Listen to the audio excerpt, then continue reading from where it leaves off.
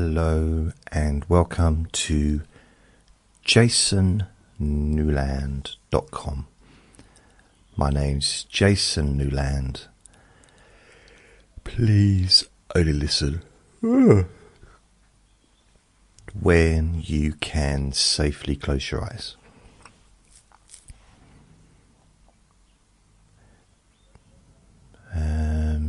So this recording, I'm just deciding whether or not to mention the background mess. It's going to get tidied. I've been saying that for about 2 weeks. So this recording, I'm going to focus on boring your spider phobia away. So I'm thinking of maybe starting a podcast, bore your phobia away, or let me bore your phobia away.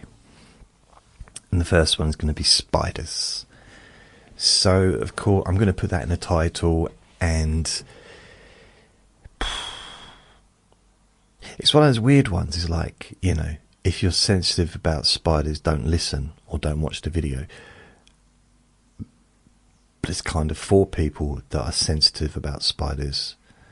It's one of those weird ones. So, yeah, I'm not going to have any film footage of spiders or anything like that.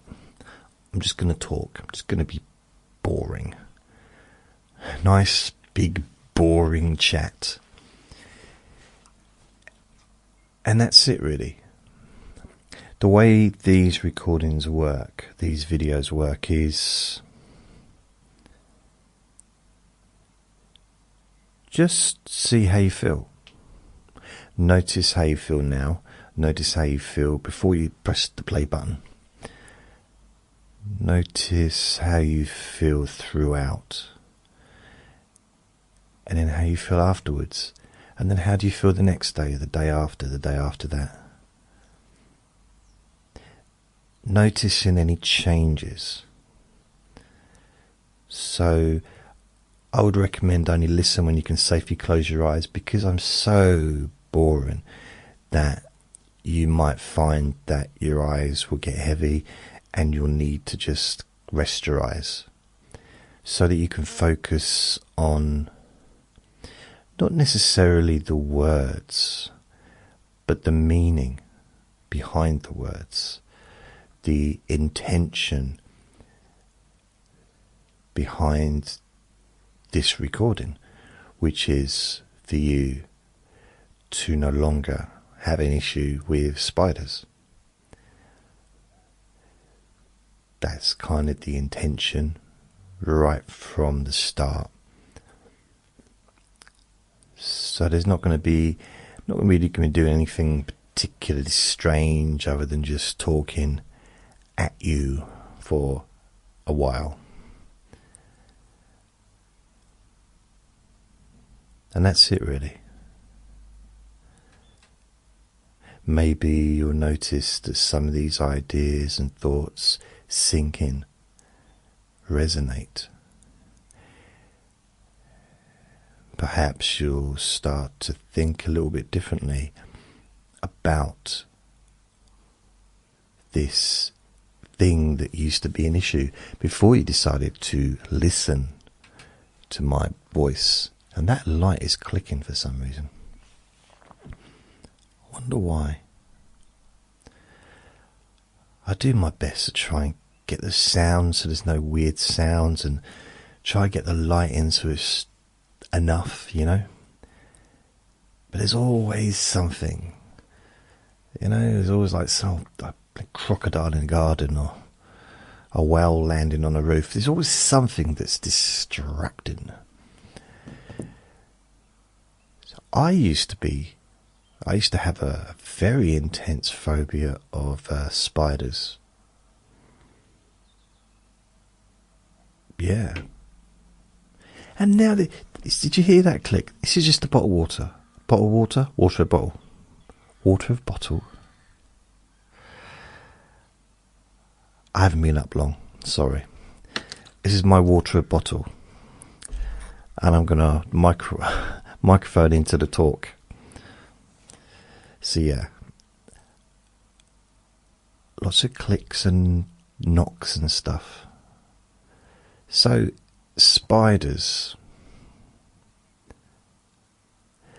Now sometimes it's natural and it's a good idea to be wary of some spiders if you live in a place where there are poisonous spiders. It's logical.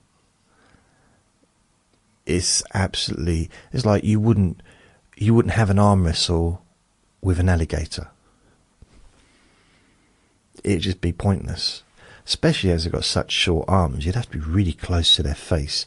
And no one wants to be close to the face of an alligator. They have a really smelly breath. So, some things are logical, like obvious. But at the same time, let's say someone's got a fear of sharks. You haven't got to worry about sharks when you're in the city. A shark can't get to you when you're at university, or you're at work, or you're in the desert, or you're in a plane. You know, there's only certain particular situations where you'd need to be even concerned about a spiky, like a fish. You wouldn't need to be worried about it in normal times. So spiders,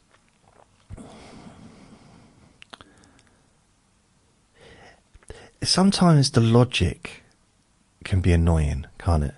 Has anyone ever said to you, "Oh, but look at the size of you and look at the size of the spider. You're like 1,000 times bigger than the spider. The spider's probably more scared of you than you are of him." It's like, yeah, that's logical. But, I think we can kind of do logic. We don't necessarily need someone to tell us logic. And if logic worked, because phobias are not logical, necessarily. I think being careful and wary of something is logical. If you're in a country where you have bears roaming around, then you need to be careful. If you see a bear, you need to be careful. If there's a bear at your front door ringing the doorbell, you don't invite it in for a cup of tea. Things like that. It's obvious.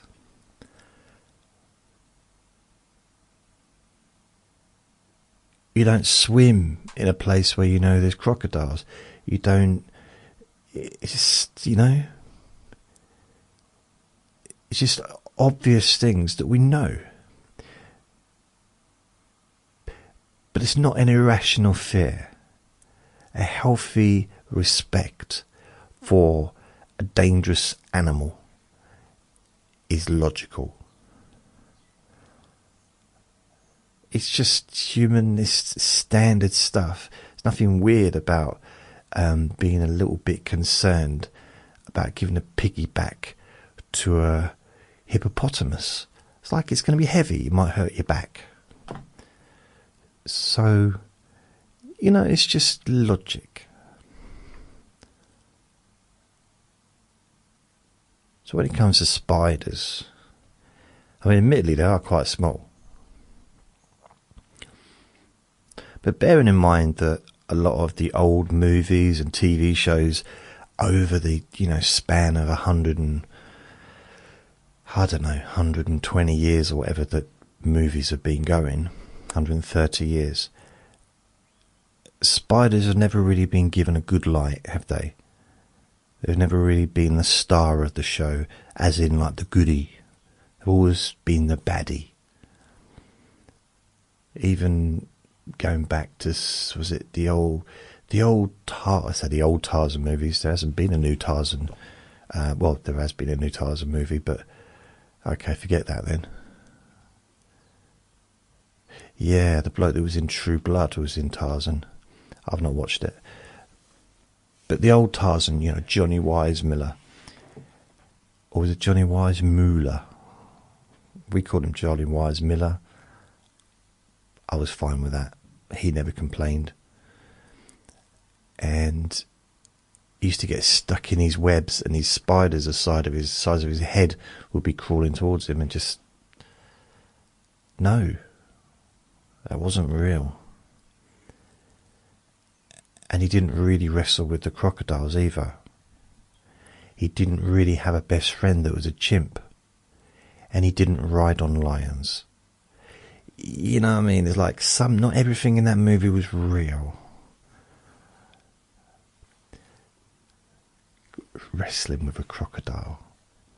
He wouldn't just wrestle, he'd have a fight, wouldn't he? He'd actually have a full-on fight with a crocodile.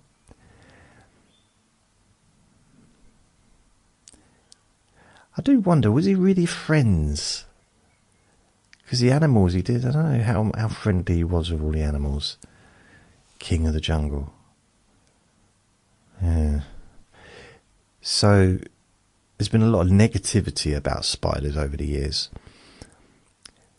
Now, my question to you is this. Where did you get the phobia from? Or, a better question, whose phobia is it? Eh? Whose phobia is it? Is it yours? Probably not. It might be, but is it yours?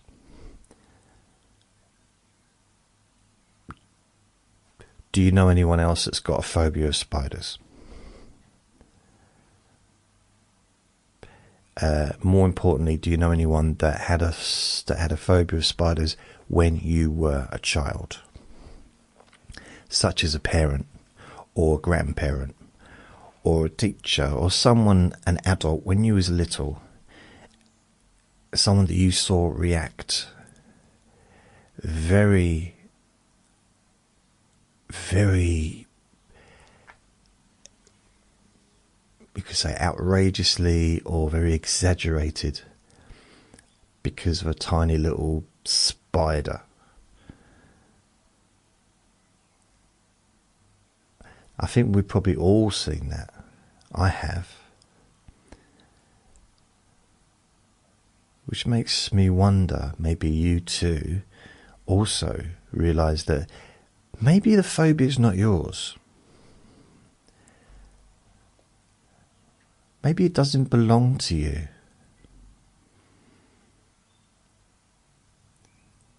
So why would you want to keep something that causes you distress if it doesn't belong to you in the first place? You could just give it back. Wow. Mind-blowing. You could just realise you're not that person. You're not that other person. Even if it was a parent, regardless of how close you were to them. Like, were you close? Yeah, it was my dad. But it doesn't, I mean, might not have got on as well. Not everyone gets on with their parents. So, was it your phobia? Is it your phobia? Was it, or was it someone else's?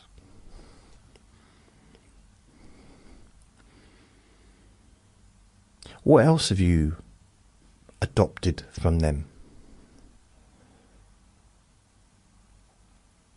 I mean, the thing is, you wouldn't take it on yourself, would you? So they must have forced you to have this phobia. What kind of parent would do that?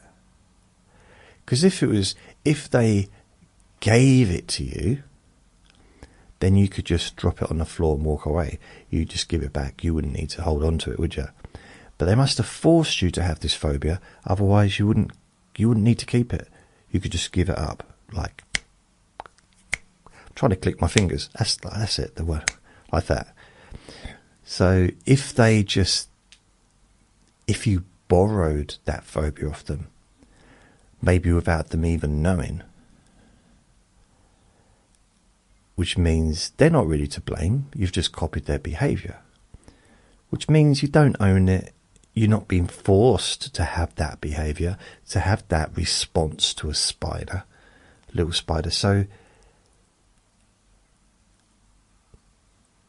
You can just let it go. It's just easy. Now, if it's been forced upon you, then of course that's a different situation. Were you forced to have that phobia? I mean, some people will laugh at the idea. What do you mean forced? Exactly, because you can't be, can you? Not really. You can't be forced. You can be indoctrinated. You can be... We're affected by what we see, what we hear. You know, when we're little kids, we're affected. I would argue that we're affected as adults as well. It's not just when we're kids. I'm affected by what I see. And it's amazing that there's these arguments about video games, like really violent video games and all that's going to affect people. And arguments about whether or not a small child would be affected by witnessing violence or violent lyrics in a song. It's like, of course they will be, as will adults. Not necessarily going to be affected negatively, but they're going to be affected because we're all affected by everything that happens to us, however small and minute. I mean, have you ever watched something, I don't know, like YouTube or maybe a movie, and there's just like one sentence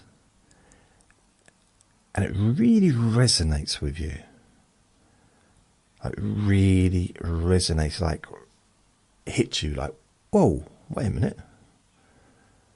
And it changes the way you think. Not about everything, but it's almost like it's put an extra light on your torch or your flashlight or whatever, and you can see clearer. Like a new prescription for your goggles. It's like suddenly you're seeing it from a different direction. Or you're seeing something else that was there, but you hadn't seen it before because you hadn't looked over there. I suppose you could learn to use peripheral vision, but you know. And once you know that thing, you can't unknow it. Like, no matter what happens, you can't unknow the fact. For example, I don't know, it's not your phobia. It doesn't belong to you. You don't have to hold on to it. Once you know that, you can't forget that. You literally can't. It's going to play on your mind. In a good way, not in a bad way. It's going to start to like, why would I be scared of that when I've had no issues with it? Now, that's, if you have had an issue, that's a different situation. There's ways of addressing that as well.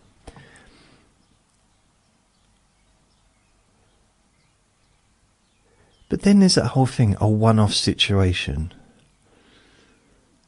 The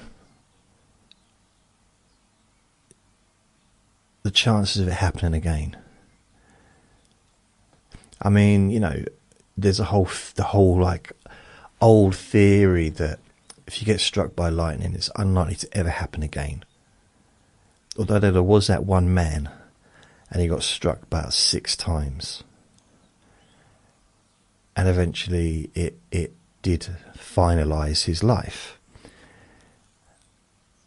Now the question would be, like, would you go out in a storm after the first time? I wouldn't. I mean, I'm, you know, there's a real reason to be very careful about lightning situations. Go and live somewhere where it's less likely to be lightning. Go in and stay in. Stay inside during that period when there's lightning. But generally, things are unlikely to occur again. So I was attacked by a dog when I was a kid. Wasn't really that bothered about dogs though. A little bit concerned about those type of dogs, that particular dog. But it just jumped on me. But it didn't hurt me. I did get bitten by another dog, but that was putting something through a letterbox. Not my... my finger got bitten off. The end of my finger. But I was putting leaflets through a door. And unfortunately that does happen. It's one of those things. It's a numbers game. If there's a dog the other side of the door and you put stuff through a letterbox, there's a chance that you're going to get nipped by a dog. And there are ways of doing it. I mean, if you've got leaflets that are long enough, you can push them in so you haven't, you just don't push them all the way through. That was the problem I was doing. I was pushing them all the way through, and half my arm was in the door. So that dog just saw was this and thought, oh, I'll eat that. So there was something that happened when I was 16, living in a flat above a chip shop. You may say that's not relevant to the story, but I say if you're going to tell a story, make it exciting. So I lived above a chip shop, and I went to bed. I've done that a few times, and I see this spider on the wall, just climbing down the wall, and I'll get out of bed. Obviously I scream first, of course, and I realised no one's listening, so I thought there's no point screaming, is there? There's nothing to be gained from screaming if no one else is going to hear me and come and, give me attention and see if I'm alright. So I didn't bother anymore. And I couldn't go to bed until I found that spider. It's just a little spider, a little house spider.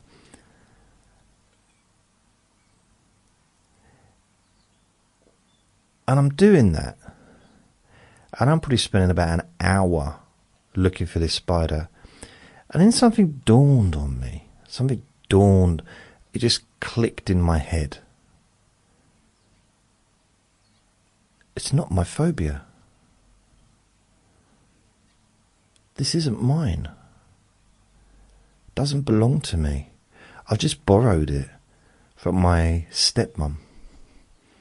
She had a spider phobia, and she would just completely act up when she saw one.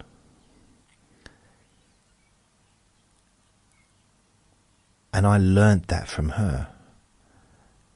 Prior to knowing her, when I was 7, I used to eat daddy long legs, sorry. I used to eat, I'm talking when I was little, not when I was in my 40s. Yes, I didn't eat any more creepy crawlies after the age of 42. But no, I used to I wasn't scared of spiders when I was a little kid. And it'd be hard to find a little kid that's scared of spiders. Generally, because they don't care. Some will, but generally, just a spider. It's fascinating. It's no different from a worm. You have to be taught as a child what's dangerous and what's not dangerous. But we also learn that things are dangerous when they're not dangerous because of parents' phobias and overreaction. Because if someone acts the same towards a little spider as they would do towards a big bear trying to get into the house, a little kid is going to obviously think, well, it must, that must be as scary, as frightening, and as dangerous. Now, I'm not saying that if you just didn't worry about a spider that you wouldn't worry about a bear, because you should worry about a bear getting in your house if a bear's on your doorstep. And I'm not trying to give you a bear phobia. It was good. I used to be scared of spiders, and I listened to this bold Englishman with glasses, and he was a very handsome, sexy man. And I got rid of. He bought so exciting. It's boring. So exciting. All his stories had me on the edge of my seat. It did. And got rid of the phobia. I wasn't scared of spiders anymore. But every other bloody animal.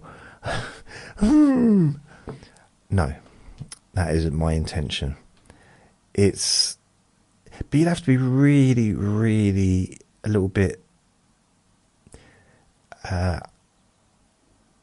unintelligent, probably, to not be wary of a big bear. There's a very famous movie about a man that loved bears, and he was filming them, and he used to go up to them, and yeah, it didn't end well for him. But he didn't respect. He loved them, but he didn't respect them. He didn't respect the reality of the situation. I mean, he was in love with bears.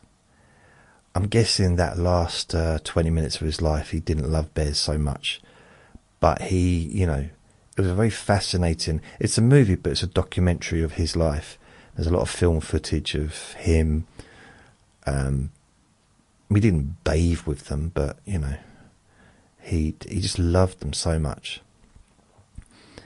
But you gotta have healthy boundaries with stuff like that. It's just like in life, isn't it? If you know that you've got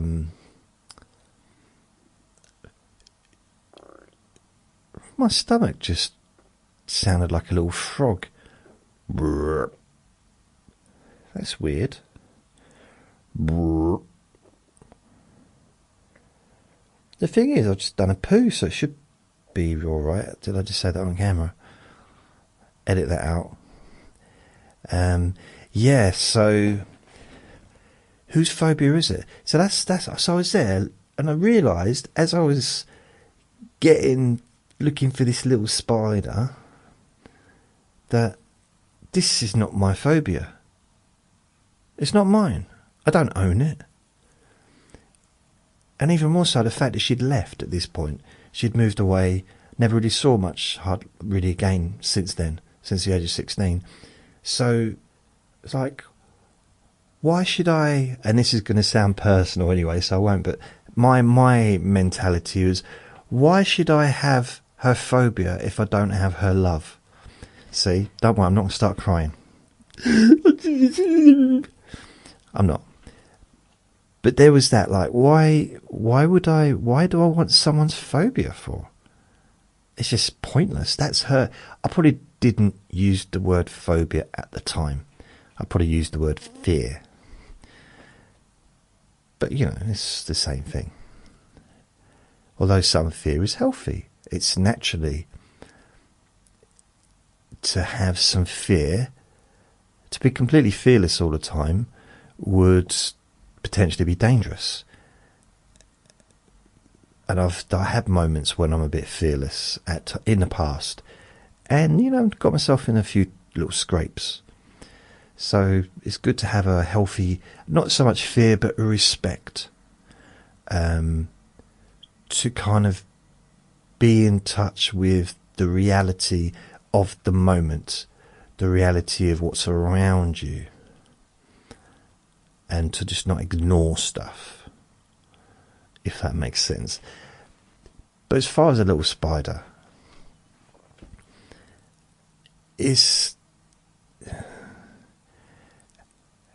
for me, I mean, I see people with, like on buses, absolutely bricking it when they see a wasp, like screaming. And I'll just sit there, and the wasp never bothers me. And it's been the same for decades. Every single situation where I'm around, where people are just going absolutely, like really a bit nutty, to be honest, over a wasp or a bee. Not so much a bee, but wasps have got a bad reputation. Bees are like the good guys. They're the angels, wasps are the devils. It's not fair. See, bees have got an attitude. You don't realise it, but they've got a bit of an attitude about them. They're a bit cocky. Like, oh, if it wasn't for us, we'd be all. You just, you need us. The human race would just, run out of food because we're the ones that produce and all that stuff. So what are you talking about? Pollination, mate, pollination. It's like, wait a minute, Mr. B, man. Mr. B, you're acting like bees are the only animals that pollinate. Well, no, you're not though, are you? What do you mean? We're known for being pollinators. The biggest pollinator is the wind. Every animal that lives in a field, a forest, pollinate. They run through, they collect stuff, and then, it lands on another thing. Birds pollinate. Human beings even pollinate. They walk through stuff. The little stuff gets on them. I don't know what it's called. Is it nectar? And then it mixes and it lands on some other thing. Pollination happens. It's just not just bees that do it. And I'm guessing probably wasps do it as well. Oh, but we do it on purpose. That's our aim. Is it though? Is it? Isn't your aim to collect honey? Is it honey? Or to produce honey? I don't know. He said, you don't know, do you? I said, no. I'm not sure, but I don't think it's... I think the pollination is a secondary benefit from what your purpose is. And he said, you might be true. I said, what do you mean you might be? Don't you mean I might be right? He said, no. In the bee world, we say you might be true. Okay. He said, wait a minute. Did you understand what I meant when I said you might be true? Yeah, you meant it might be true. We understood. So there's no... If you can comprehend the sentence I just said to you, there is no miscommunication. Therefore, no need to correct me, Mr. Human. As I said, attitude. Proper attitudes bees have got. Spiders, on the other hand, they're just chilled.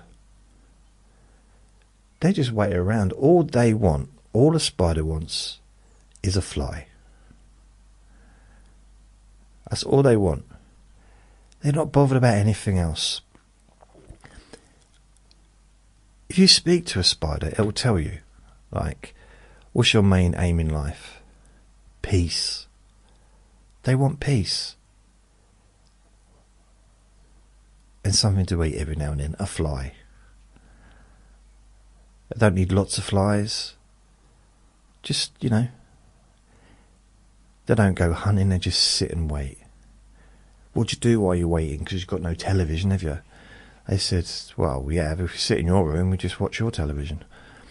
It's a bit rude. I said, what about the ones in the kitchen? And one of them laughed, said, we watch you cook. And they all laughed, because I don't really cook much. It's being sarcastic. So the spiders are sarcastic, to be fair. They're not always, they're calm and chilled out, but they are a little bit sarcastic, a little bit pissy-taking, a little bit. Just a little bit. But bees are cocky. Bees are very cocky. I remember I bought some new shoes, so these boots, a couple of years back, and I'm walking through the field and saw this bee, and the bee stopped and started laughing at me. I said, what are you laughing at? He said, those boots. Why are you laughing at my boots? He said, because they just look too big on you. I said, well, I've just got big feet. He said, what size are they? I said, size 10. He said, they're not that big. I said, yeah, but I'm 5'3". So size 10 feet are quite big for a 5'3" person. And he said, but 5'3" is huge. I said, it is for you because you're a bee. He said, oh, okay. In fact, doesn't everything look big to you? No, ants don't look big. They look average size. Then he flew off. I don't know if that was a good example, really. Perhaps I need to polish that story up to make it a bit more interesting. But I remember talking to one of the spiders that lives there. I've got a few. And I said, what do you do all day? You just sit there in the corner, right in the corner of the room, just sitting there, staring at me. He said, do you really think you're that important? You think I've got nothing better to do than to stare at you all day? Which I thought I took a little bit offensive, you know. It's like, okay, I just assumed that you were. He said, well, no. If anything, you're the one doing the staring, Mr. Human. All right. I said, what do you do then? He said, we meditate. It's what our spiders do. We do our web and we meditate. We're getting in touch with our inner being. We're trying to get in touch with the energy of the universe. We are peaceful creatures. We don't even like the taste of flies. Now think about it. Flies, they're always, they're not tasty. I know they look juicy, but they're not. Ooh, don't like flies. Why do you eat them then? Because there's nothing else to eat. I said, well, no, I suppose. He said, well, look at the size of me. What am I going to do? Go fishing? Huh? Get across and get a spear and take a buffalo down? No. Kind of limited to things, and they have to come to me. I'm not strong enough to drag things around. It's not like I can grab a gazelle and carry it up a tree. You know, there's some there's a few limitations to what I can do being a little spider. And also we don't live long either. So give me some peace. Leave me alone, will you? I said, what do you mean leave you alone? He said, you're hassling me. Normally you don't bother me. But today, what, because you want to make a recording about spider phobias, you think that we're just going to talk to you and do an interview. Are you going to pay me? Are you going to pay me, Mr. Human? Like, why are you being like this? He said, I don't know, it's been a weird week. I said, what do you mean? Well, okay, I went out for a little walk, went into the garden, and this kid was in the garden playing with me. We were just playing. We were playing snakes and ladders. Just, yes, it's something that I like to play. And the little kid from next door, we were just playing that, and occasionally we play hopscotch and stuff like that. Well, on this occasion, his mother comes out. Normally she doesn't come out. We just have fun together. His mum came out, said, Jimmy, what are you doing? And Jimmy looked up and looked at me. She looked down and looked at me. She screamed, and she jumped onto the fence, onto the top of the fence. Well, it was good balancing, to be fair. And then, what did she try and do? She jumped off and started trying to stamp on me. So I'm like looking to Jimmy, help me, mate. And he looks confused. He starts crying. It's like, but we were best friends. And the next thing I know it, he's confused, he's crying, he doesn't know what to think because his mum's so upset. So I run off, go back upstairs, and I think, well, that's it, I'm not going out there when she's there. Blimey, it's a bit of a handful. Not in a good way. And whatever that means. Spider interspecies. Anyway, I went back down there, then about 2 days later, I always check out the window. She weren't around, he was down there playing. Went down there. He screamed and started trying to stamp on me. What the heck was that about? So, it's been a tough week. So I've just been up there in the corner, in my little area. Might seem small to you, but for me it's like a three-story mansion. And trying to meditate on what happened, and I think what it is her extreme reaction to me just being there doing nothing affected him, like instantly affected how he felt. And that was, yeah, he wouldn't play with me. I don't know if I can find a way to get him to just forget that, but it's such a shame because we had such fun. I realised I said the word such twice in one sentence, but I think it worked. I don't think anyone noticed. I said, I noticed because you just mentioned it. He said, yeah, but you noticed the most pointless things. I said, why do you say that? I don't notice the most pointless things. He said, you do, and you're also getting off track. This is supposed to be a recording to help people to stop, being concerned about us little spiders. Okay, all right, fair enough. I said, have you got any suggestions? He said, what do you mean?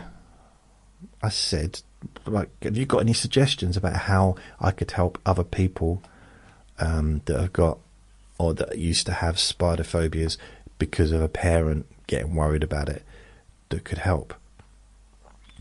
He said, well, have you tried there is that technique, the phobia cure, isn't there? The short phobia cure technique. I said, yeah. So why don't you just do that? Why do you have to waffle on for like an hour when you could have just done that in 10 minutes and it would have been a lot easier, a lot simpler? I know, but this isn't supposed to be like this. Is like a different way of doing it. It's me doing like a boring conversation and just being more relaxed with it and not trying to tell anyone what to do or how to think or anything. Just just give a few ideas and like a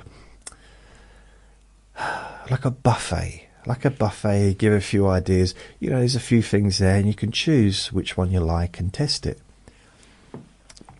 And the spider said, you mean like your old hypnotic buffet podcasts? I said, yeah, it was like that. Why do you stop doing them? I said, I don't know. He said, why are you licking your lips so much? I said, I don't know. Thanks for noticing. Well, you could do a version of that phobia thing. I said, what do you mean? He said, well, what you could ask if somebody's had an issue with spiders and maybe it's not connected with somebody else. So if they had an issue but it's not connected to a family member or somebody else, so they've not borrowed that phobia, because obviously if they have, at this point in the recording, they're just going to drop it because they're going to realise that they don't need it. It's completely pointless. Like, why? Why would you take on someone else's stuff like that? It's like, okay. I mean, that would be the equivalent of me walking around and picking up someone else's dog poo and carrying it around. Like every day, just carrying more and more poo around. And the spider said, it's nothing like that, is it? I said, no. I thought I was being clever for a second, and he said, what have I told you about that? It's rude. The spider's so rude to me sometimes, but I think that's how we get on, like a bit of messing about, verbal sparring. And the spider said to me, well, what you could do, get the people to imagine a spider, but then change it, drain the colour out of the picture. Maybe if this was a scenario where they had an experience that wasn't particularly useful to them, drain the picture out, drain the colour out, add a silly tune, like the Benny Hill tune. I said, I know what the Benny Hill tune is. He said, all right, but not everyone might do. I said, well, it's not going to work for anyone that doesn't know what the Benny Hill tune is it? Because they're not going to be able to do the Benny Hill tune. And besides, no one under the age of 30 is probably even going to know who Benny Hill is. He said, the spider said, don't underestimate young people's intelligence. I wasn't underestimating. You can't even say the sentence. I was not underestimating anyone's intelligence. It's just Benny Hill stopped being on television in this country in the early 90s, which was 30 years ago. Yeah, but they still play it. Yeah, they do still play it in the evenings on some of the random channels. So you could use that as a tune. You could use anything as a tune. What about Barbie Girl? I'm a Barbie girl in a Barbie world, wrapped in plastic. It's fantastic. It could be any song. It could be just like a happy tune. And you could picture that. This is the spider speaker now. You could picture that spider, or picture me, with a little hat on, maybe a little Mexican sombrero. Sombrero's Mexican? Sorry if they're not. Or a bowler hat, you know, like the old London office workers used to wear in the 50s or 40s. A weird tune being played, and you can imagine like little tambourines, or you know, all the different arms playing a different instrument. You could turn it upside down. You could give it different colours, add a colour, maybe just add the colour green. Put it into a scenario that was just really ridiculous. I'm trying to think. Maybe walking along the moon, perhaps. But wouldn't I float? Yeah, you'd float. I don't know. I imagine if you weigh so little, eventually you just wouldn't float. Gravity wouldn't really affect you. Which shows you how often I attended science classes at school. Not very often. Another thing you could do actually is, if it was a scenario, you could rewind it and fast forward it and just replay that scenario. So for example, for me, if I had the scenario of this, doesn't really work for me, but if it was an issue, this spider being on the wall when I was 16, if I go back there and imagine that, and I just like do a little marker at the beginning and a little marker at the end, and just fast forward to the end where I realise, hey, this isn't my phobia. And then rewind to the start again when I'm going, oh, the spider, oh no. And then fast forward it when it's not my phobia. And then rewind really quickly. At the same time, and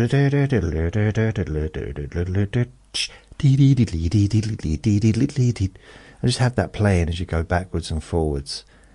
Oh, a spider. Oh. And then, that's not my phobia. Oh. And you can just change the tone of your voice, and to the point where basically what it does, if you imagine a CD or a record, like an LP, vinyl, and it's got the groove in, and it only works if the groove is there and it's untouched. Once you scratch the groove, it doesn't work. Or a DVD. player, a DVD disc, once it gets scratched, it just doesn't work. Part of it might work, so what you do is you scratch it again and again and again and again, to the point where the whole thing just doesn't work at all. So by fast forward and rewinding, adding some music, adding a silly voice, I mean, you could just imagine ice cream cones falling from the ceiling for no reason at all. You know, imagine the spider made of Skittles for no reason at all. It's just to make it even sillier. And that's it. Play around with it. I mean, to be fair, if someone else had given you, if you'd kind of adopted the phobia from someone else, then you realised that it's not yours. I mean, what if that person has hemorrhoids? Does that mean you got to have their hemorrhoids as well? And if that person eats certain food that maybe you don't like, does it mean you got to start eating their food that they like and maybe you don't like it? Imagine if it's peanut butter and you can't stand peanut butter or Marmite or lemon curd or Weetabix or something that was semolina, something that you just or sweet corn on your pizza. Some people don't like that. Something that just makes you go, that's grim. But because you've adopted their phobia, does that mean, well, we've got to start having sweet corn on your pizza or pineapple? Did I say pineapple or sweet corn? I don't know. Or eating peanut butter sandwiches or Marmite, peanut butter and Marmite with sweet corn. Yeah. It doesn't make sense, does it? It does, like, well, where does that stop? They might cycle to work. Does that mean I've got to cycle to work as well? It'd take me 3 hours. They just live round the corner. It's easy for them. But I've got to do what they do because I've got to have that phobia. No. It's theirs, not yours. If they want to keep it, let them keep it. If they get something out of it, let them have it. We don't need it.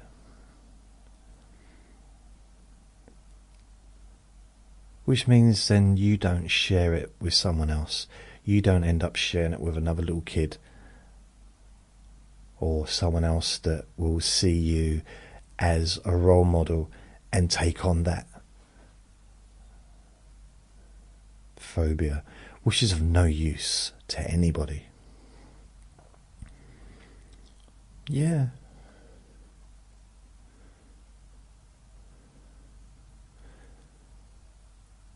I think the recording went quite well. So all together now. There's a hero. If you look inside your screen, he's a baldy man who could be green. I don't know what that means. That was weird. I should have rehearsed. I should get some kind of song together. Could be green. Oh well. So yeah, how do you feel now? How do you feel now when you think of spiders?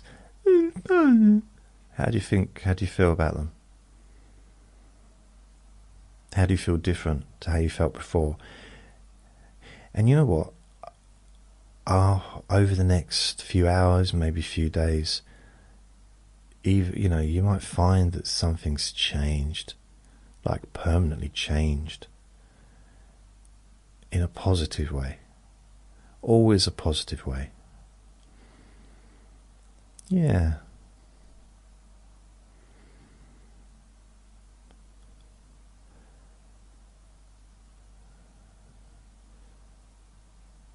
And that brings us to the end of this recording. Thank you for listening. Remember to be kind to yourself because you do deserve to be happy. Lots of love. Bye.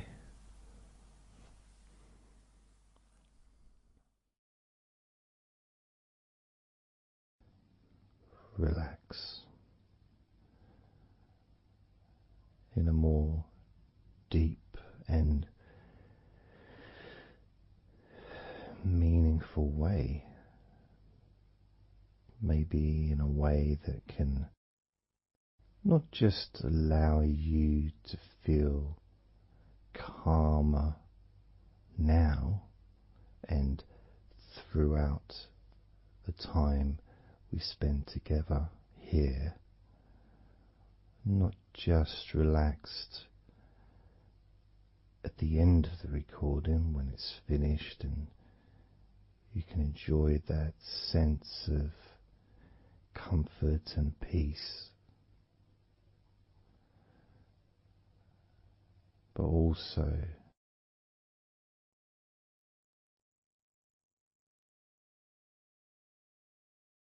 I think it would be nice to have those feelings of relaxation continue for longer after the recording is ended, so that you can still benefit from listening to my voice, maybe in a few hours' time, perhaps tomorrow.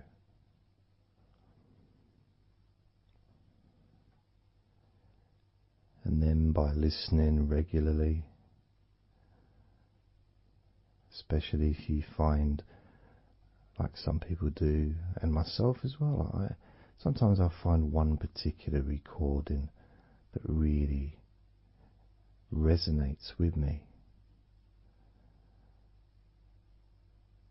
and I just listen to it over and over again, like every morning, every evening.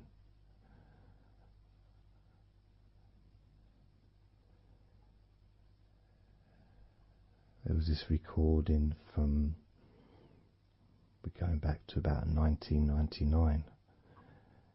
It wasn't hypnosis, but it was a guided visualization, so it kind of was hypnosis really.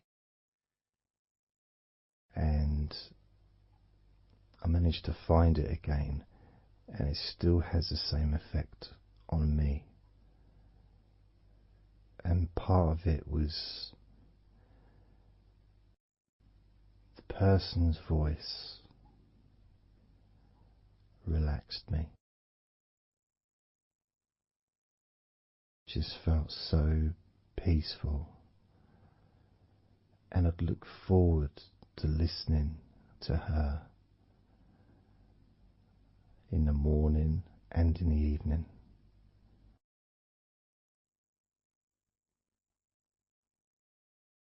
And I knew before even pressing the play button that as soon as I'd done that, pressed the play button, this was in the days of CD players, press the play button. In fact, it might have even been a tape recorder. I'd lie down on the bed, and then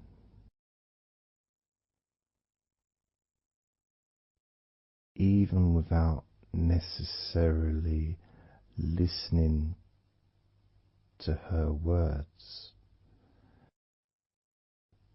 because I had them memorized really,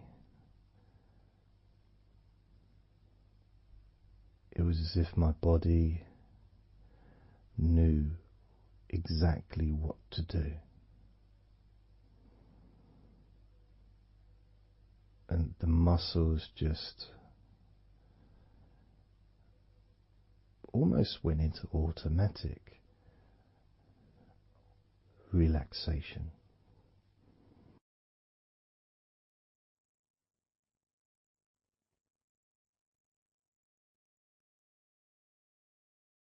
And I remember my mind would slow down.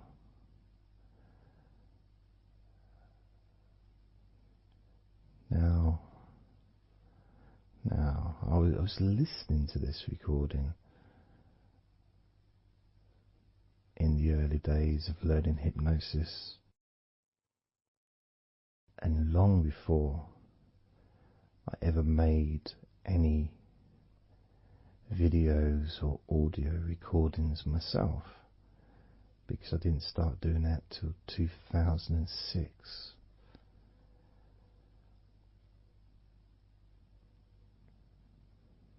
But I knew how helpful I found being able to just let go, to have that trust in the person that I'm listening to.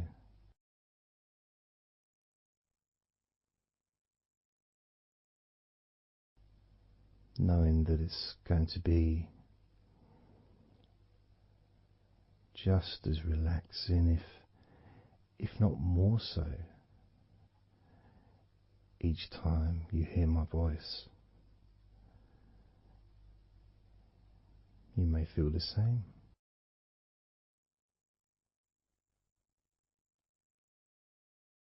Some people have been listening to me for over a decade.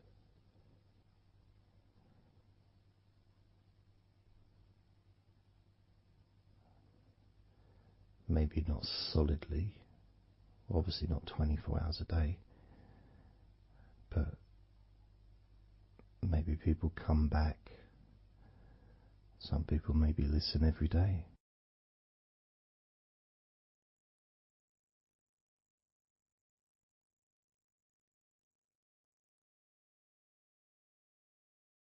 And something that I do, which you may not realize by listening, is when I record these recordings, now for example, I also am affected by the words that I say.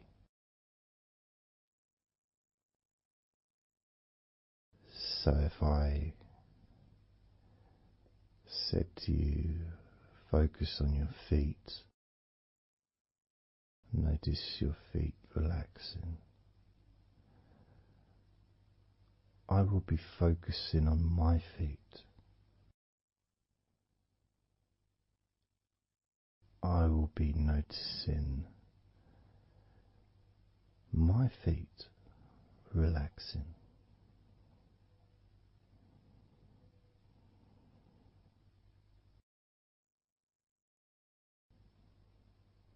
If I said focus on your hands, and maybe notice the difference between each hand. Perhaps notice the air in the room, the temperature of the room on the backs of your hands.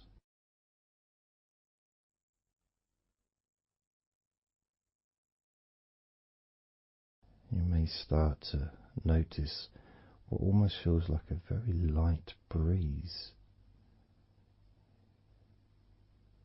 even though there may not be any type of breeze at all where you are right now.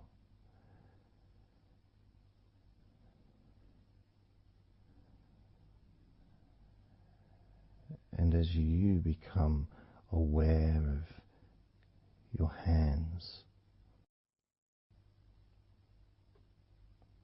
I'm also aware of how relaxed my hands are feeling now.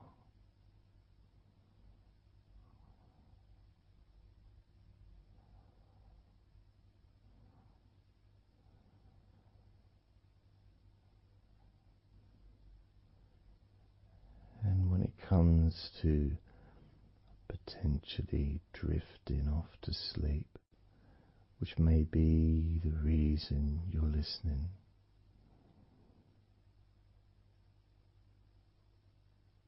I also feel drowsy when I make these recordings.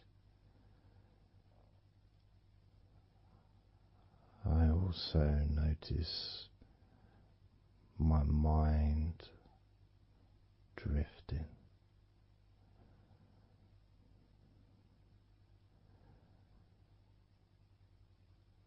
In fact, at times I've actually fallen asleep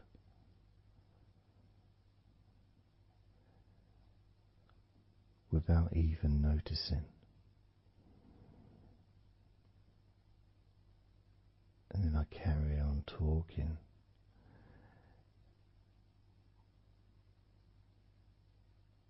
And it's only when I listen back to do the editing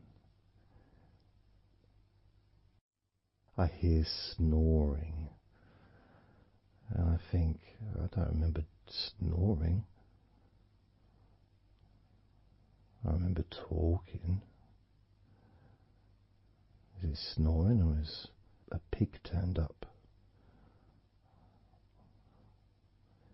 That's what I sound like when I snore.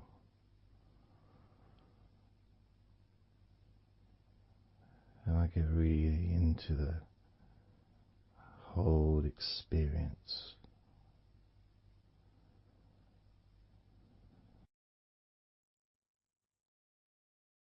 I don't know how you feel.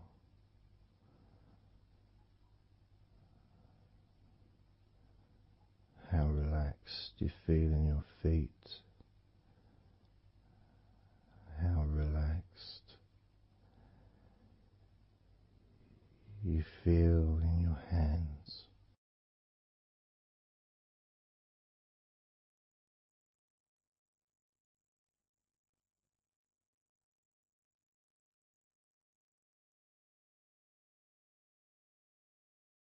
I have noticed more and more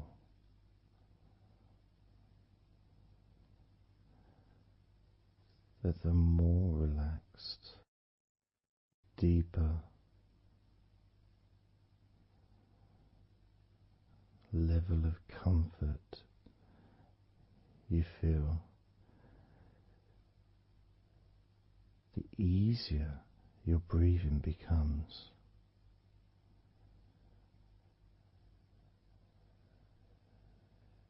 It's almost like that additional muscle relaxation. So this allows you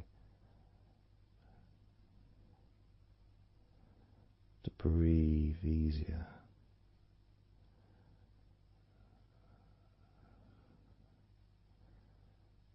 Without necessarily focusing on your breath.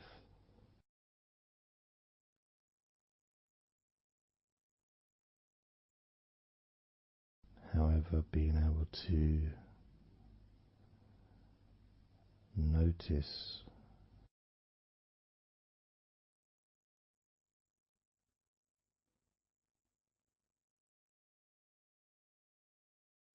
the ease in which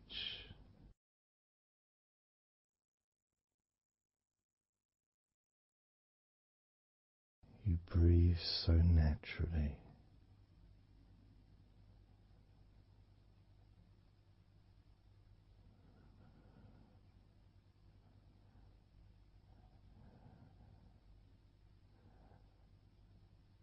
You breathe so very easily and smoothly.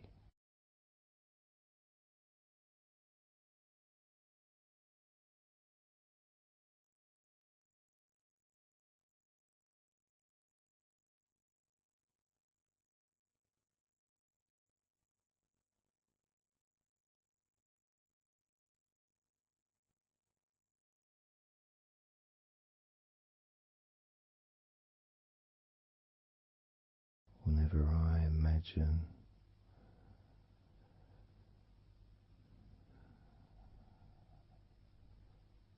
my breathing improving,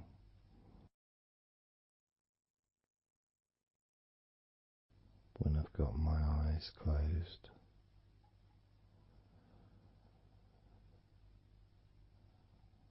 I tend to visualize a beautiful field with trees and flowers,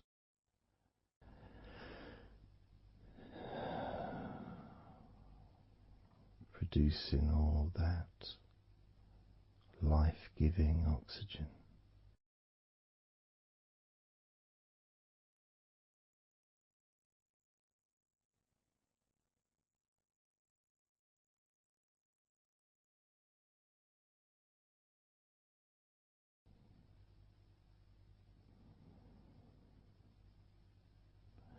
It feels nice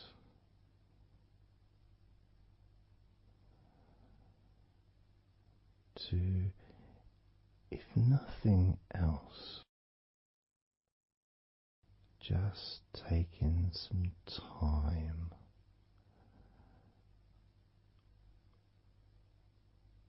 away from everything.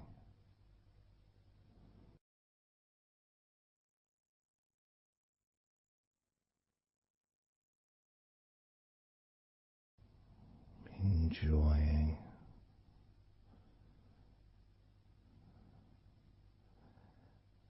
that feeling of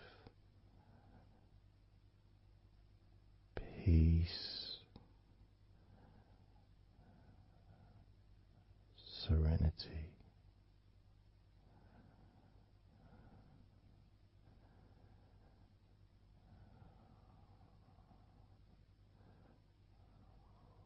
with a joyful heart.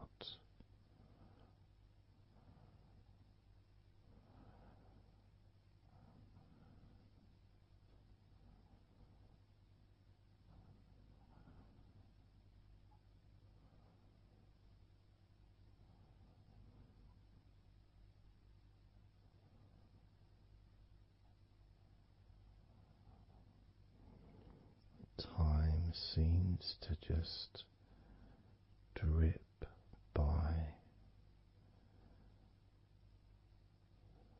so very slowly.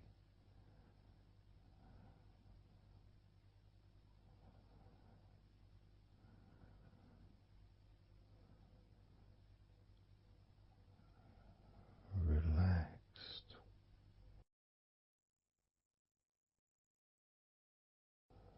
so deeply peaceful,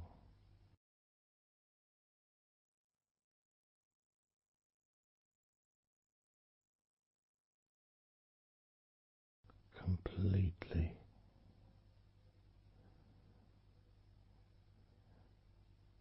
unattached to any thoughts whatsoever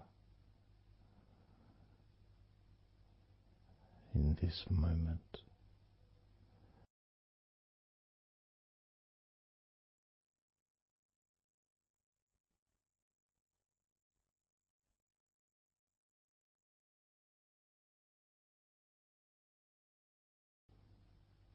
completely free.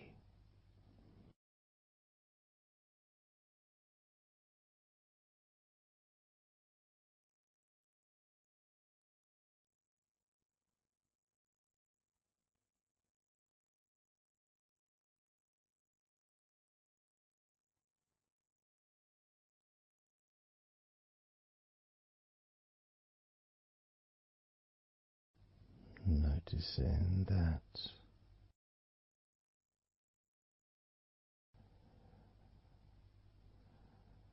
your mind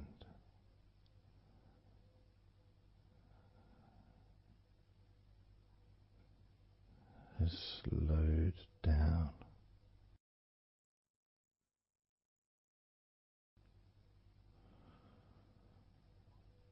slowed down.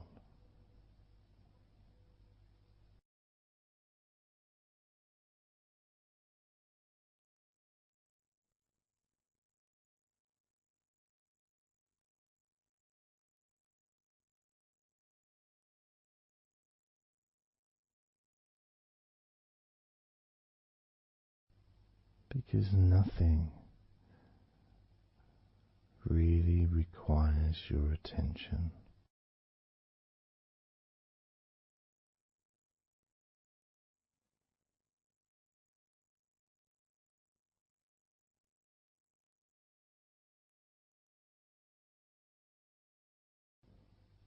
You can enjoy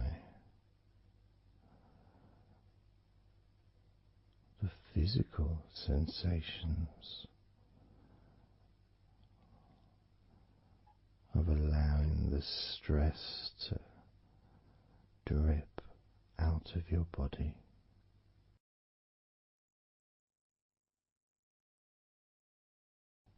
dripping out of every part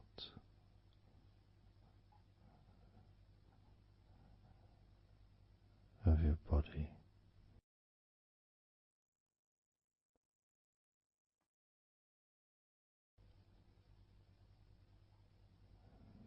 And being released from your brain and your mind.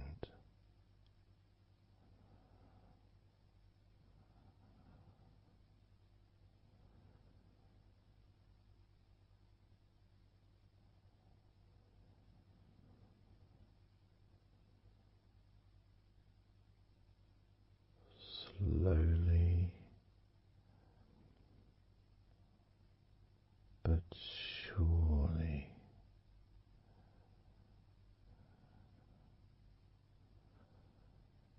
the muscles in your legs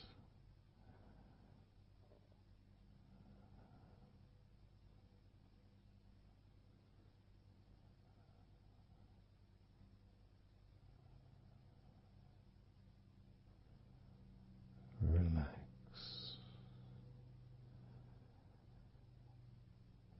relax,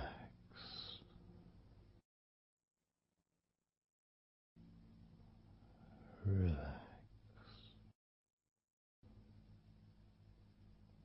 so very deeply.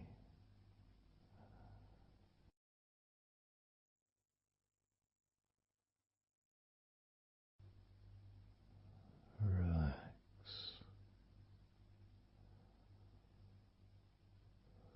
so deeply.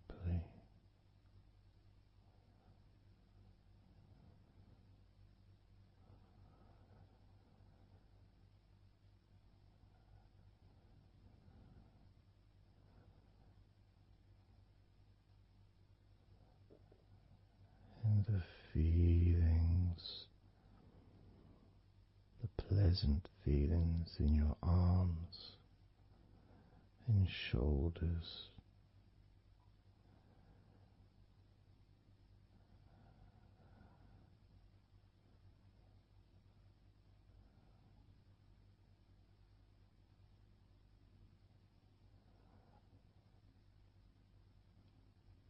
deepening each part of your body further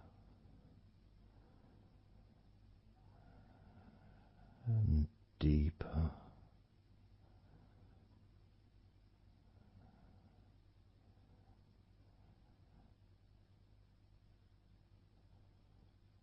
And deeper.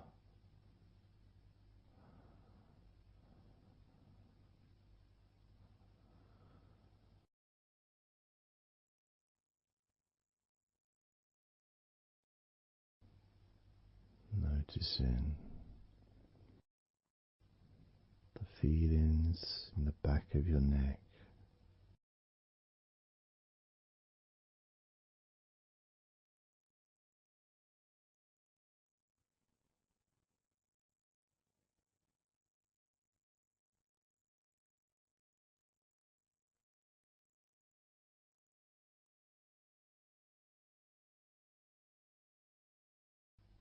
The feelings in your wrists.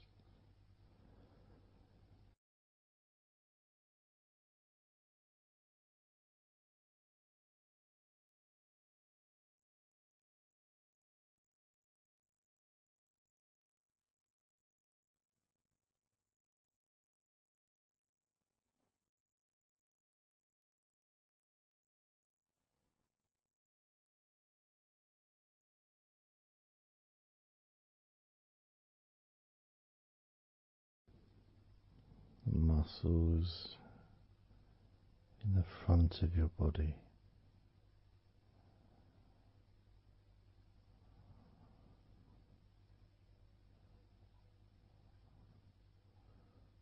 Are also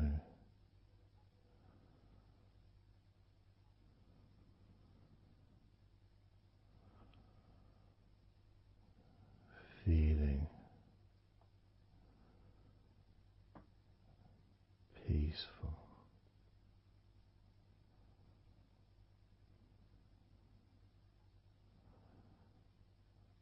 Deeply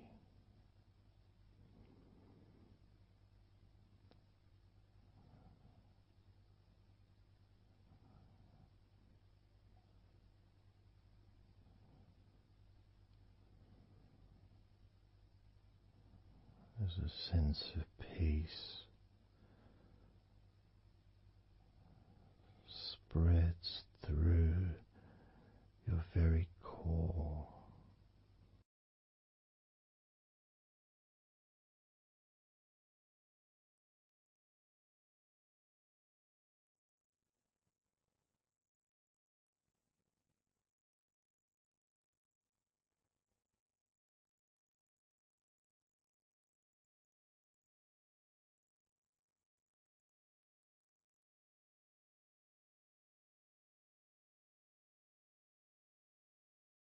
Even when you focus on your mind,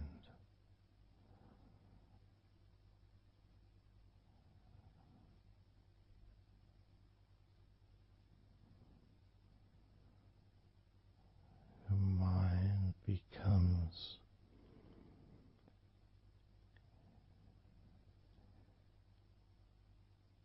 even slower.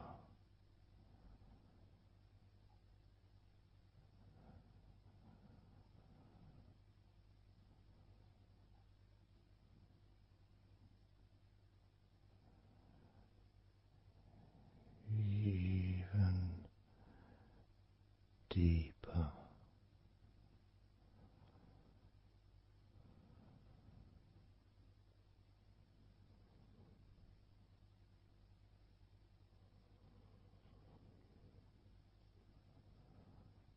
Relaxing.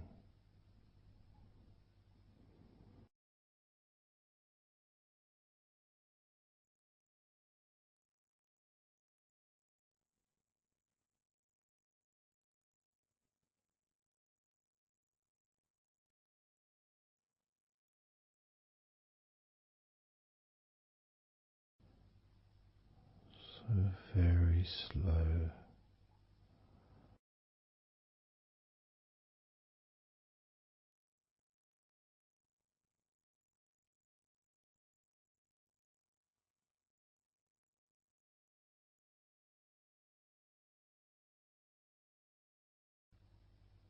your stomach.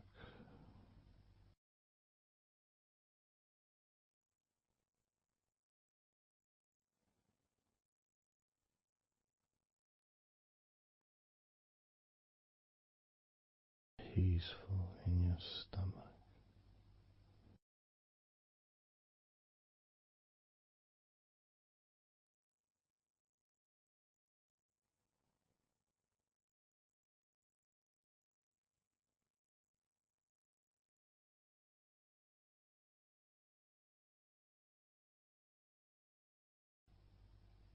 Your back.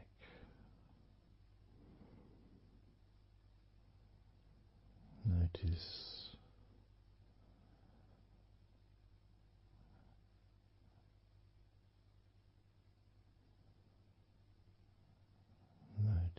how relaxed you now feel.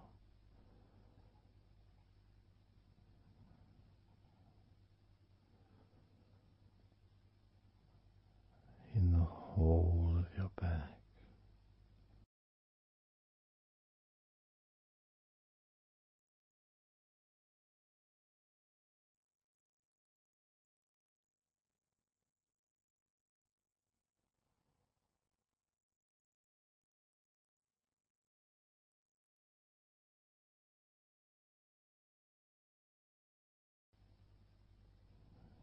Your spine, from your brain all the way down the middle of your back, sending and receiving millions of messages every day.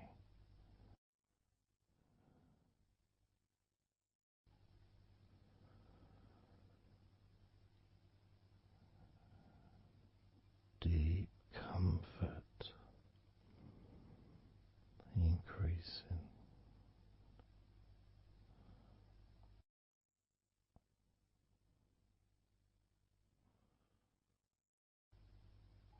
Deeply relaxed.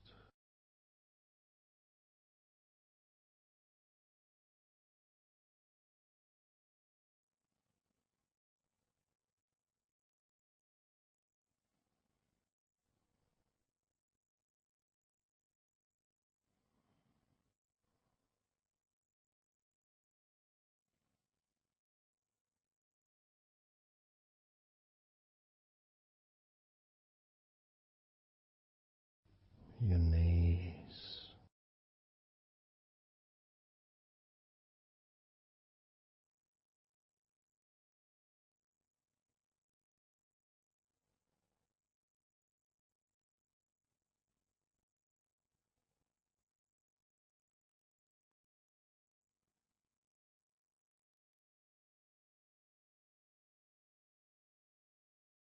relax, spreading those signals down your spinal cord into every part of your body.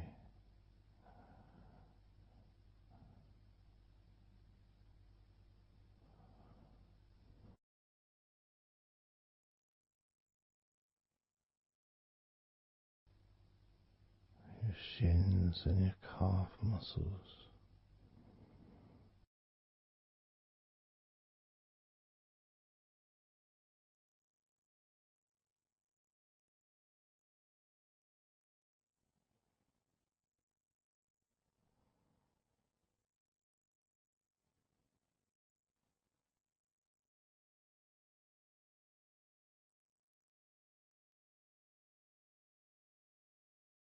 Your elbows,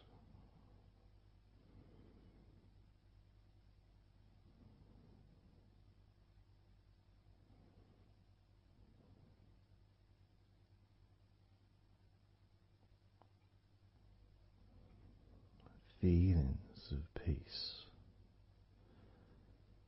and tranquility spreading through your body. tips of your toes to your eyes, your fingers all the way to your lower back.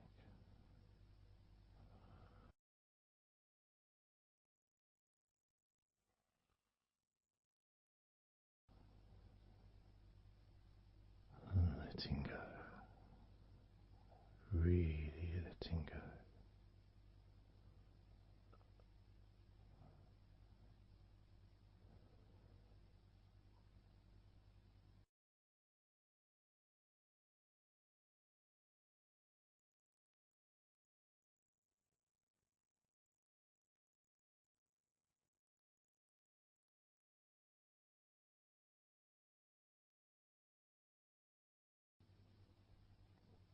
Peace.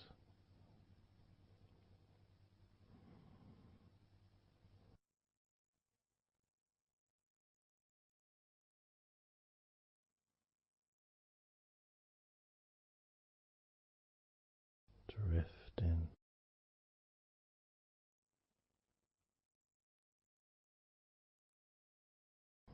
mind just wandering away,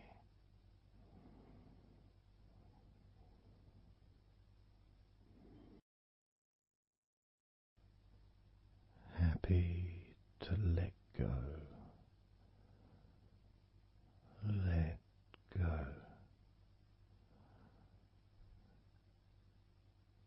completely let go.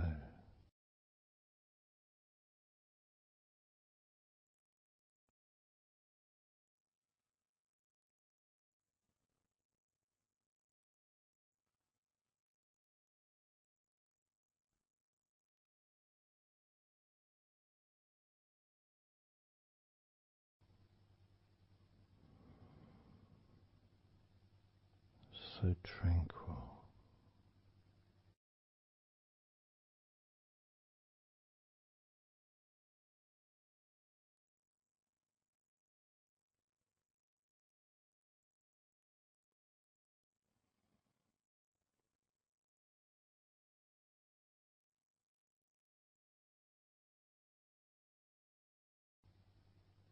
Your whole body enjoying a sense of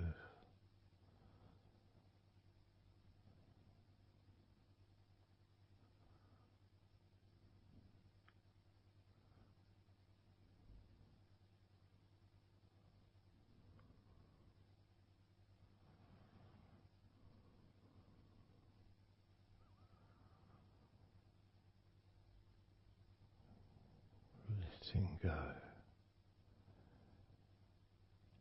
even more.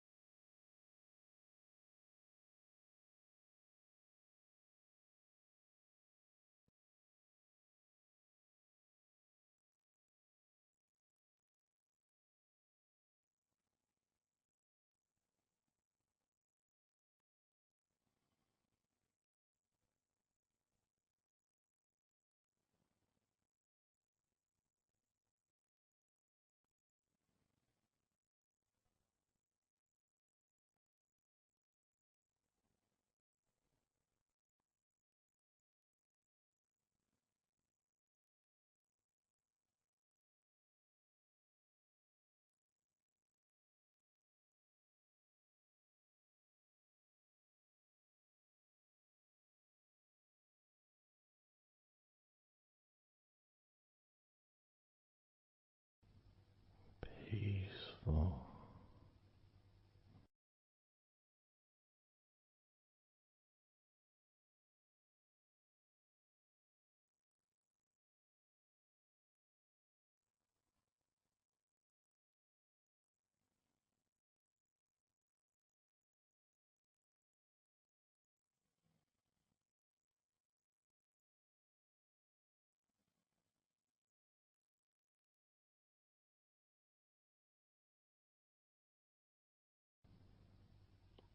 enjoying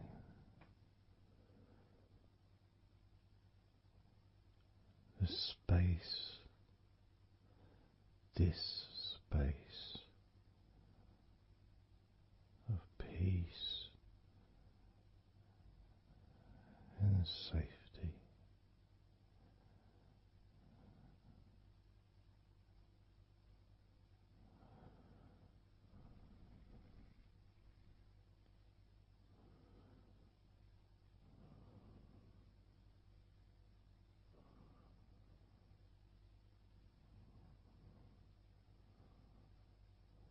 So very, very relaxed.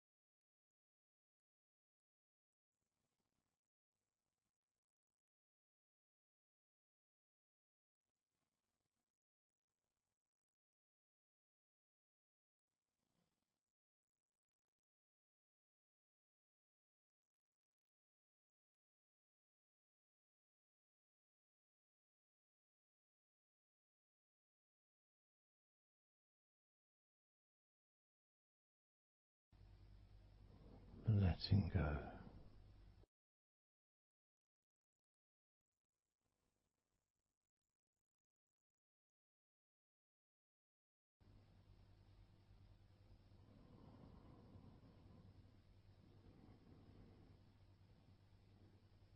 Maybe we can just focus on the different parts of your body, just to notice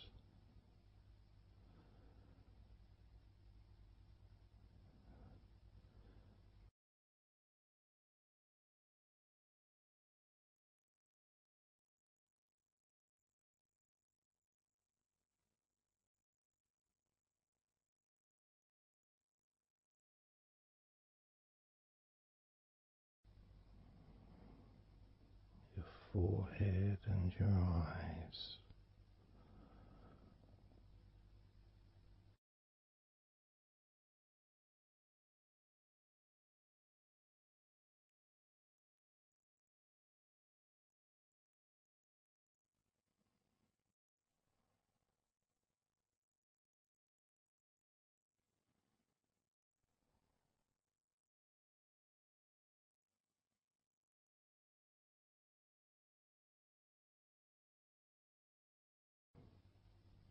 Your jaw,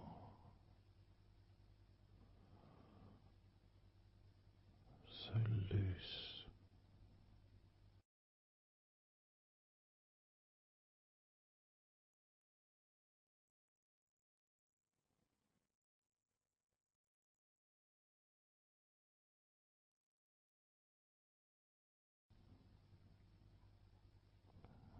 Noticing a sense of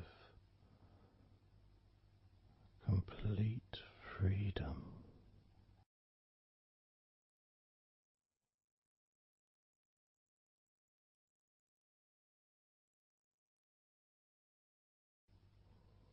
Absolute freedom.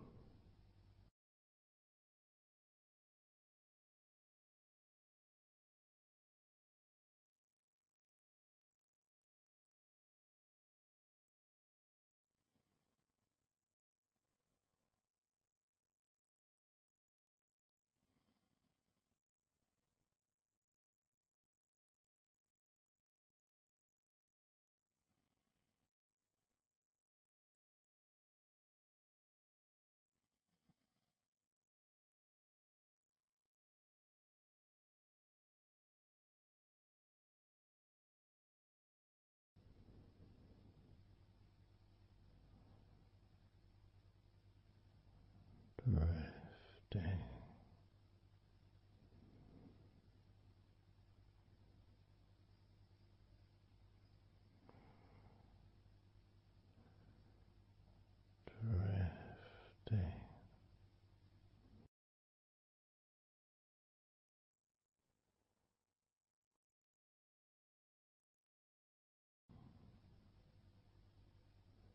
peaceful energy.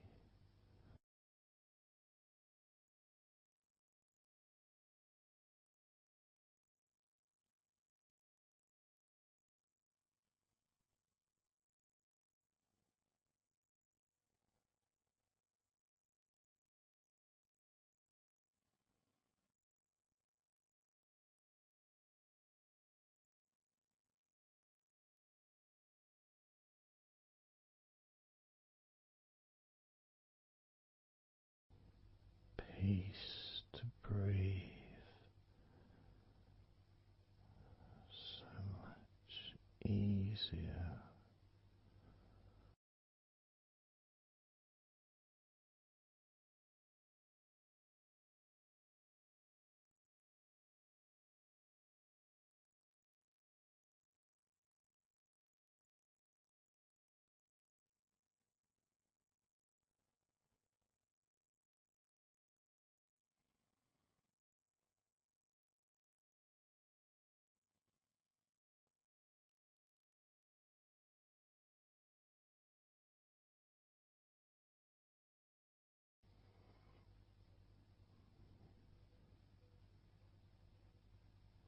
Loose,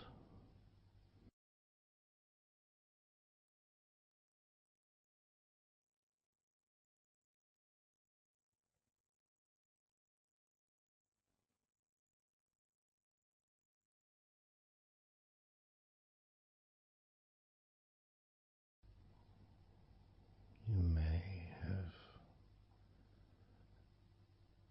or may not have noticed your mind drifting.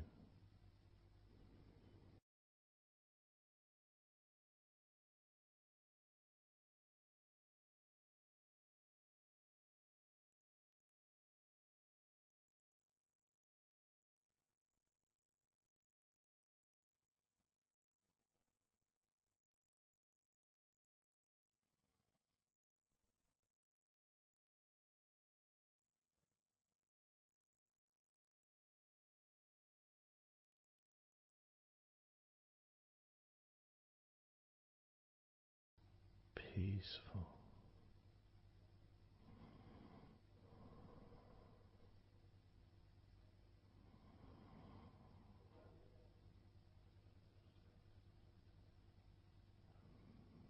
moving even more deeply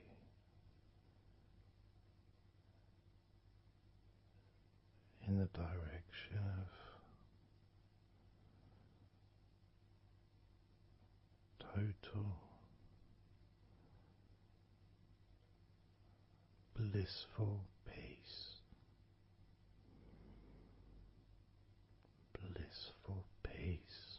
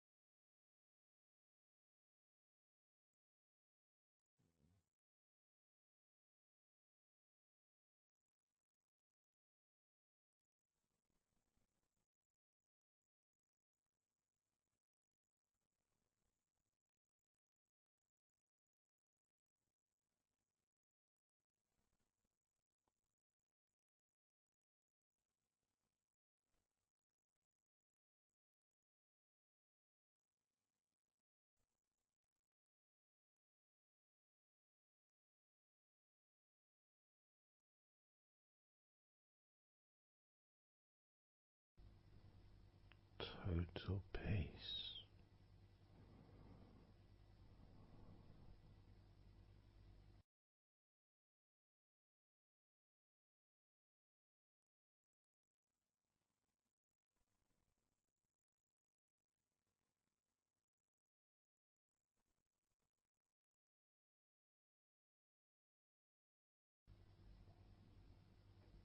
Calm, so calm,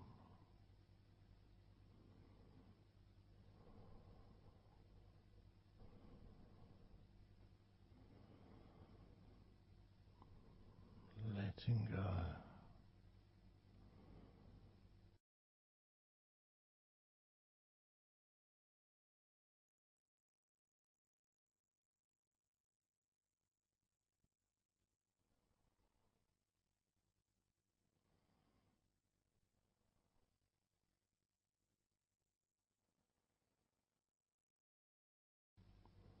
Peace of mind,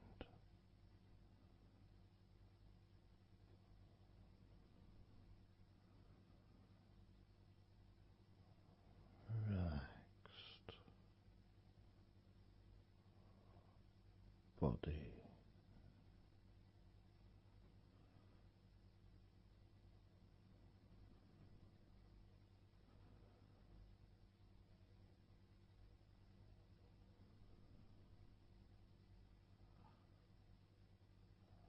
so relaxed,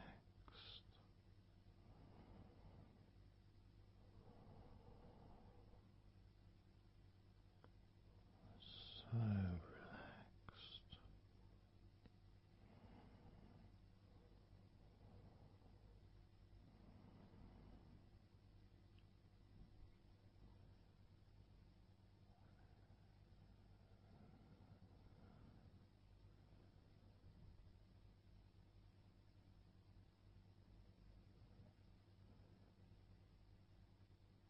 Your body feels almost invisible.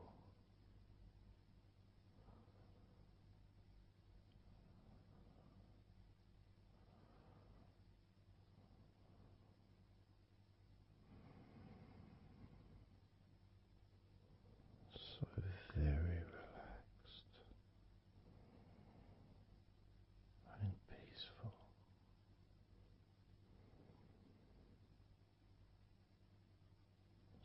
So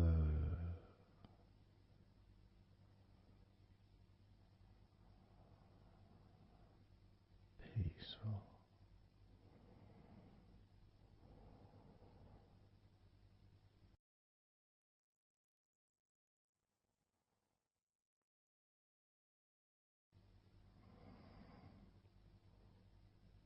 Relax.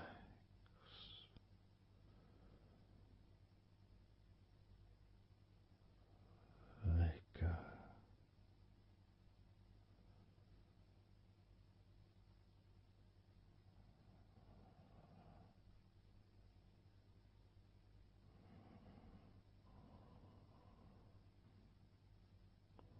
So peaceful.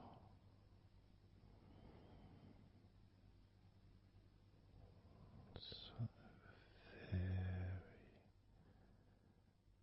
very peaceful.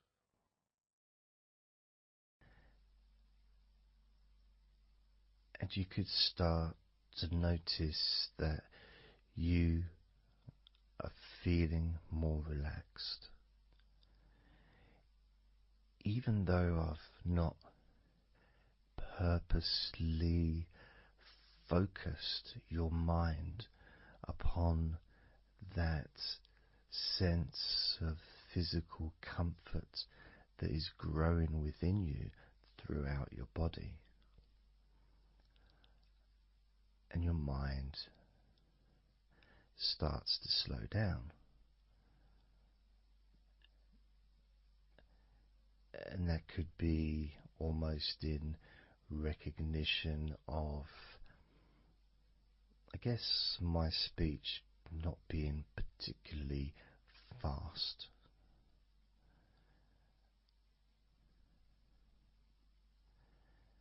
and things just generally feel calmer just by listening to my voice. You give yourself an opportunity to take a break from the day, take a break from your life as it is, and to give yourself a rest, giving yourself permission to take some time off and to allow your body to relax and allow your mind to slow down, which in turn releases the tension, any stresses that you had in your body.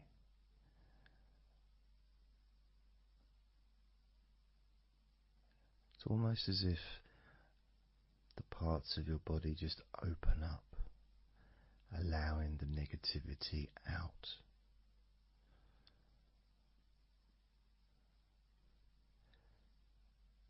And at the same time, replacing that negativity with positive, healing energy, which then fills your body up, and your mind too also starts to appreciate those feelings of increasing confidence and an almost uplifting feeling, a positive healing, an energy that spreads through your body like a wave of comfort. And all this comes from just allowing yourself a few minutes, maybe half an hour, however long you want it to be, to just rest.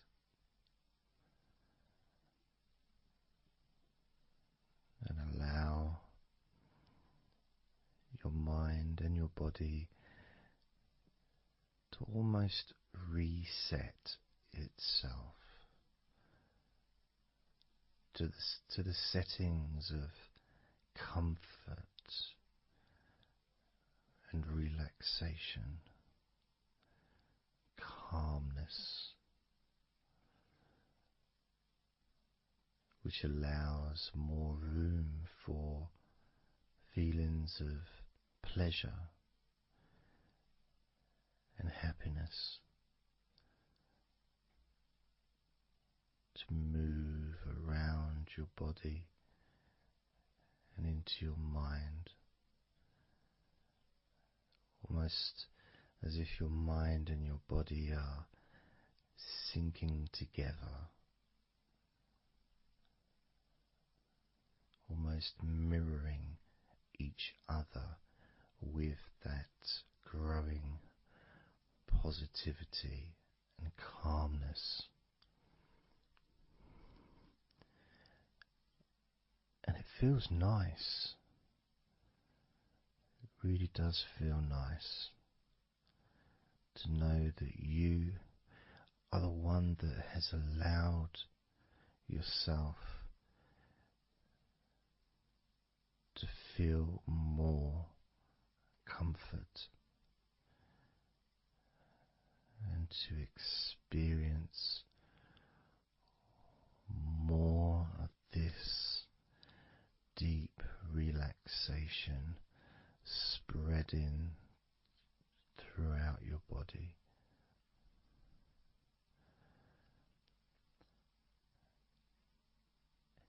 And as I focus on each part of your body, you can notice that that part becomes even more relaxed just by focusing on it. It becomes even more calm and comfortable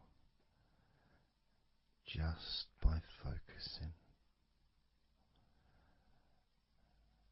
And as I move down your body, starting at your head, the parts that you've already focused on will continue to relax deeply. And those parts that we've not yet focused on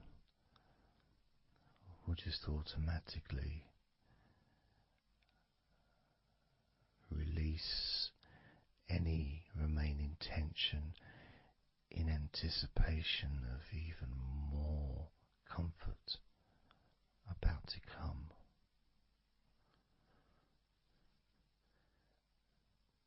Now, I'm going to start by focusing on your forehead. Just being aware of the feelings of your forehead. And any background sounds, like Mr. Herbert the pigeon, can just allow you to feel even more relaxed. It just means you're in the moment. This isn't a sterile environment. This is the world. I live in the countryside, so there's lots of nature sounds around.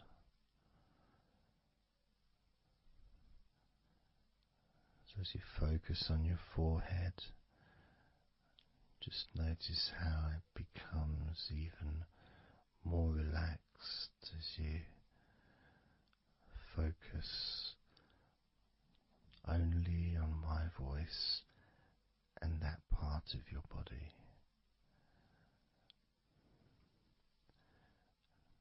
Moving down to your eyes, focusing on your eyes, noticing how your eyelids feel so heavy, yet so light at the same time, and all the muscles around your eyes relaxing completely. Moving your focus down to your mouth, your lips, your tongue, your teeth and your gums, and the whole of your mouth relaxing, calm and loose. As you focus now on your jaw,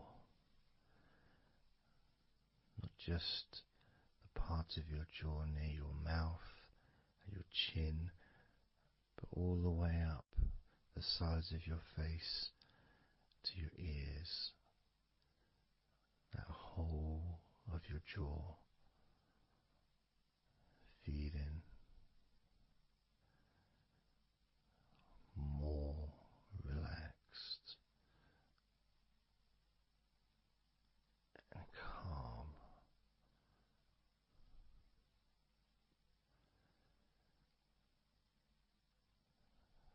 Focusing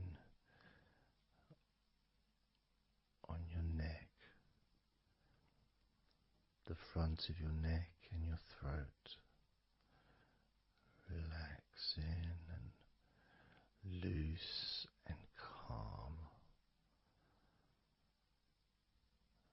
The sides of your neck, the right and left side of your neck, relaxed and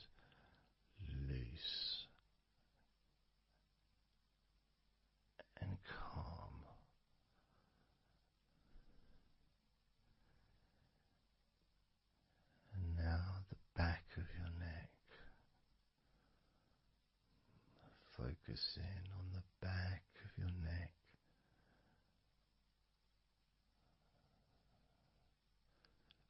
letting go of any tension that may have been there before, and enjoying that sense of increasing comfort and release that you can experience in the back of your neck.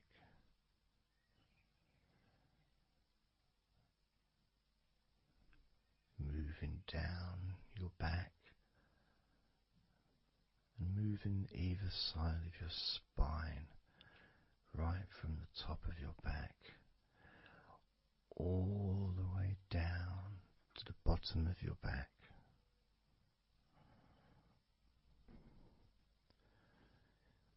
Down to your lower back.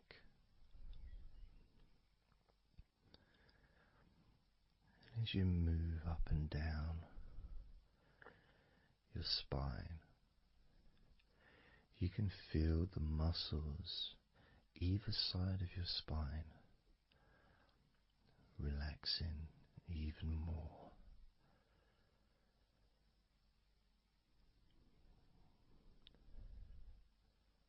And as those muscles relax, that sense of comfort starts to spread outwards from your spine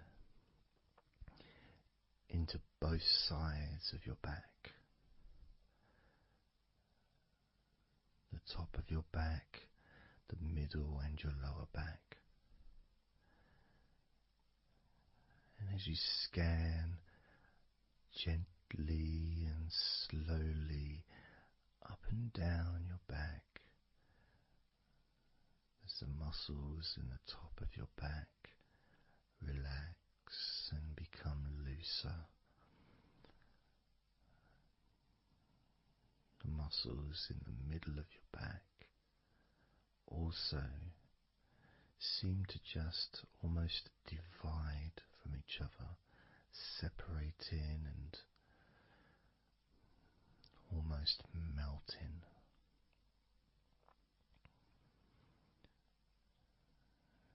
And in your lower back, there seems to be an extra special feeling of comfort that spreads into your hips, so down your lower back and into your hips,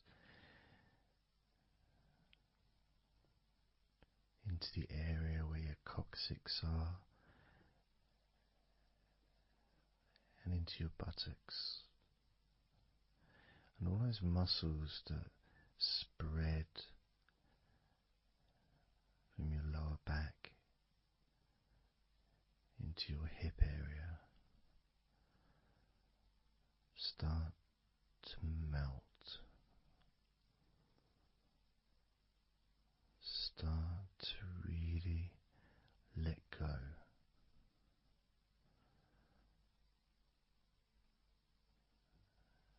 And even though we're about to focus on your shoulders, your back and your spine will continue to let go. Continue to relax so calmly. And as you focus on your shoulders, you may notice that they're already feeling really loose. They're already feeling calm.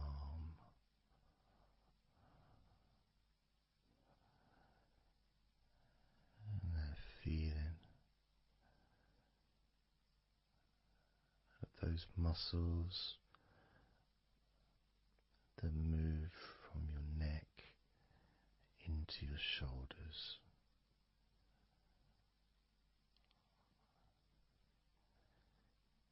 Feel so soft and gentle, so smooth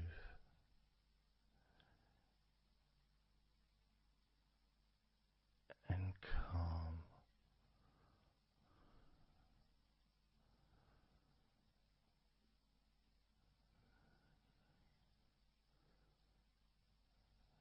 And the feeling in your shoulders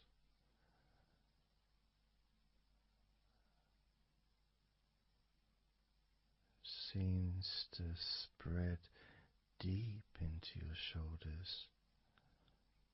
That sense of relaxation, not just traveling deeply into your muscles, but also relaxing the bones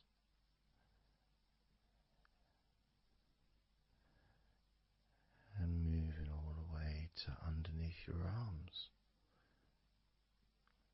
relaxing that whole area between the tops of your shoulders and underneath your arms, healing.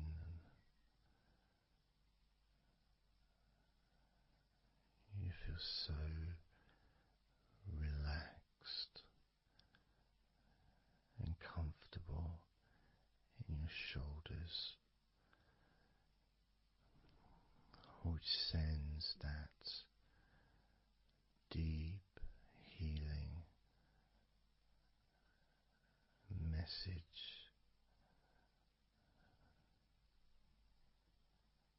into your arms.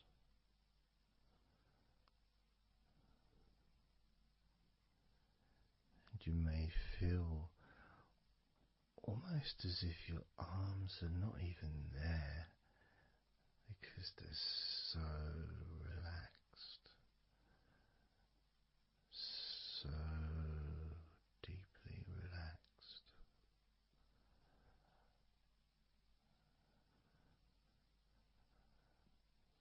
So calm.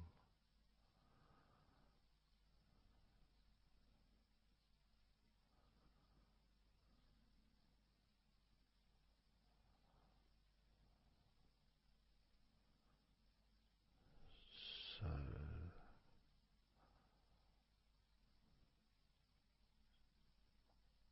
loose.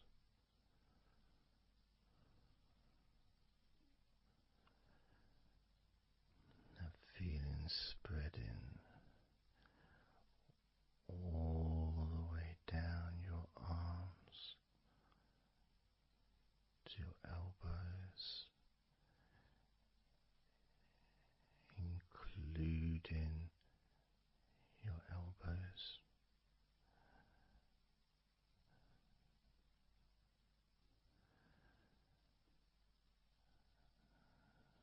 As the comfort spreads all the way into your wrists, your forearms and your wrists,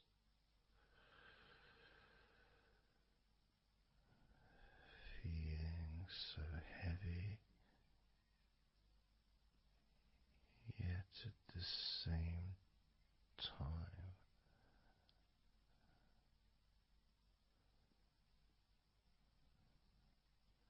so light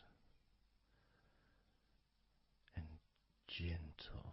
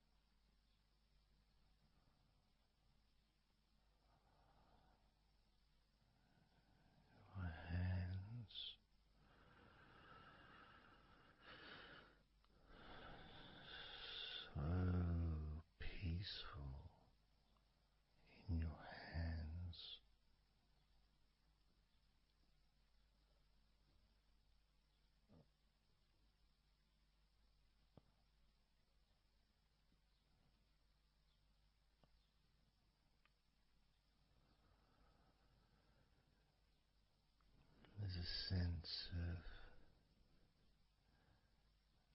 real peace.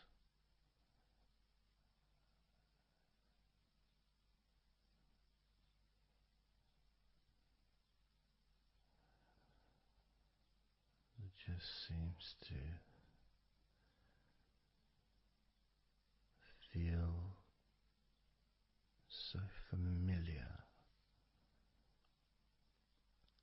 when your hands relax deeply.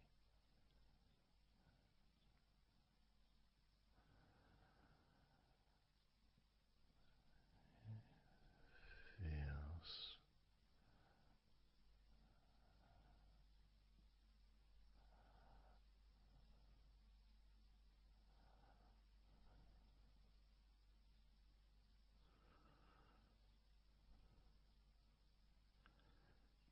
your fingers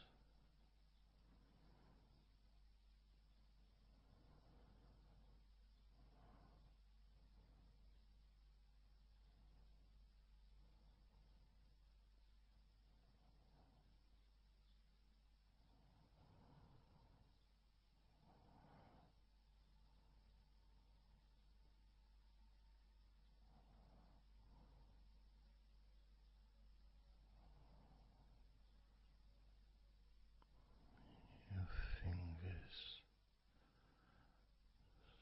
so loose,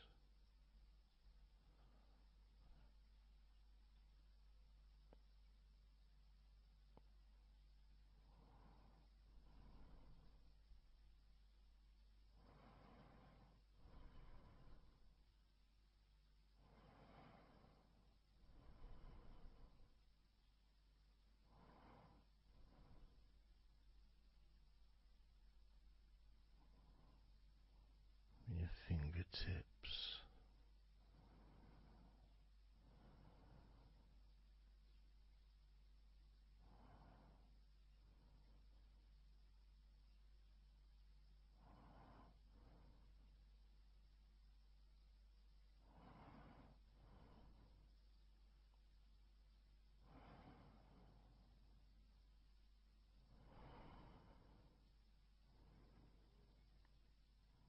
moving your attention to the front of your body.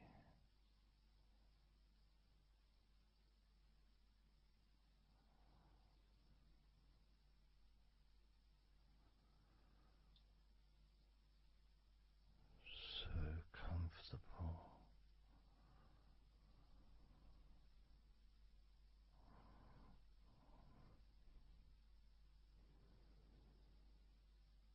Moving your focus to your legs,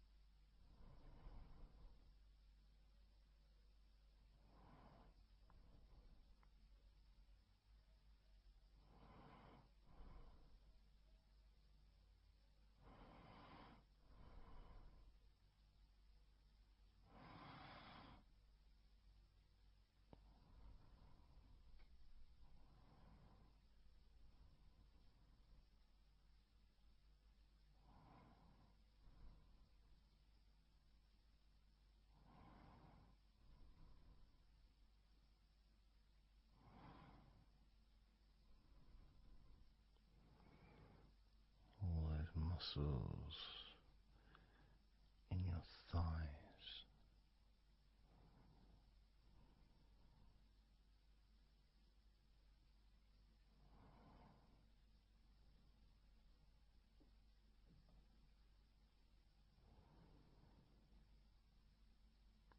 Your knees, so relaxed.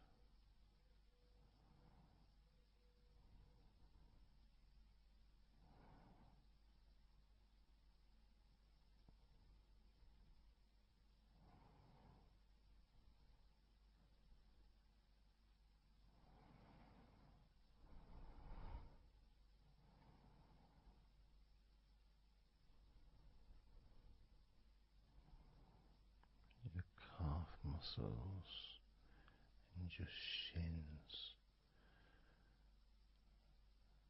completely.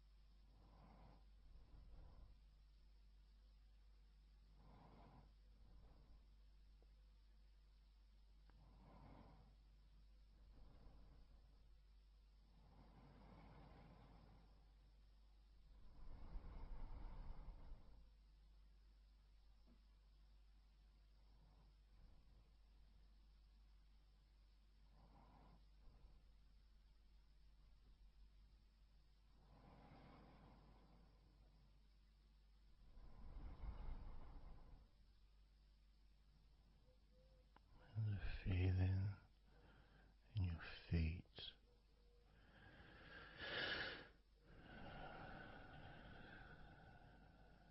so peaceful and so calm,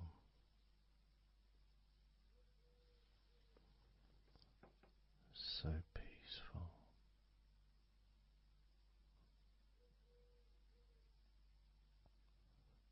so calm.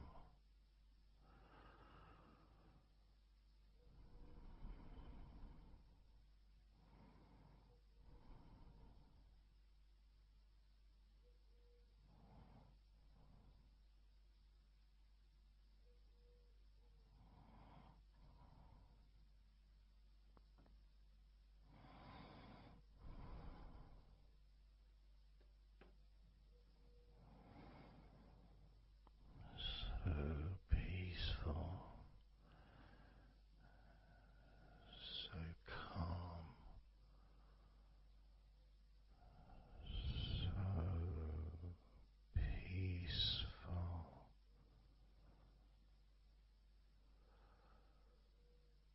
so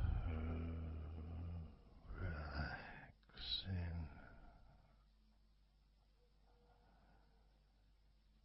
peaceful, so calm.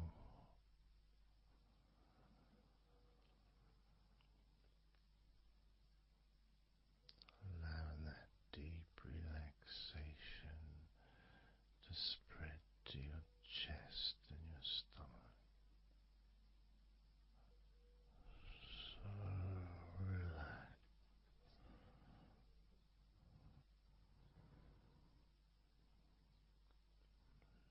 Letting go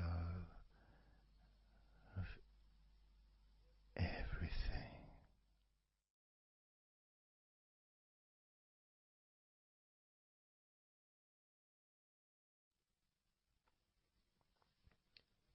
So I'm going to start counting down now from 20 down to 1.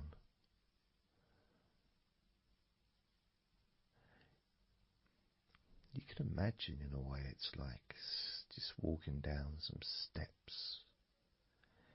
And each step, all 20 steps, and each step represents a level of comfort. Each step represents a deepening of that comfort.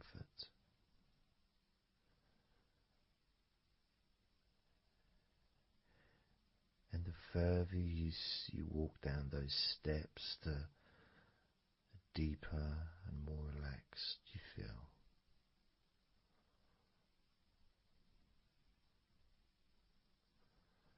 So, starting with number 20.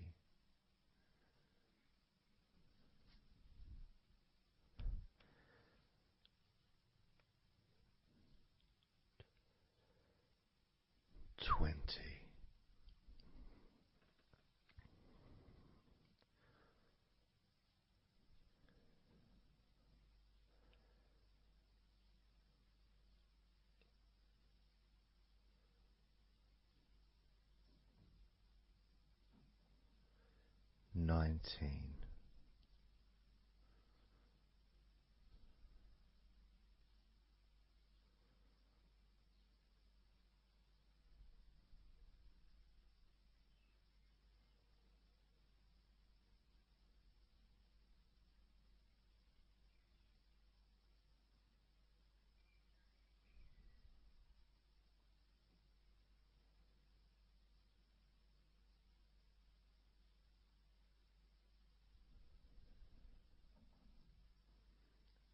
Eighteen.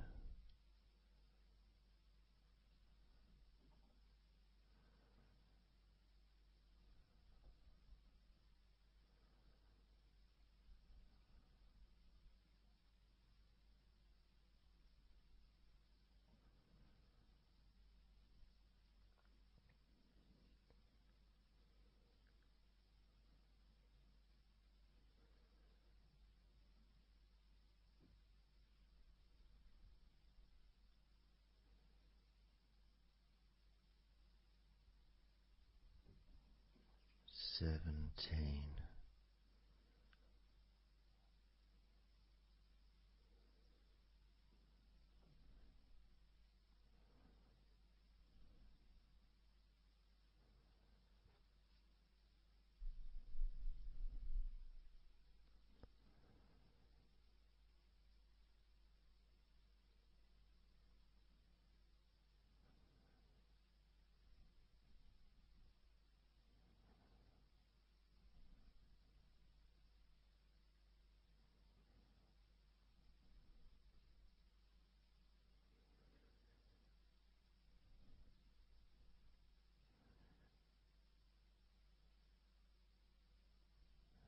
16.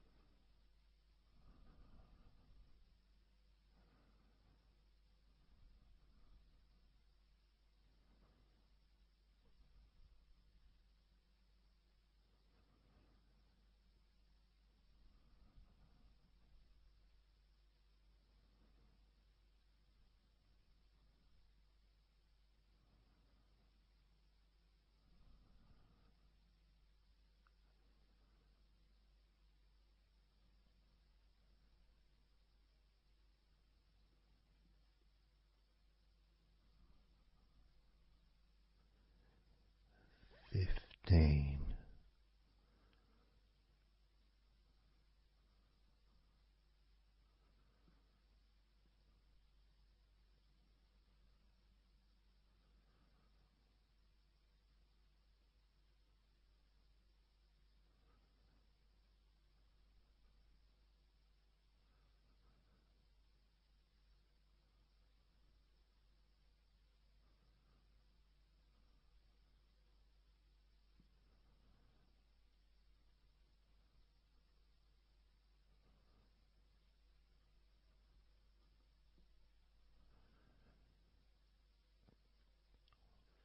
14.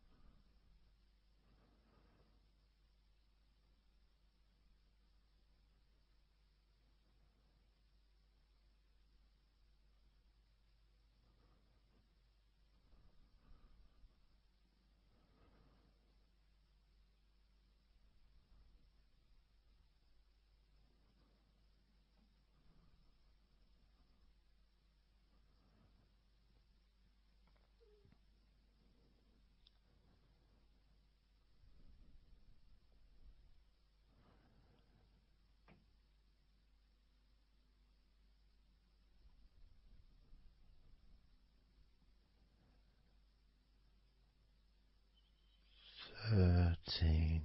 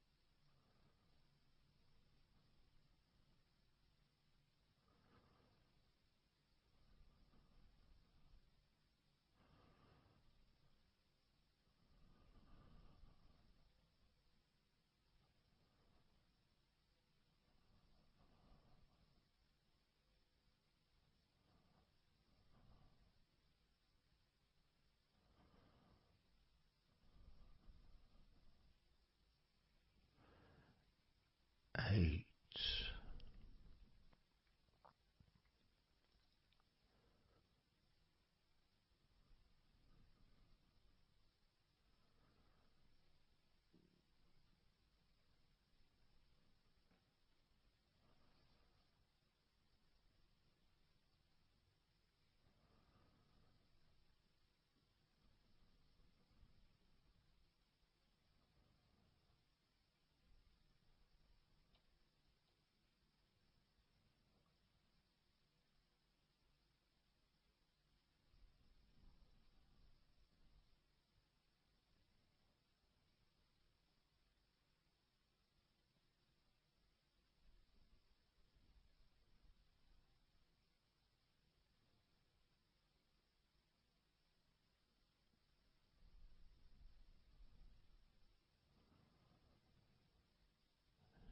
7.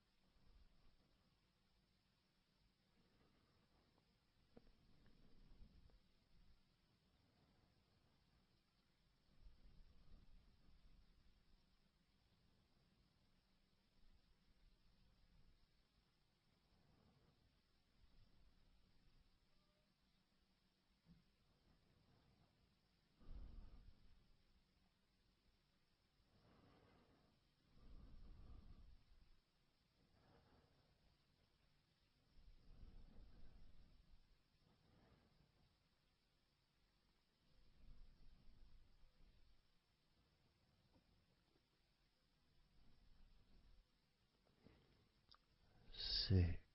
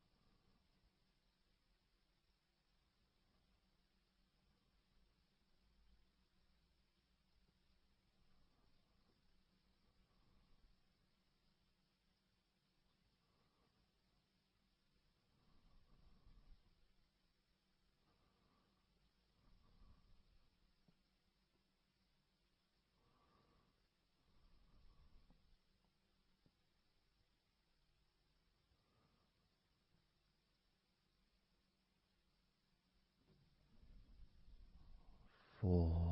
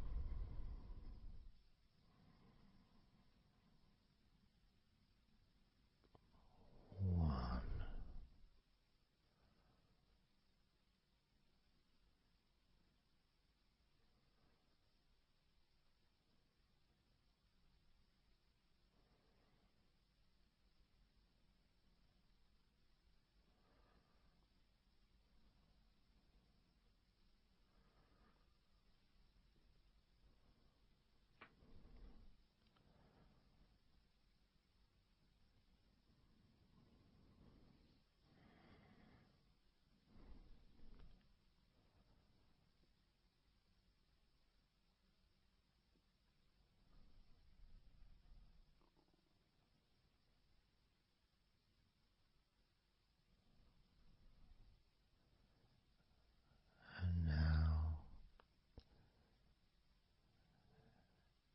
as you focus on your eyes,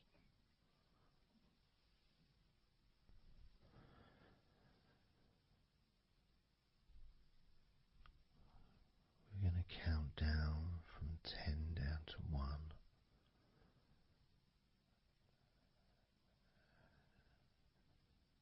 Focus in just on your eyes.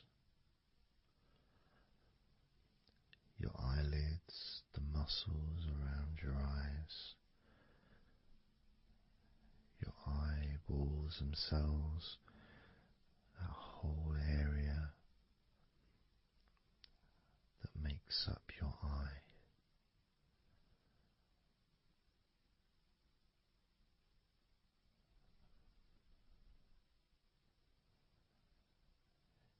And as we count down from 10 down to 1, whilst focusing on your eyes,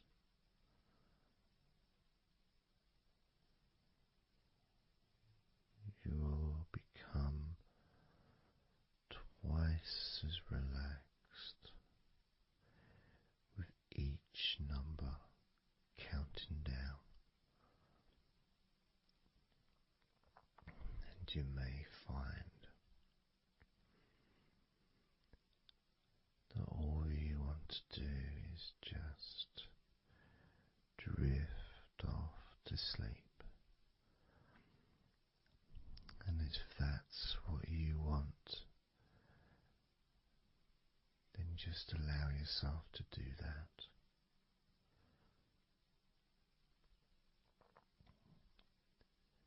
Now, focusing on your eyes, I'm going to begin counting down from 10 down to 1 right now.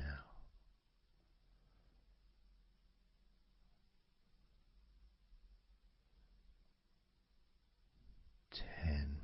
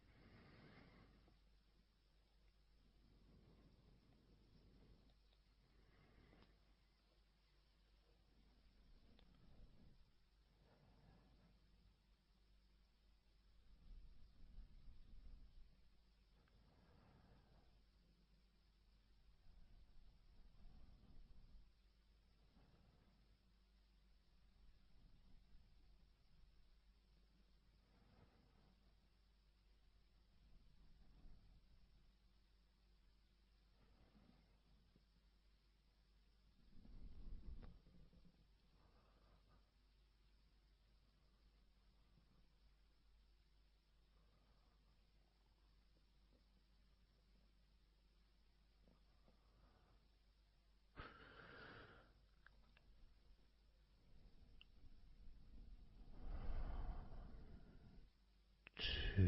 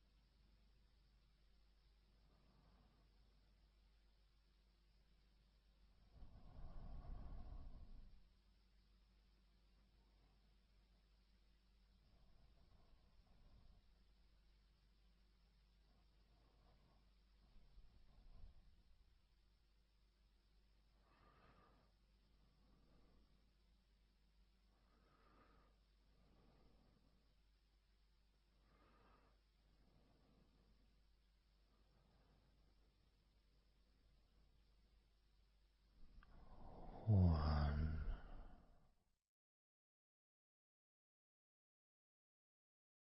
So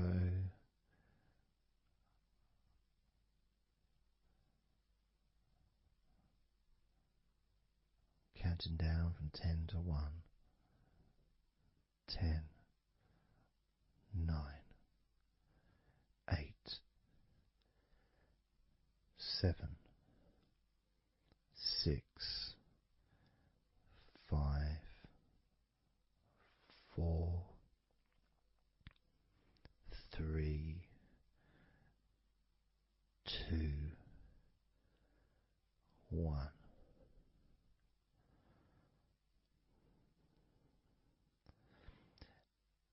And maybe that was a bit too quick in order to relax. Maybe it's a bit too fast for you to notice the calming of your body. Maybe even a little bit of pressure there, like you're counting down from 10 to 1. What do you expect me to do, man? You expect me just to go all floppy just because you're counting down?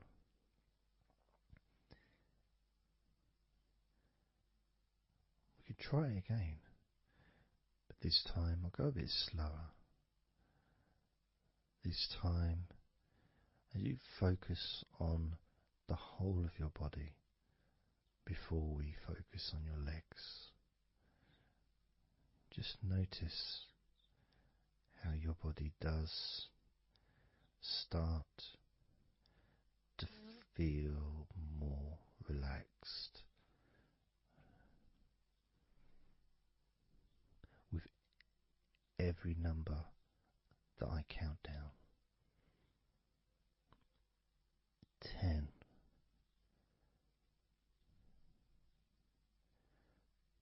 9,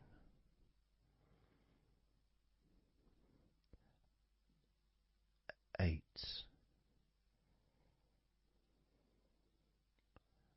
7,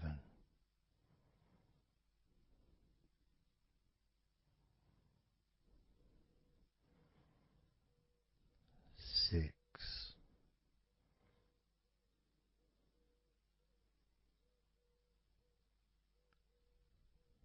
5,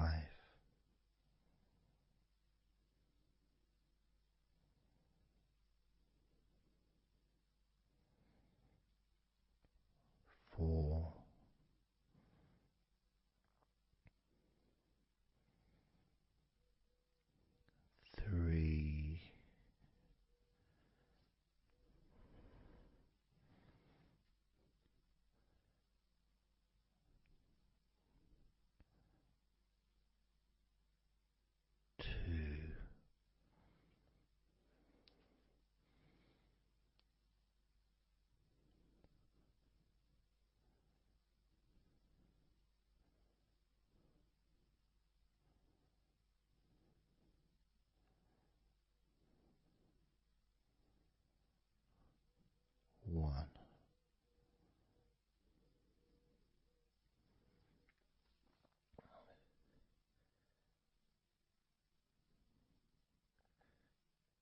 just notice how you feel generally, how your body feels.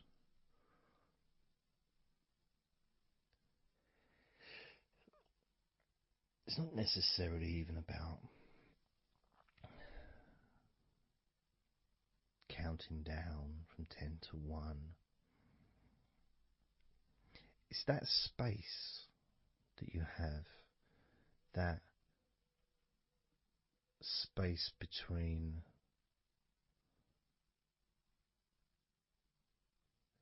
being active physically or mentally to just sitting or lying down, just being there, not doing anything, not saying anything, not needing to think about anything. So it opens up a space, a bit of a space, a gap.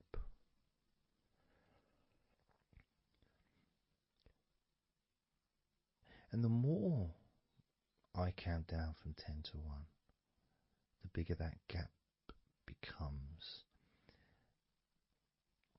So there's that gap of calmness, of comfort, relaxation.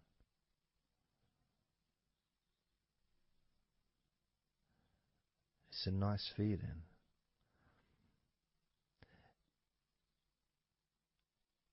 And it moves those stresses or discomforts physically or emotionally, moves them away.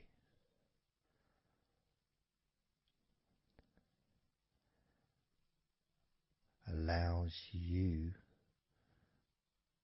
to just slow down. So I'm going to count again from 10 down to 1 and notice that gap widening. The gap. And as it widens, it's almost like the stress and attention falls into the gap.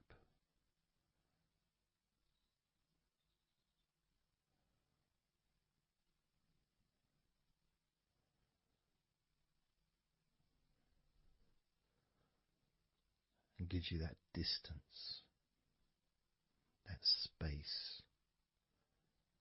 Now,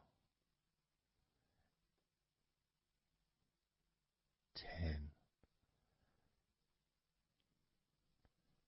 9,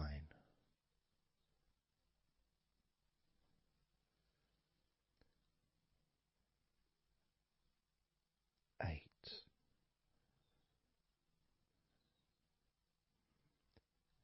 7,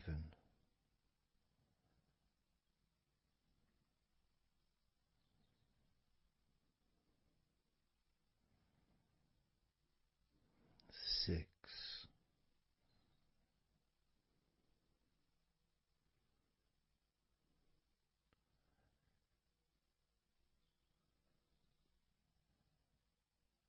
5, 4,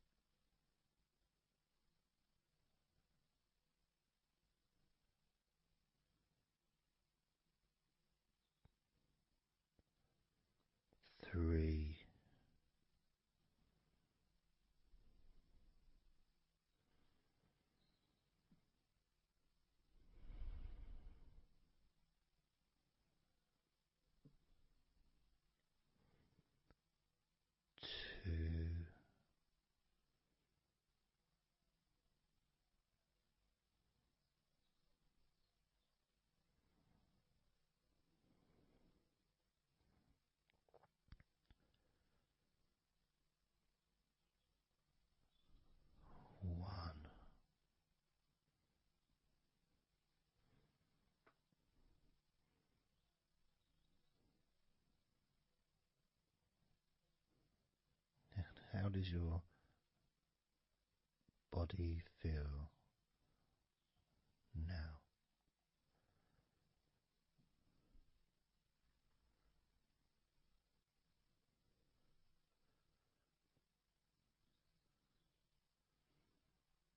Can you notice that you're feeling calmer?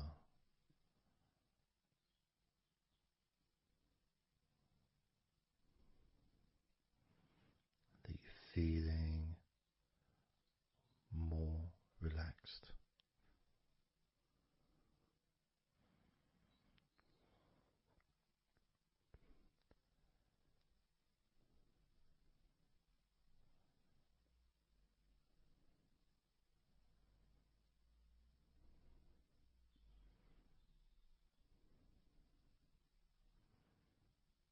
As we now focus on your legs, just your legs.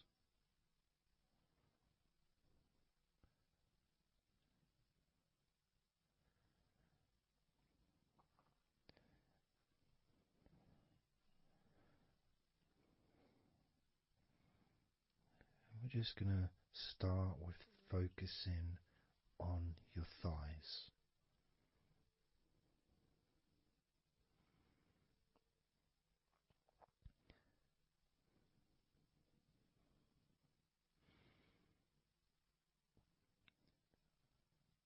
Of course, it's not the most exciting thing to be doing because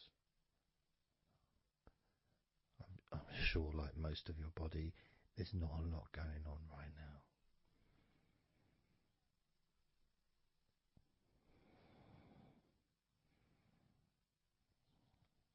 Just focusing on the whole of your thighs, the tops of your thighs, the sides of your thighs, the bottoms of your thighs, your outer thighs and your inner thighs. Basically, the whole of your thigh that leads into your hip and then goes down to your knee joint.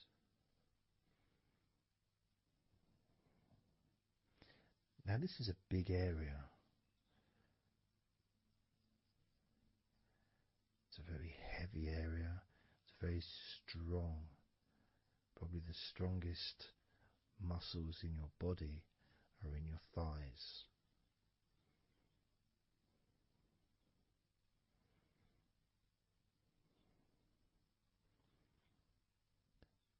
But I don't think we perhaps give enough attention to our thighs.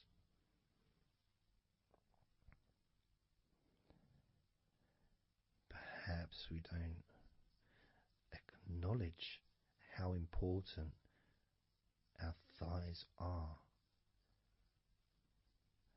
to our lives.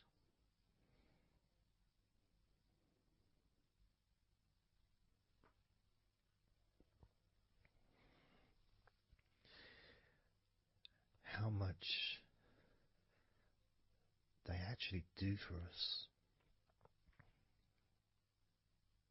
all through our lives.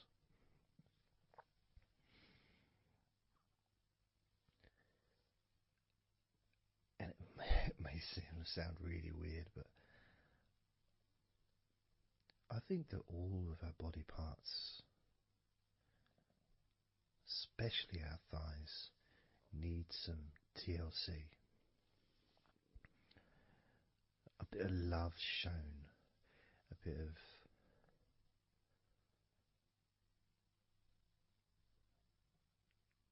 acknowledgement, a thank you,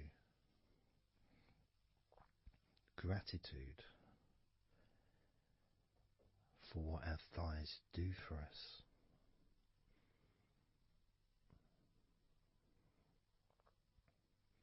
And I know this may sound a bit strange. Maybe you think, why am I? Surely I should be out in the garden hugging a tree or something. Well, It's hard to set a microphone up on a tree. That's why I'm doing this indoors, otherwise I would be outside hugging a tree. No, I can't see the television from the tree.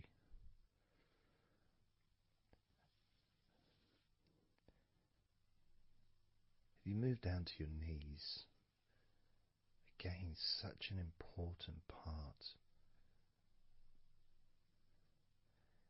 And I think we don't necessarily, I'll speak for myself here,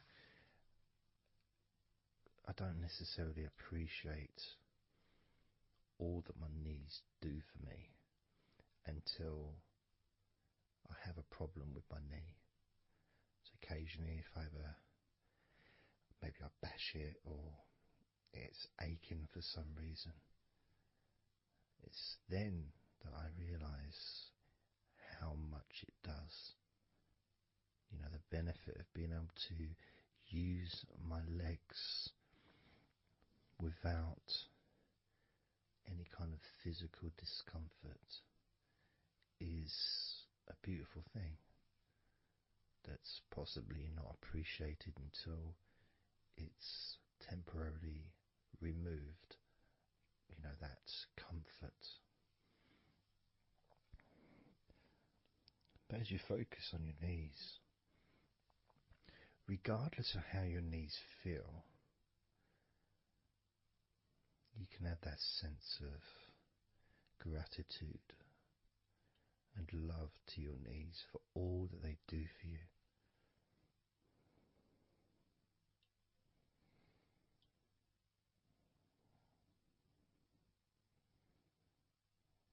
And you can still have that attention on your thighs, and maybe notice how your thighs feel. Maybe you've noticed that they are relaxing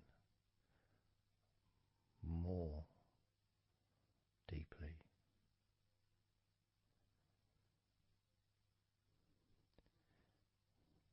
As you focus now on the bottoms of your legs, your shins and your calf muscles, and the bones between your knees and your feet, incorporating of course your ankles. So important.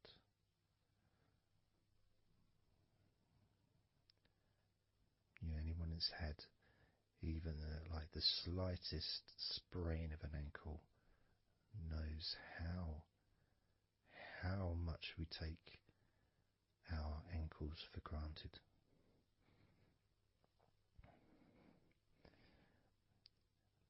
And it's kind of strange in a way when you think that,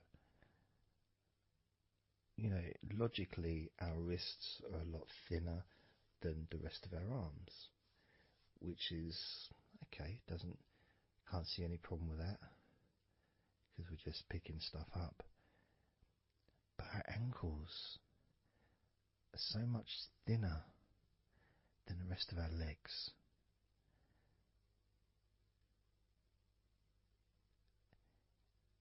And from a physics perspective, or logical even, it doesn't really make sense that all this weight would ultimately be resting on your ankles, then leading to your feet.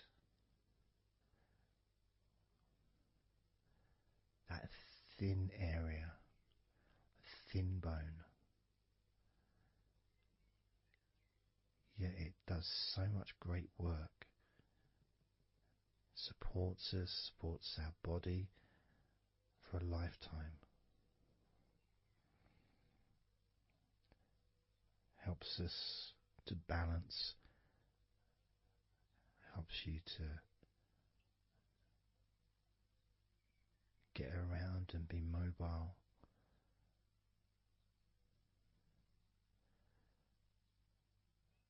And there's the calf muscles, of course. When I was younger, I couldn't see the point in calf muscles. It didn't seem to do anything. Okay, if I walked around on tiptoes, then my calf muscles get some work. But of course that's not true. The calf muscles are being used whenever we use our legs.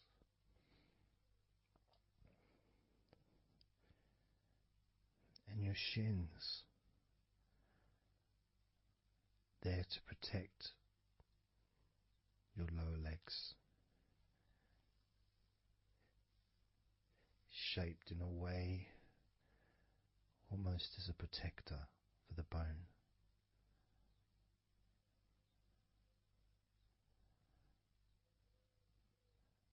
Leading, of course, to your ankles and your feet. But we're not going to focus on your feet, we're just going to focus on the legs. And I realise that now that I've mentioned your feet, you're probably focusing on them anyway. So maybe I should focus on your feet a little bit. You can have them in your awareness, the same as you have your thighs in your awareness, even though we haven't been focusing on your thighs for a few minutes. We've been focusing on your ankles,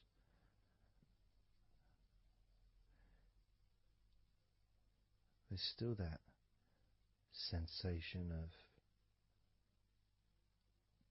comfort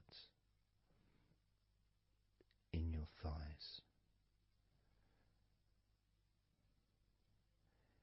And there's that movement of energy, because the thighs hold lots of different sensations. Of course, there's the muscles, the big, strong muscles that we have in our thighs.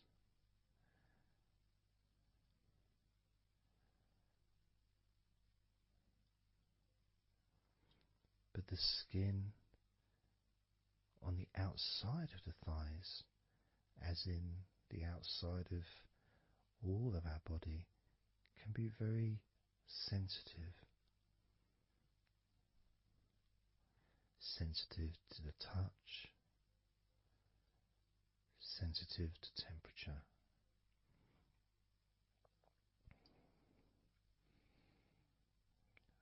And inside your thighs, the bones, there's the muscle, there's the blood vessels, the arteries. So all this stuff, it's inside your thighs. And I guess sometimes it'd be nice if you could actually put your fingers inside your thighs and massage. So you can massage on the outside, of course, but to be able to get deep into the muscles and to be able to just massage inside your thighs, massaging the bones of your leg, massaging all the veins and just gently healing your thighs. And you could move down, massaging inside your knees, just massaging those bones, but with healing fingertips, spreading that healing energy deep into the joints of your knees.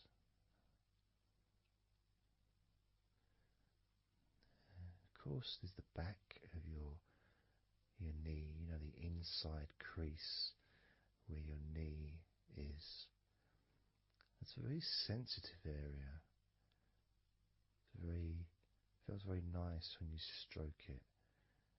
That might be because it's an area that's not really touched very often. It's almost like a hidden part, that crease in your legs. It's almost like a part that has a sensitivity which is a little bit different.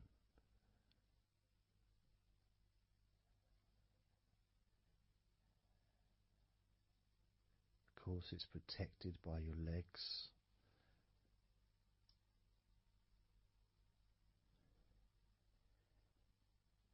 So you can imagine putting your fingers into that crease in your legs.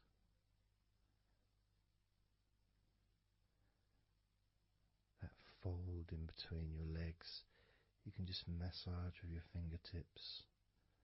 Imagine your fingertips going inside, massaging the muscle tissue. You can of course feel the bones of your knees healing through your fingertips.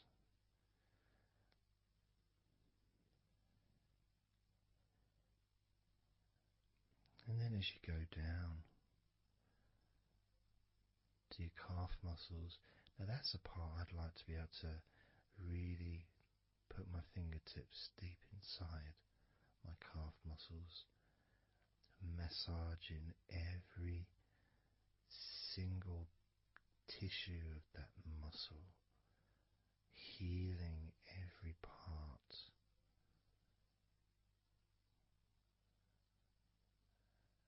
And then doing the same for my shins, massaging and gently stroking the bones, gently stroking them, healing in a loving way, because they deserve to be treated as the precious bones that they are, because our legs are so precious, as in all the other parts of our body. They're more precious than any jewel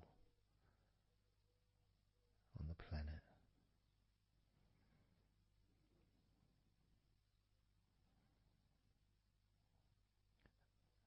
And when you start to think about your legs in this way, it can change your perspective. It might sound a bit silly to start with, the idea of having love for your legs, showing appreciation for your thighs, wanting to be able to put your hands in your thighs and massage the muscles and the bones, and to get your fingers deep in there, releasing all tension, just to show how much you care about your legs, how much you care for what your legs do for you regularly.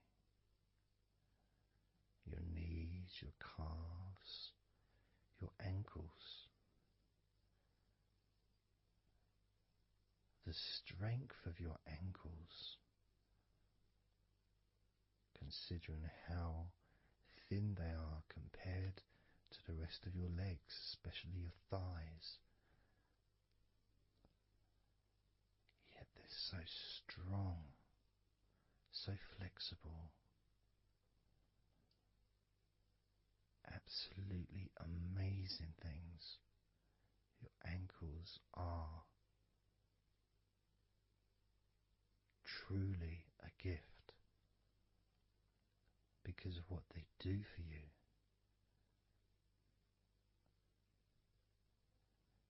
Supporting all that weight, regardless of what weight you are, even if you're only 8 stone,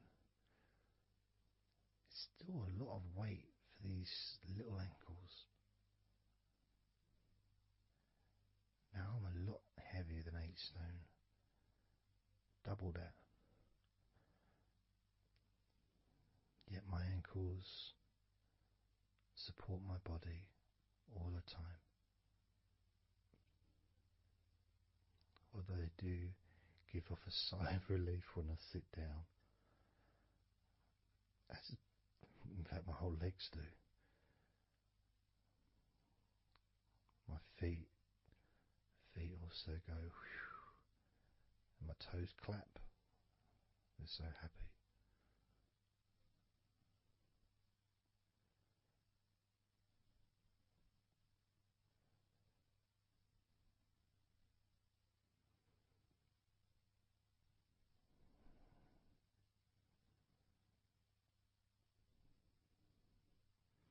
Your legs really are amazing.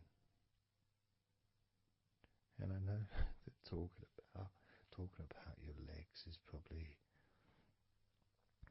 possibly among the most boring things you've ever heard anyone say, possibly.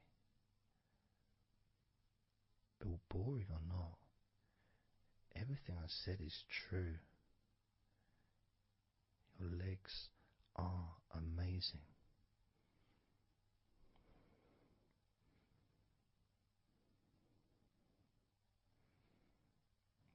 Your legs deserve not just respect,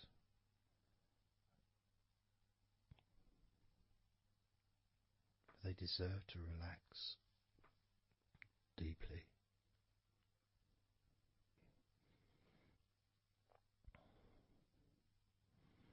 They deserve to take some time out of the day to just let go completely.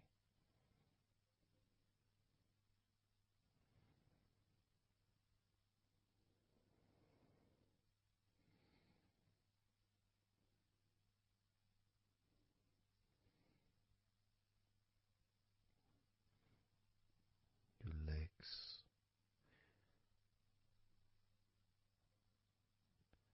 really can relax.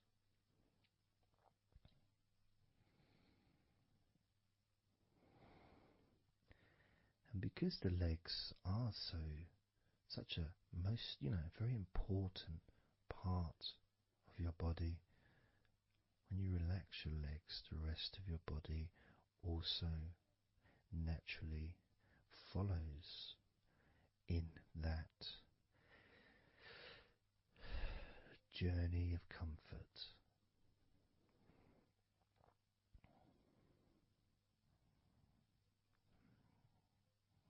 I can feel it in my hips. My hips feel really loose.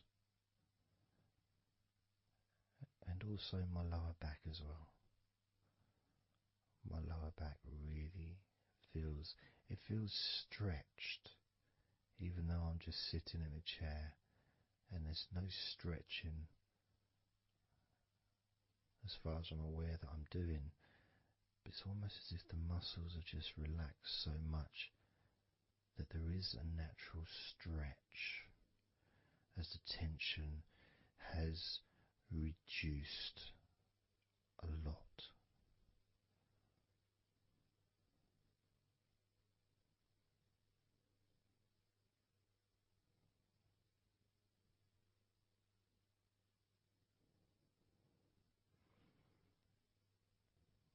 And I'm now going to count down from 10 down to 1.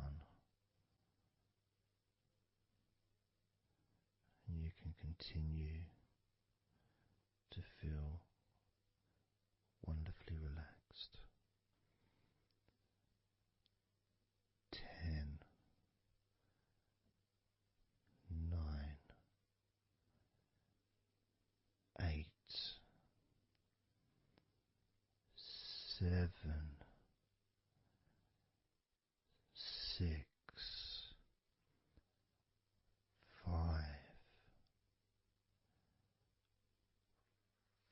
4, 3, 2, 1.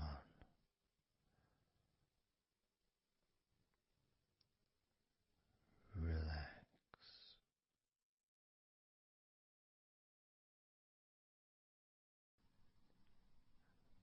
So I'm just going to count down from 5 down to 1.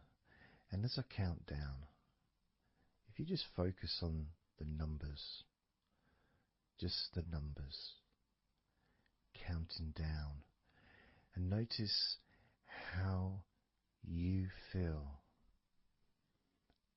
in this moment as you hear the numbers counting down, knowing that those numbers counting down represent you feeling calmer, not just in your body but also relaxing your mind. And just notice how you feel. There's nothing to do, there's nothing to say, there's nothing to think about. Starting with number 5.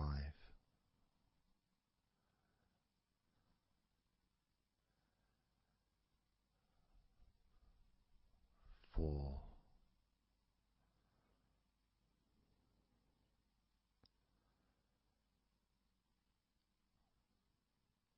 3.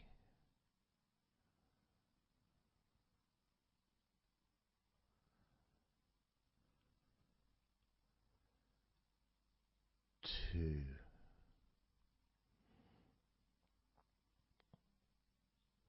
1.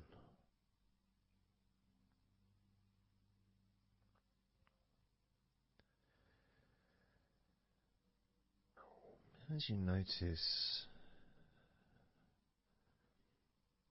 the gradual letting go of the tension in your body,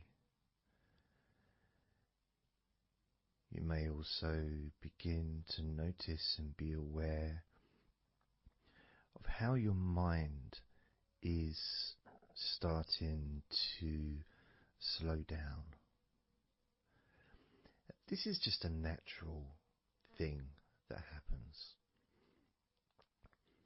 It's not really a special procedure.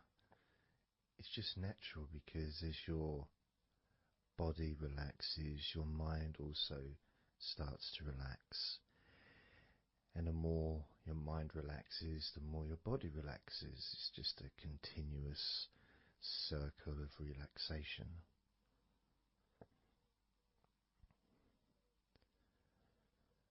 And there's that calmness that comes from relative quietness. You know, even if there's background sounds, either your side or mine, it's still going to be quite calm. You know, you haven't got the television on, there's no music in the background unless you're listening to the recording with music, of course. You're very likely not going to be sitting in a room with other people. Of course you might be, but generally it's more ideal if you can do this on your own. So no distractions.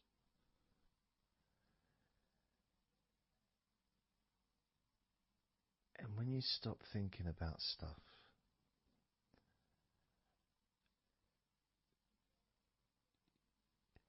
relaxation automatically rises.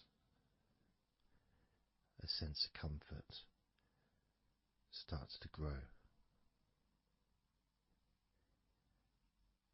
And without trying to build it up into something fantastical or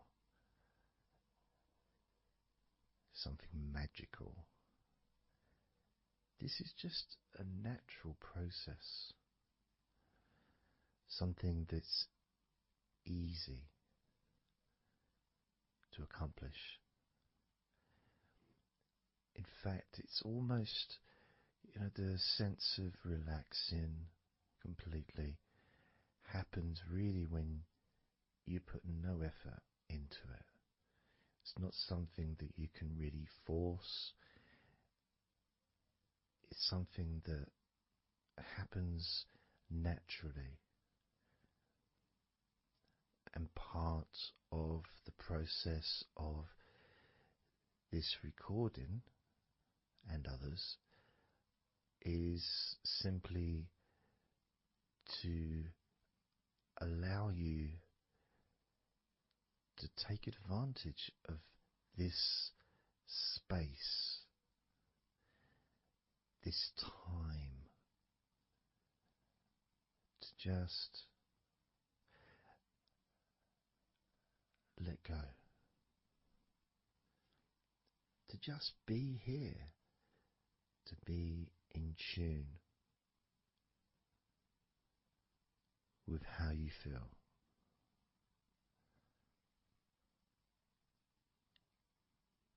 Yet with the intention of wanting to relax deeply, and maybe even to fall asleep, depending on what it is that you wish for yourself in this moment.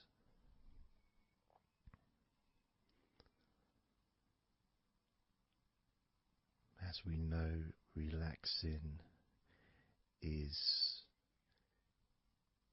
the majority of the process of falling asleep. The actual falling asleep part is the tiny bit at the end. The deeper relaxed you become, the easier you find yourself drifting.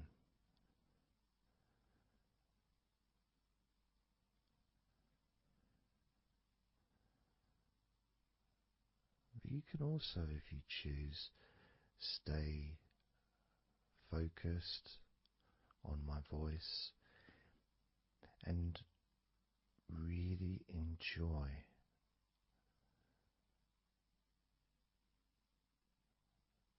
the process of gradually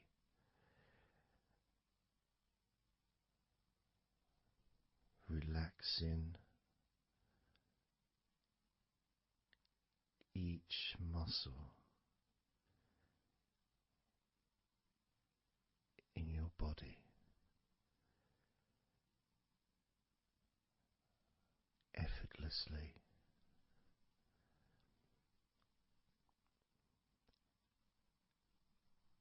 and just observing the sensation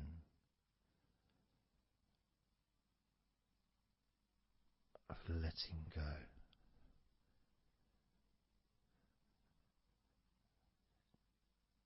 Completely.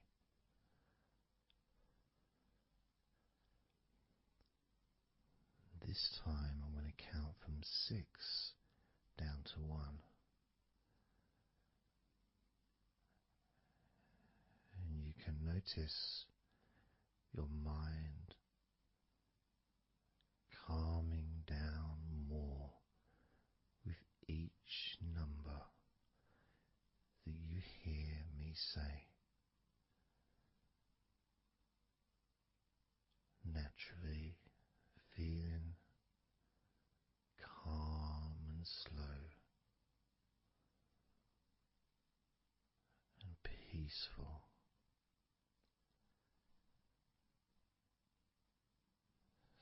6.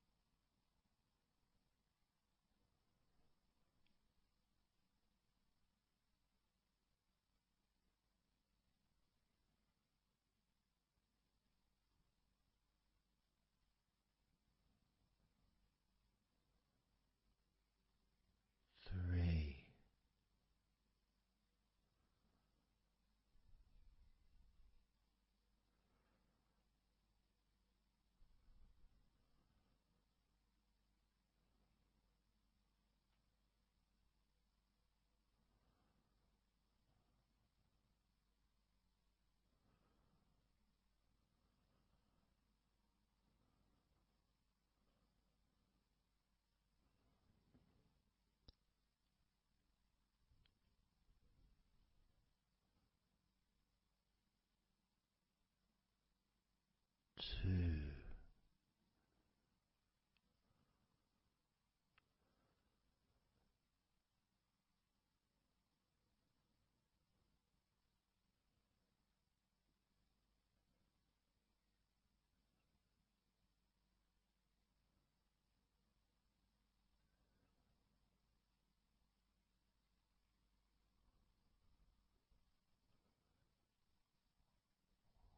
One.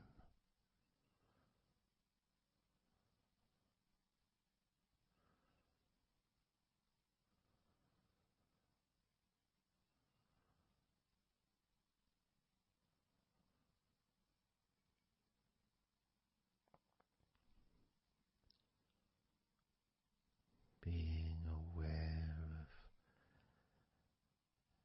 how your mind has slowed right down, sinking deeply into relaxation.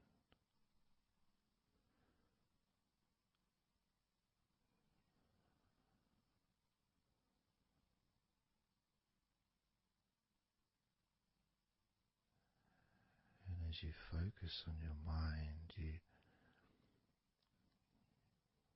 may notice that there are some thoughts still there, maybe some stubborn thoughts that for some reason perhaps need your attention.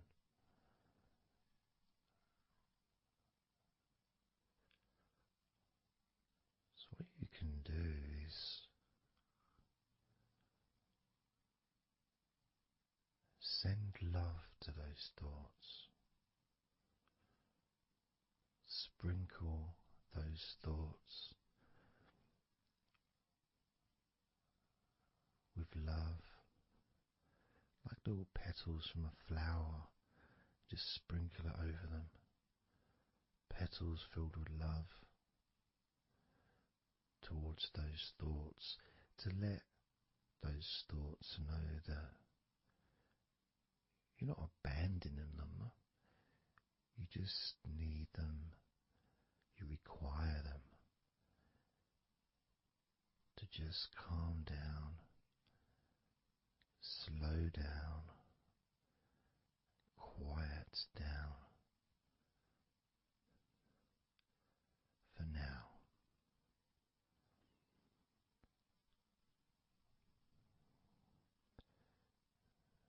So as you focus on those remaining thoughts, as we count down this time from 7 down to 1, with each number,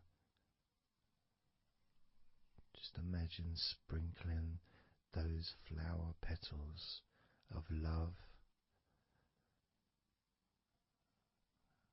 kindness, gratitude over those thoughts,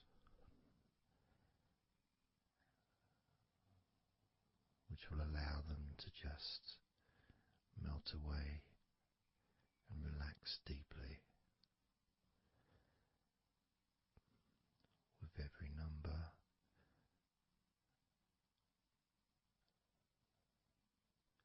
Those thoughts will become more and more relaxed,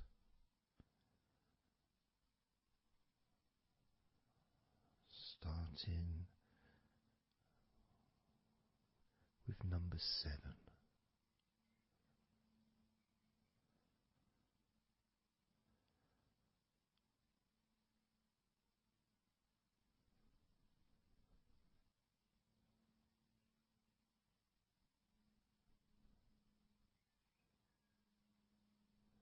6. 5.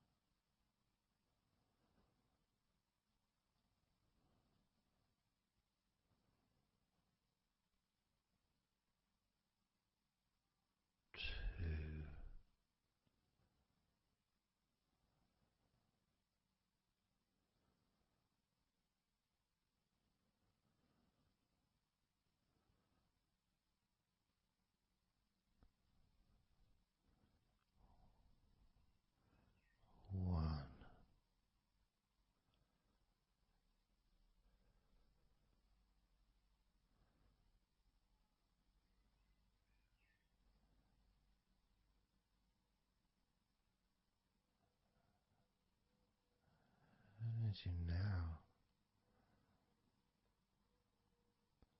notice how relaxed you're feeling in your body.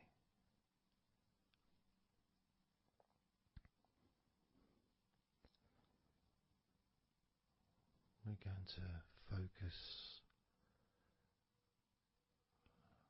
on your hands.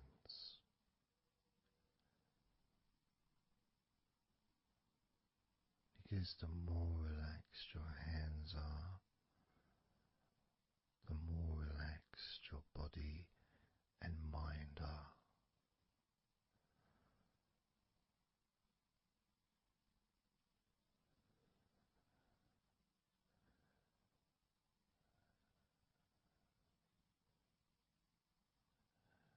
And as you focus on your hands and your fingers,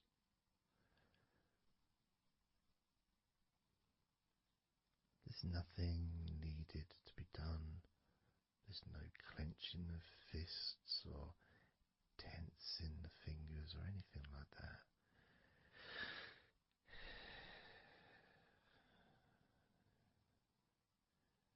It's just noticing and focusing on your hands.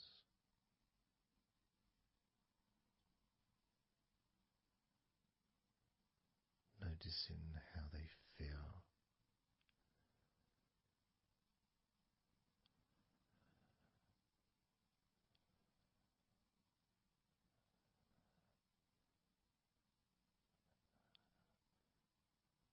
Because the more relaxed your hands feel, the calmer your mind feels, and the more comfort you feel throughout your body.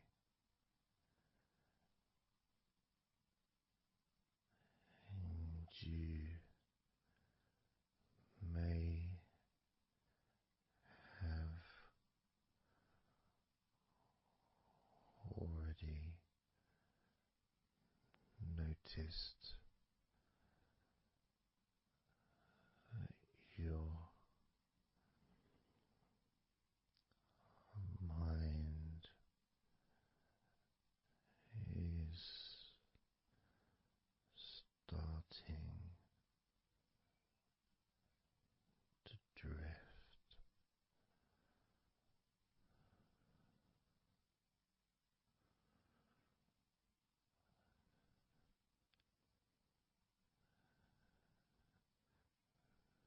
Focusing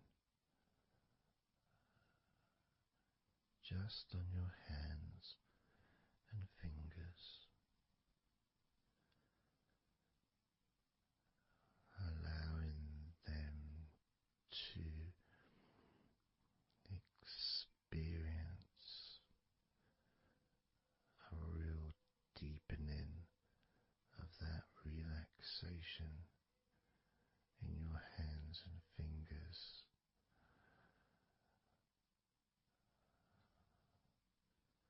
More and more relaxed with each number.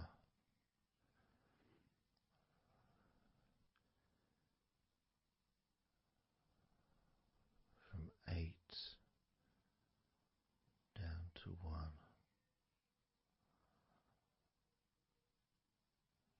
You can almost feel that healing and relaxing energy spreading into your hands and fingers, becoming even more relaxing with each number you hear going down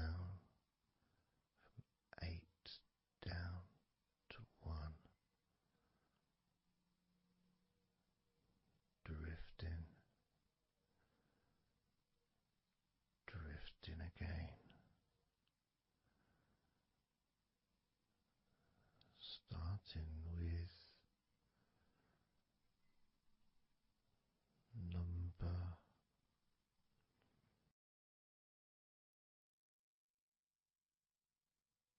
8.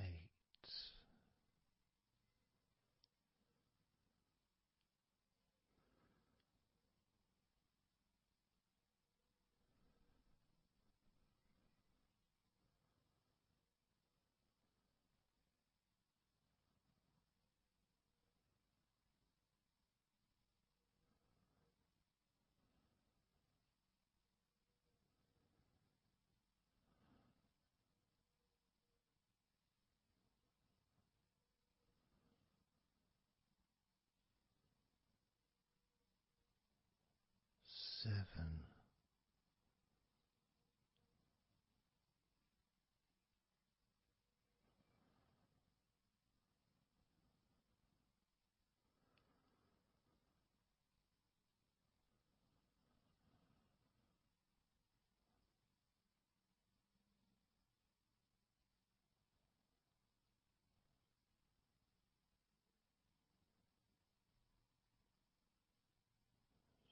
6.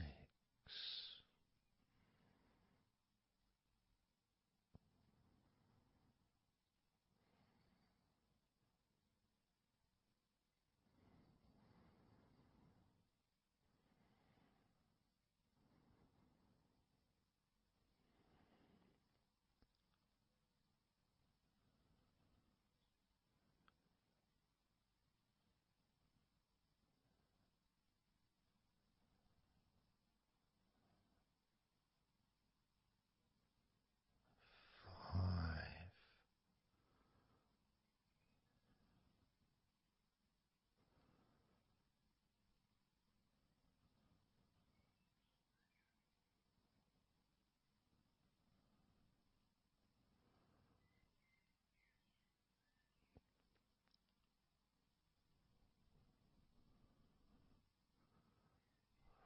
4.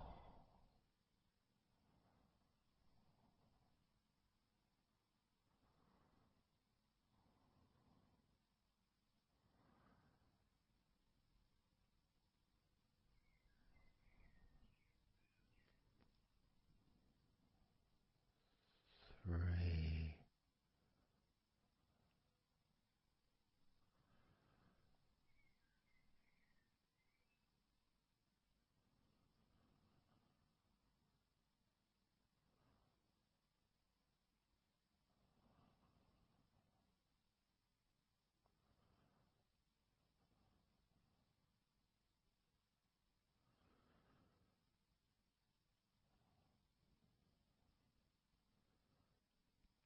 2. 1.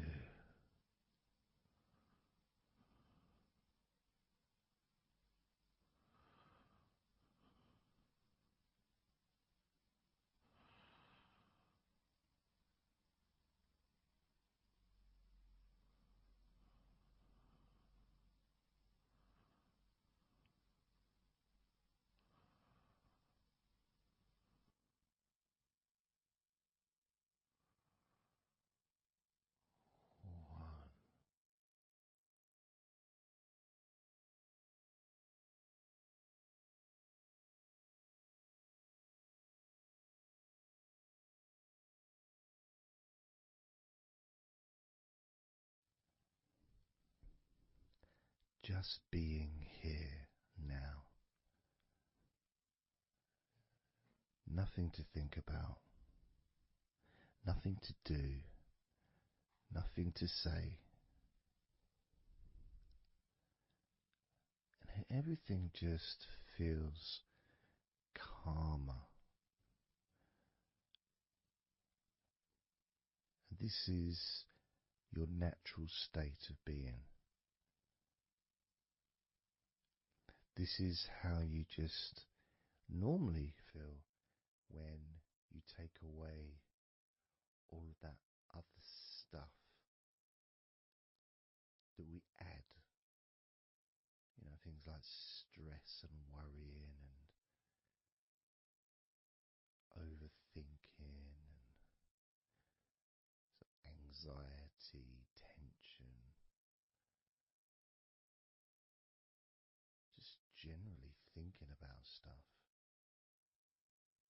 take that away, which is what we're doing now,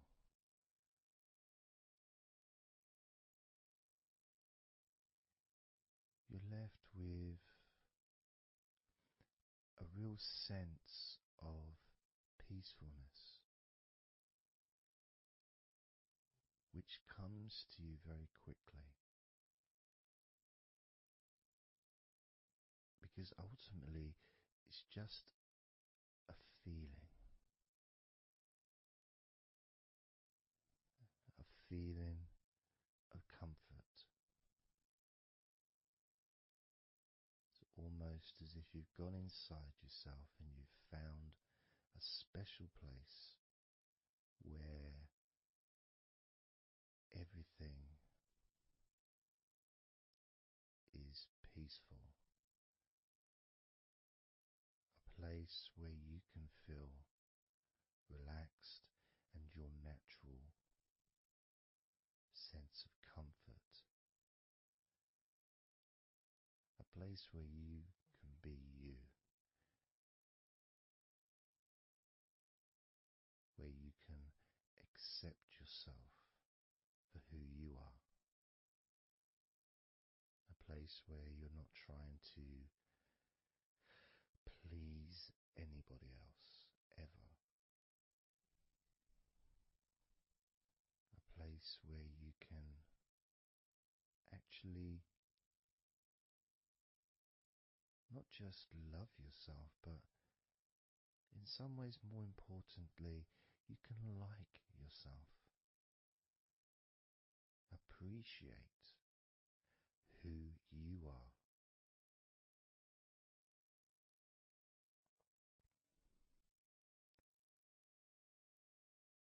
And that sense of gratitude is in the air all around you.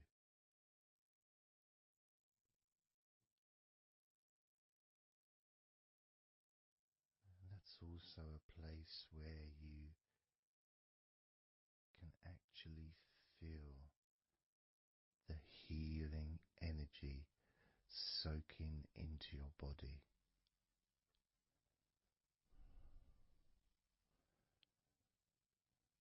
Healing energy soaking into your body. And that healing energy spreads through your veins, traveling to each and every single part of your body.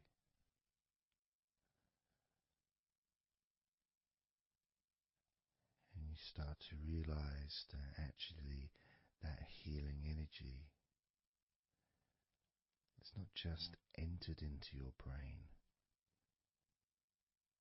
it's become part of your brain.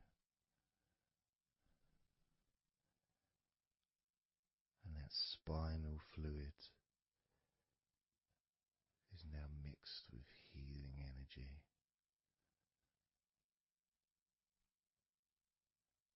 Not just allowing you to feel so much more relaxed and healthy in this moment, but also you start to realize that actually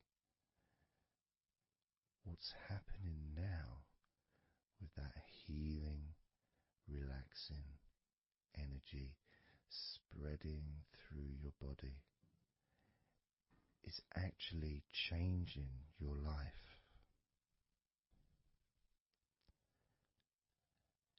It's actually changing the way you're going to feel, not just now, but tomorrow and the next day, as your health improves. Not just your physical health, but your mental health. Things that used to bother you in the past, for some reason, no longer have the effect that they used to, because something has changed deep within you. Maybe things that used to cause you to feel anger no longer have that power to control you the way they seemed to be able to before. As you realize that you're the one who decides what affects you. You're the one who decides to feel relaxed and calm when you choose to enjoy noticing these natural developments of healing continuing to grow and improve your life day by day.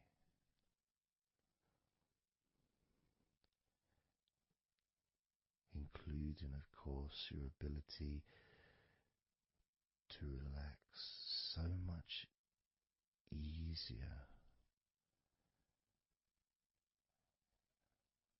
and sleeping is the most natural thing in the world to you, because falling asleep is something that you've done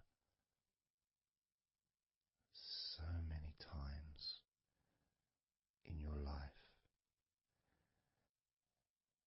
and you know that you were born, as we all were, with the ability to fall asleep naturally.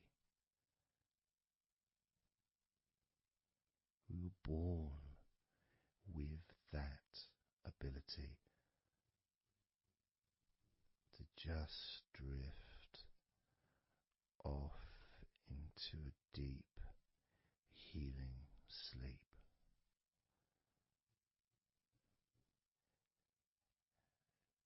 Even when we're kids, sometimes we'll fall asleep when we don't even want to.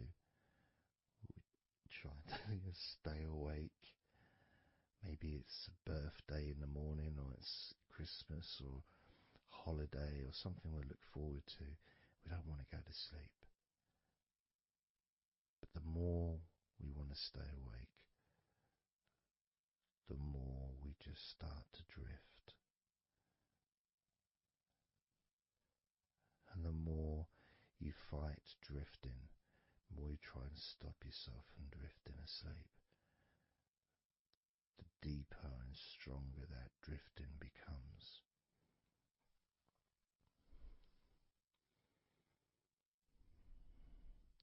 Because we're born not just with the need to relax deeply and to naturally fall asleep,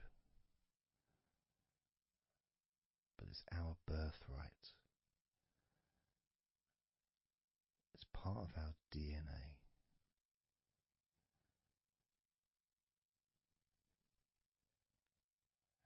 And sometimes as we get older in life, perhaps at times we have forgotten that relaxing completely is not only a wonderfully pleasant experience,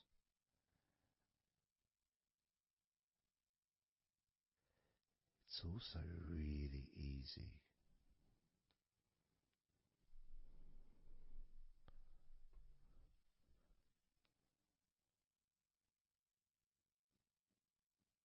It's very, very easy easy to let go, because that's all it is. It's just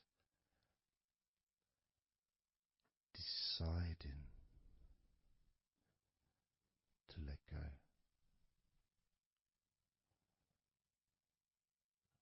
And when you press the play button on my recordings, you have given permission for my voice to relax you. When you press that play button, you have given me permission for my words to affect you in a positive, only a positive way, opening up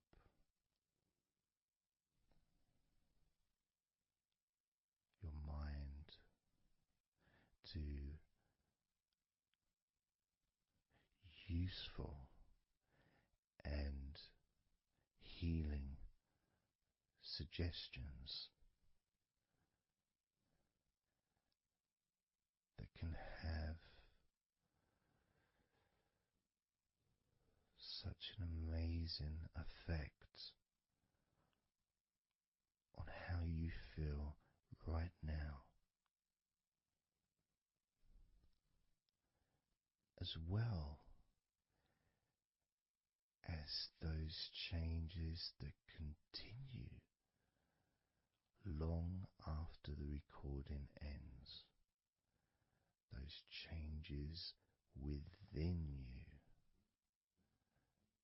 that continue to flourish and grow, transforming your life in a positive, beautiful way, allowing you to move forward in your life in the direction that you choose for yourself.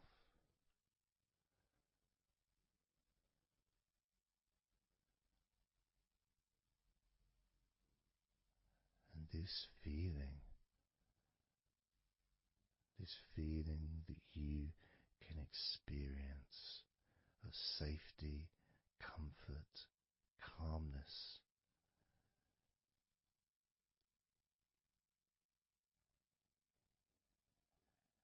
just feels so nice.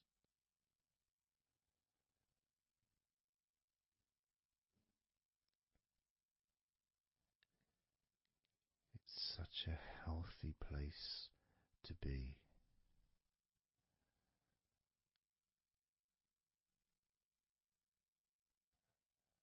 And that positivity grows within you.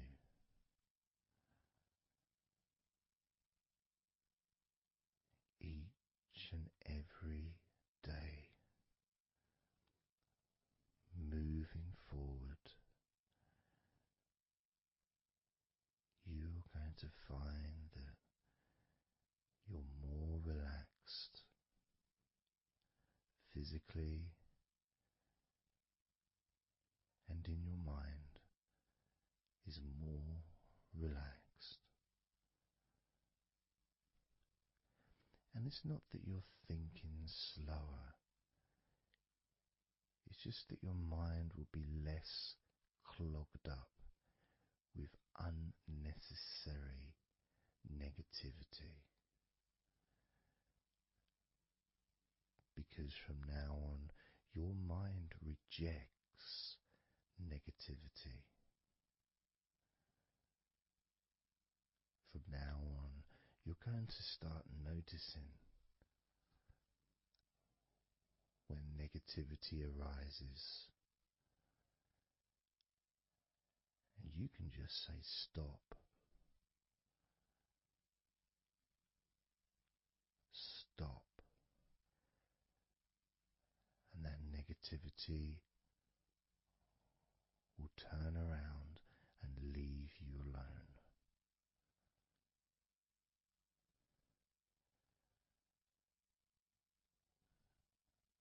stop, and that negativity will disappear.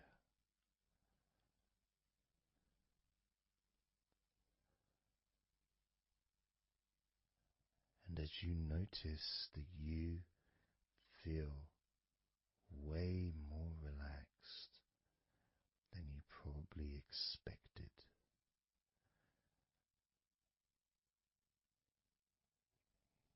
you can now congratulate yourself because you're the person that has done this. You are the one that has opened your mind up to the simple facts that you can feel more relaxed in your body and in your mind.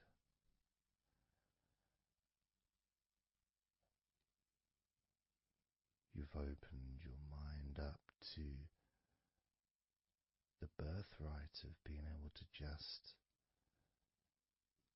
fall asleep easily when you choose.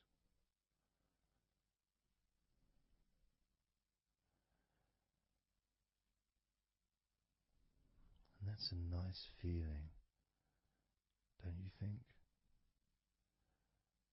It feels nice, doesn't it? To feel calm with all that healing energy spreading through your body and your mind.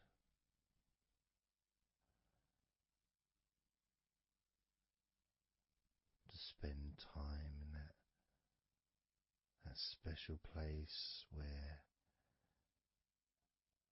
negativity can no longer enter.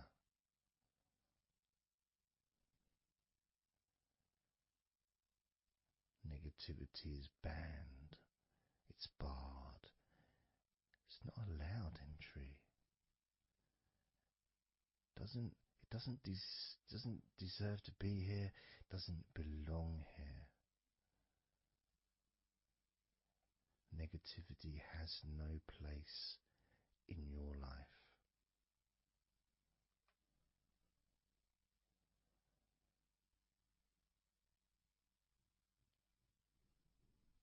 Which makes room for more comfort, more healing, more relaxation, more peace.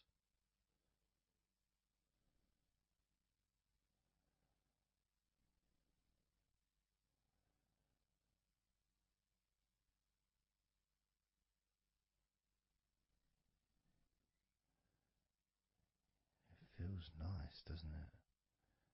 To just let go of everything.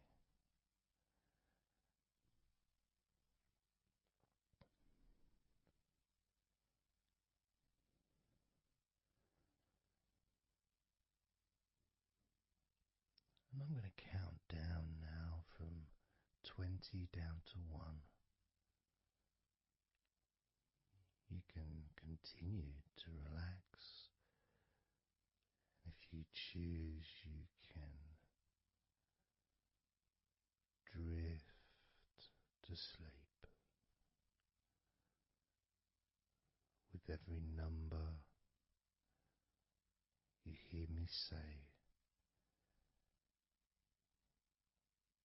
you can feel twice as relaxed. Or if you choose, you can feel twice as sleepy.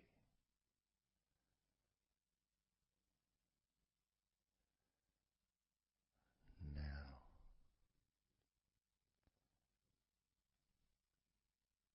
20.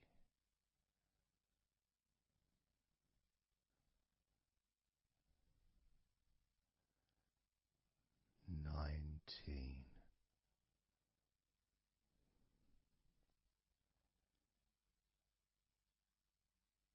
18. 17,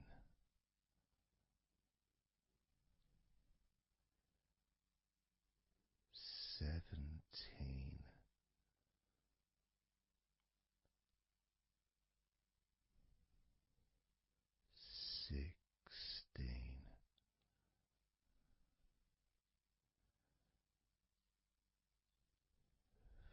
15,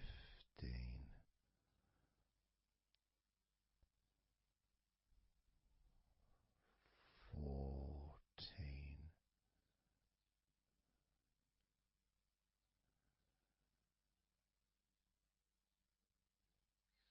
13,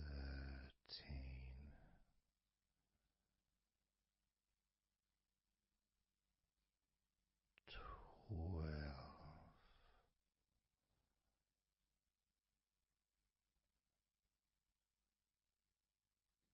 11,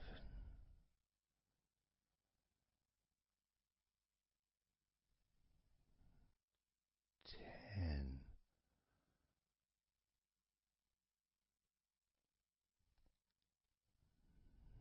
9,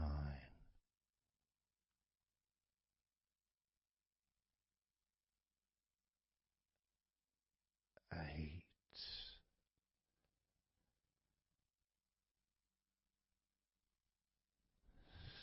7,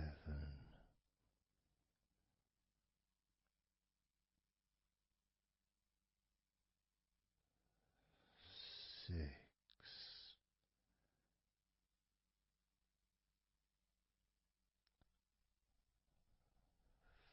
5,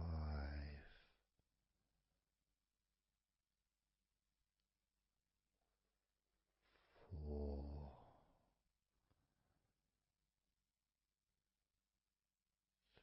3,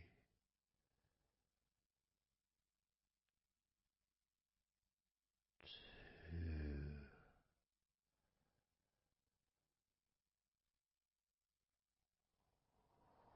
1.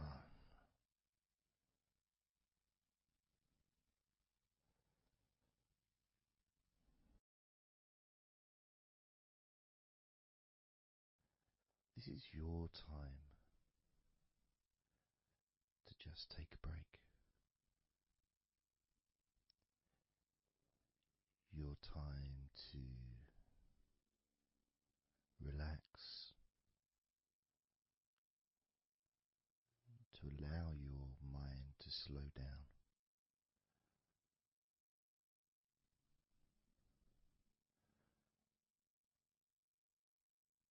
to give yourself permission to take a break from everything. And you're the only person that can make that decision. You're the only person that can actually tell your mind to just relax,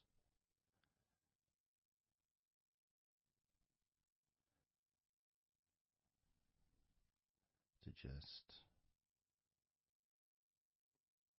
take some time off.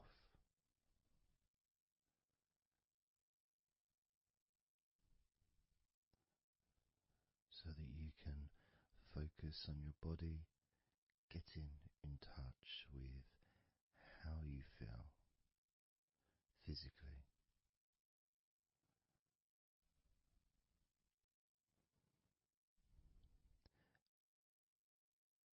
And in the process of this body scan, where you focus on different parts of your body,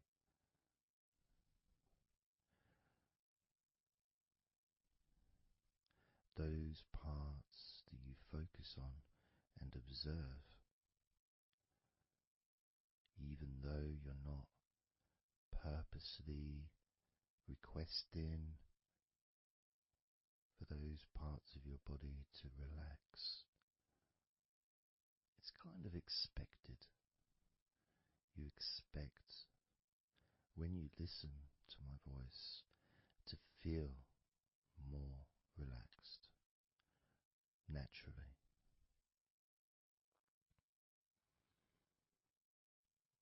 Because when you're listening to me, your attention is focused on my words.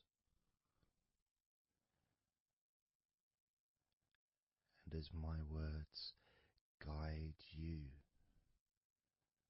to focus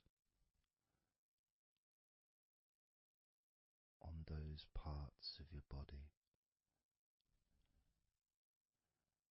your focus increases,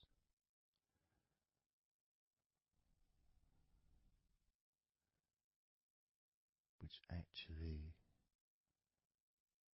calms your mind.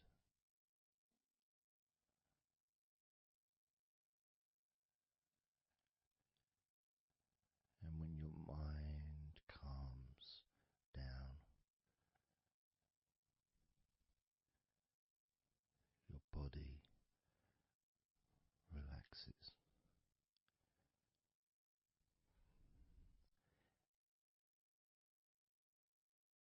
And when your body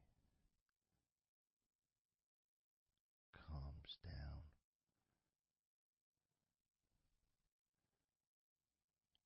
your mind relaxes.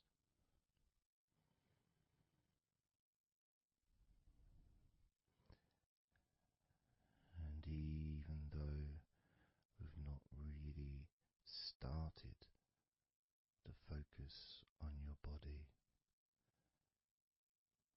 you can already feel that healing energy spreading through your body, pushing out stress and tension, healing all the parts of your body, including your skin, your bones, your blood, all of your organs inside your body, all of the muscles, all of the fat, all of everything. Every hair on your body is filled with that healing energy.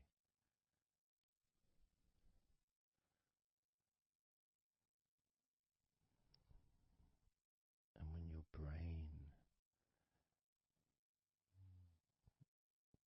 fills with that healing energy,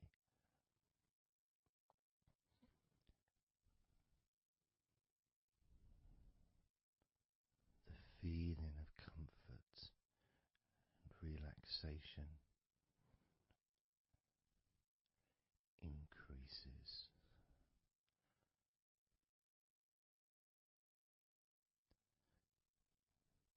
Deeply increases.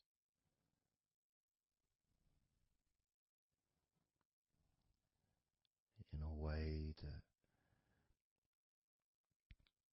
your mind starts to feel perhaps a bit drowsy,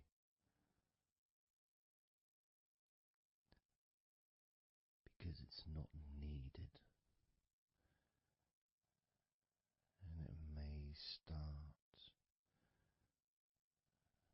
to drift.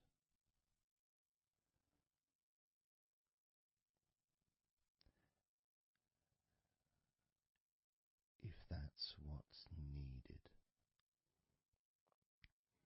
So if you're listening to this and what you need is deep relaxation, that's what you'll get. If what you need is to fall asleep naturally and easily as your mind drifts, that's also what will happen.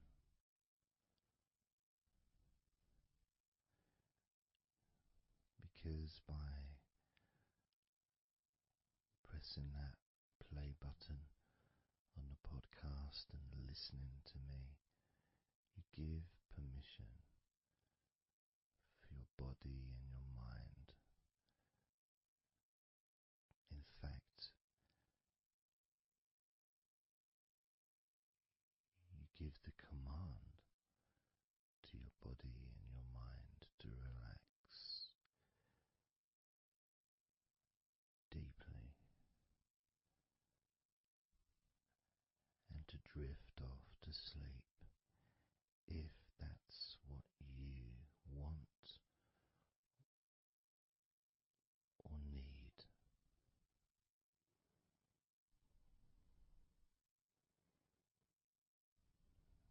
And as I focus on the different parts of your body, you may start to just drift, and then you come back again and you hear me talking, and I'm focusing on a different part of your body. And you may find yourself drifting, but you don't realize you're drifting until you stop drifting and you're alert again to my voice, focusing on a different part of your body starts to relax even deeper. Because that drifting is basically you already in the sleep zone.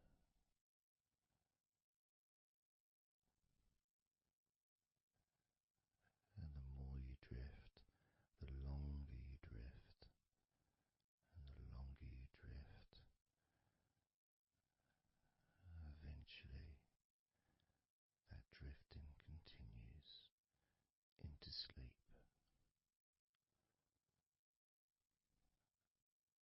And that's the last you remember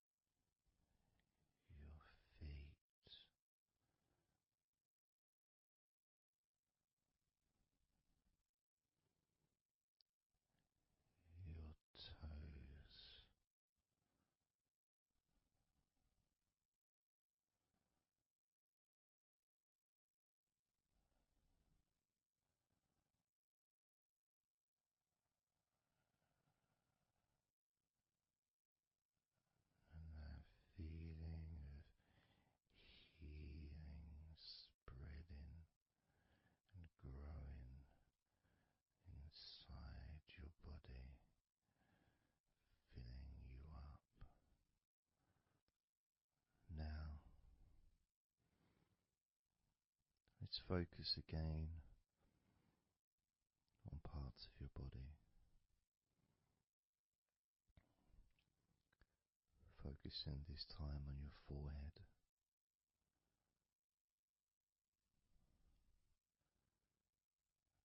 Now on your mouth, your lips, your tongue, the whole of your mouth.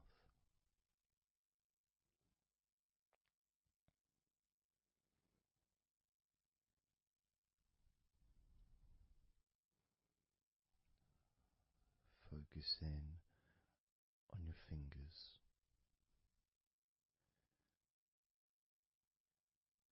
Maybe you could move your fingers a little bit so you can focus on each one individually.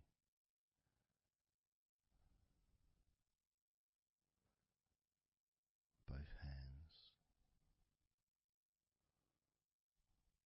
And even though as you focus on both of your hands now, they almost seem to just melt into one.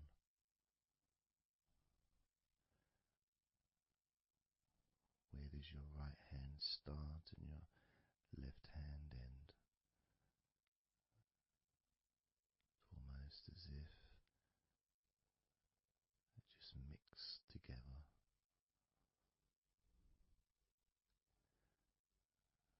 Now focusing on your knees.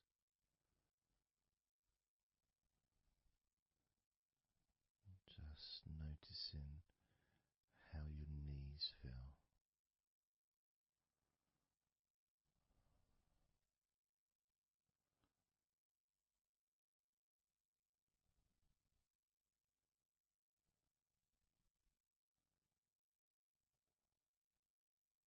Now focusing on your elbows.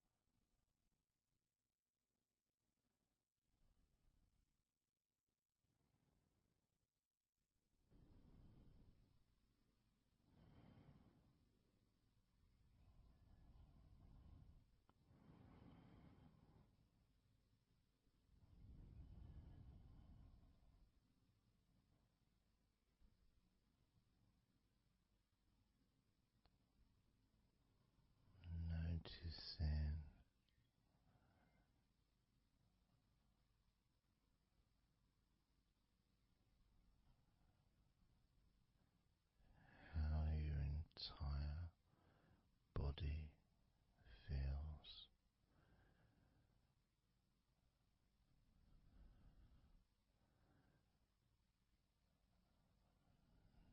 Noticing how your mind feels now.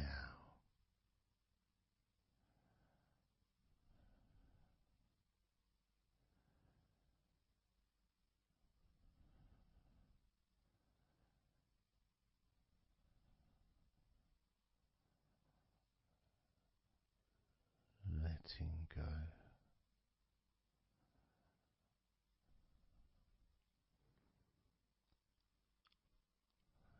letting go,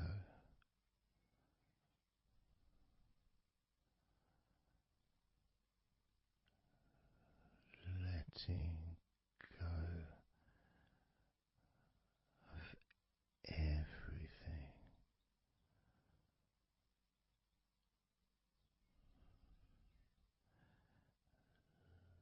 Letting go,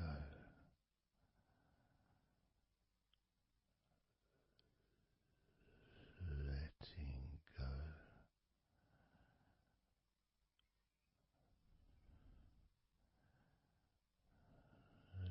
letting go of everything.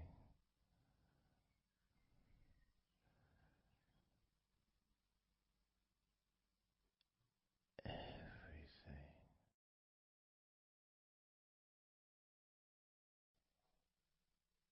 I'm going to start now, and I'd like you just first of all just to see yourself lying down on that massage table, lying on your front, your head is supported, your arms are supported,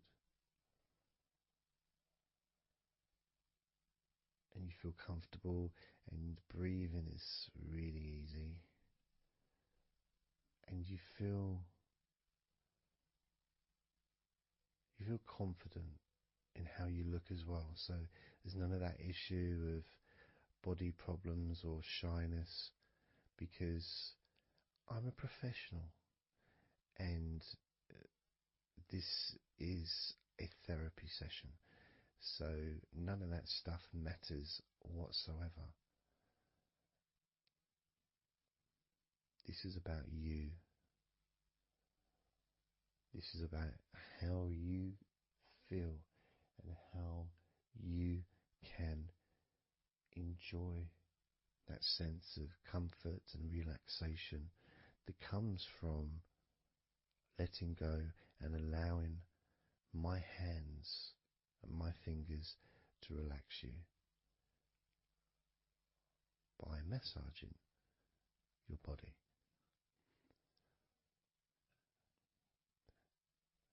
So I want to start off just by placing my hands on the back of your head, just gently, just so you can feel what my hands feel like really on you.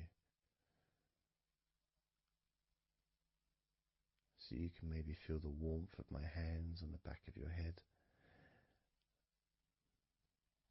And I'll move my hands to the side of your head, not pressing, but just holding them there very gently.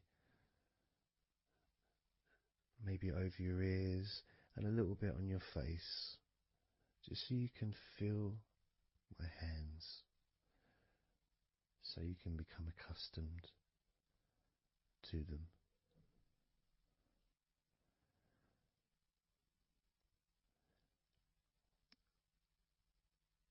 And now put my hands on the back of your head again and gently let them slide down onto the back of your neck.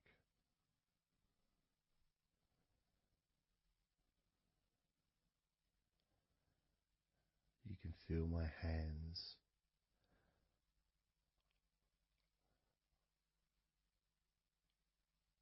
gently stroking the back of your neck to start with, just so you can get used to the feeling of my hands on your skin. Get accustomed to it.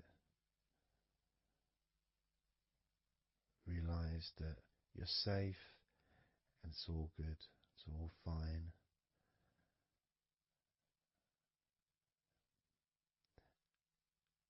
And I'm going to start gently massaging the muscles in the back of your neck.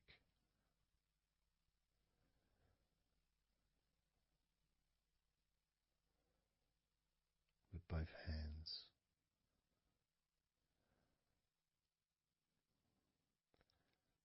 Now this is a very trusting situation really, because our necks are so fragile, and to have someone have their hands around your neck in that way can sometimes be problematic for people, which is why massages are quite good, because it allows you to relax and to get in touch with trust, to feel peaceful and calm.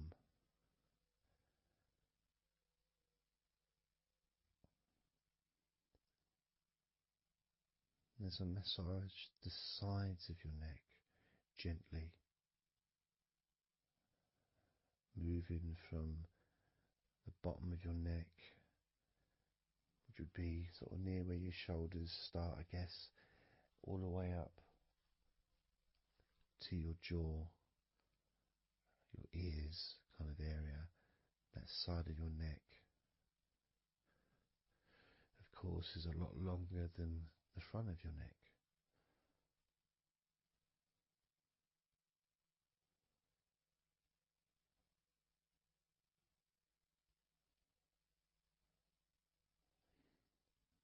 And then massaging the back of your neck, especially that area where perhaps we hold tension. And as that area is massaged, you can actually feel a sense of release in the back of your neck.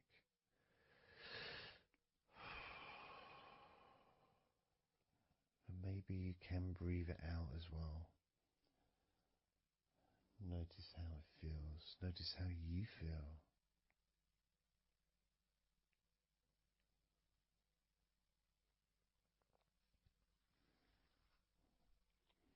Then moving down to that area between your neck and your shoulders, that muscly area, starting to massage that area on both sides.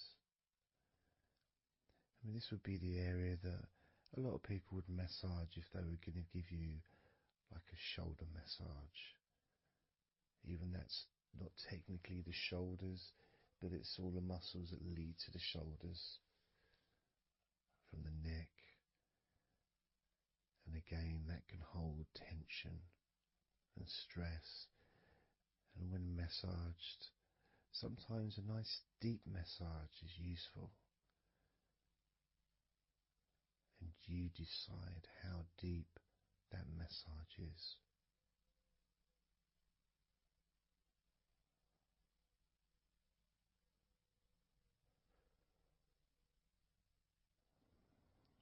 And just allow my knuckles just to dig in, to get to those muscles and to really relax them. All the time being firm yet gentle with you.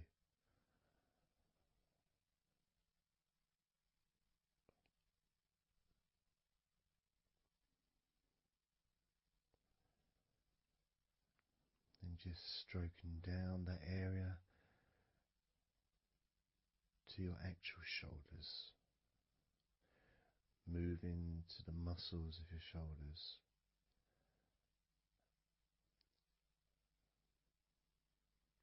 And maybe initially just pulling up the shoulders a little bit off the table, just to give you a little bit of a stretch, but very gently.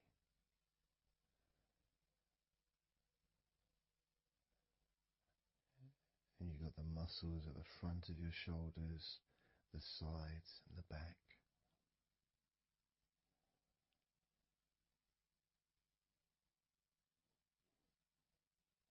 Again, this is a part that can really take quite a bit of pressure, quite a bit of kneading, if you wish, to really release the tension, to really get into those muscles, and you can let your fingers in there and it can feel really nice. Sometimes just being stroked gently or being massaged quite strongly can all be beneficial to the relaxation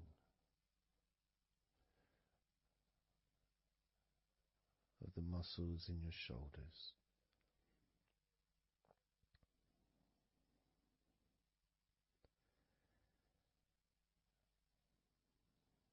Now as we move down your arms,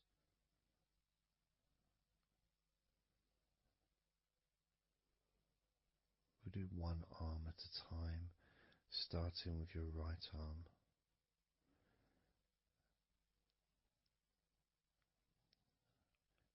What I'll do is I'll just lift your arm up, just hold it to the side of you. Don't worry, it'll still be attached. And I just massage the tops of your arms.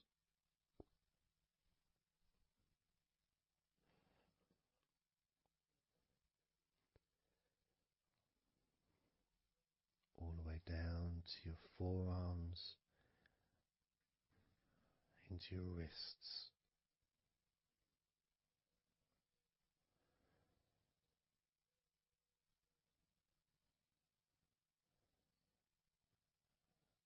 Gently massaging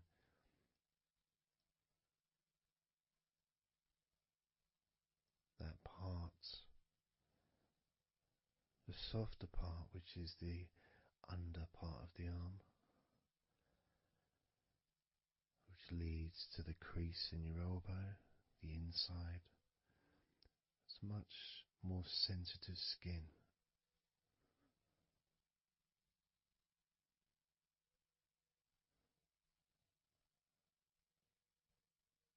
Sometimes just having that stroked can feel really nice, pleasurable and relaxing.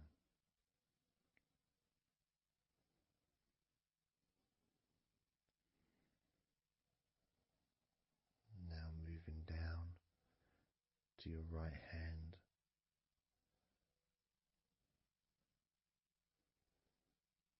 Just holding your hand in both of my hands.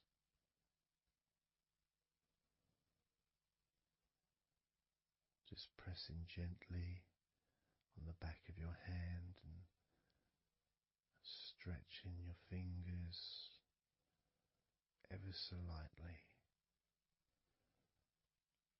At the same time, pressing down and massaging each finger.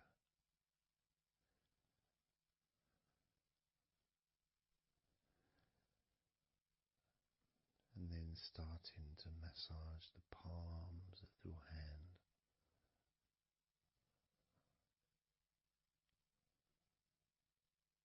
Just turning the hand gently, stretching it gently.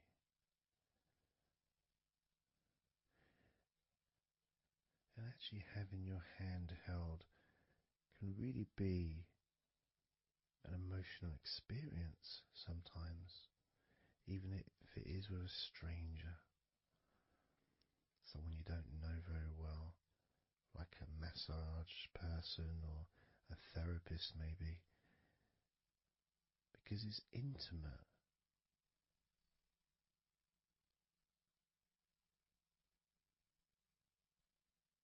And it can feel nice and you can feel safe.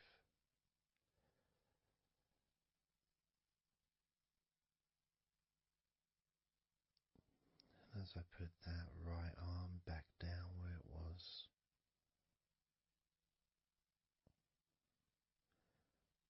we're going to do the same with your left arm.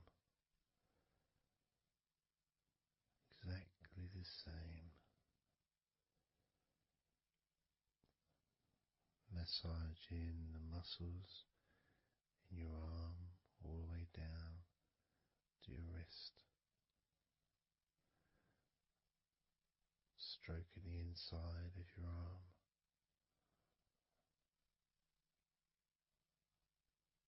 Just being gentle or as firm as you require.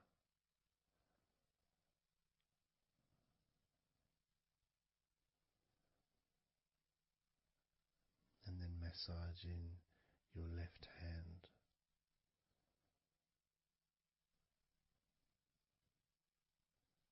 Stretching the fingers gently.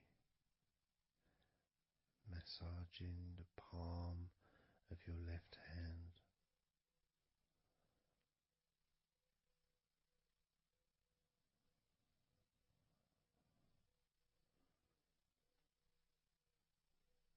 You can feel so relaxing.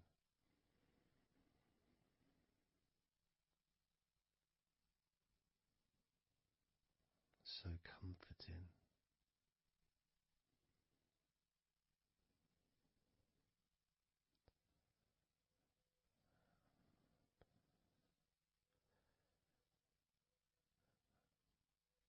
Now just rest your left arm back down.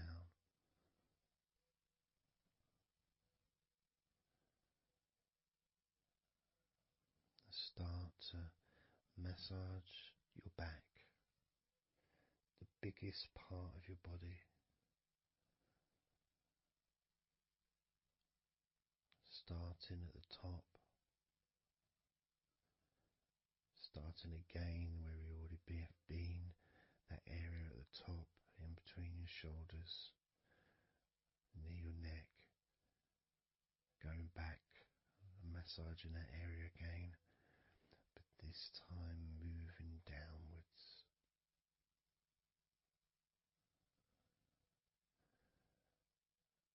Making a downward stroke to the middle of your back, working from the outside inwards. So massaging your back, but the outsides of your back. The parts where your arms would maybe rest against.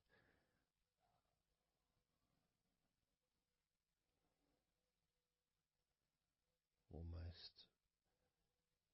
the part that connects your front to your back.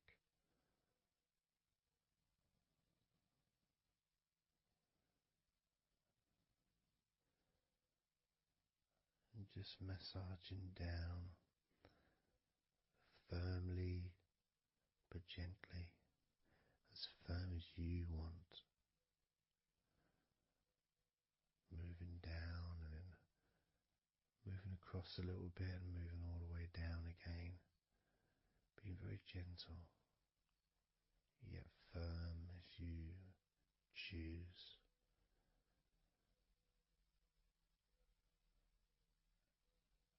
Eventually we get to the spine. We can massage the muscles on either side of your spine from the top of your neck all the way down to your lower back.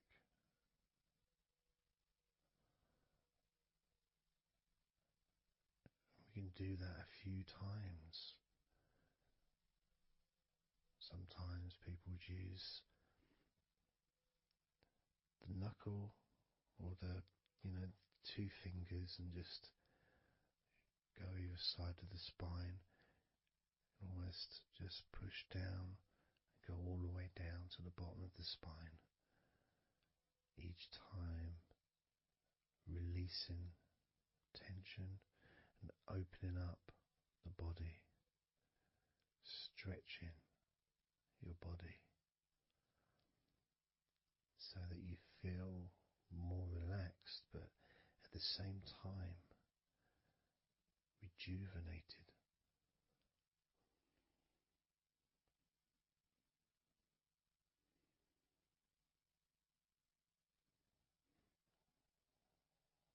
And now I'm going to move to one side, to your right side, and from the bottom of your ribs to your pelvis, I'm going to massage that area of your back. I'll stretch over the other side and I will pull the muscles gently and massage and push from one end, that side, all the way to my side, to the middle, in fact, to where your spine is, massaging that side of your spine, the opposite side to where I'm standing. It's almost like kneading bread. There's that big area which is firm, yet lots there to massage.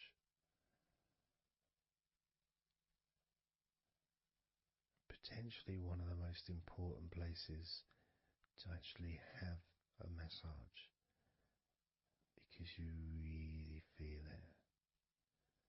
You really feel the release and the pleasure of having your lower back massaged.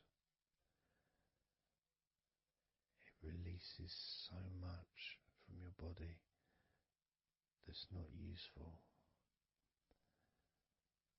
starting a healing process which will continue long after this recording is over.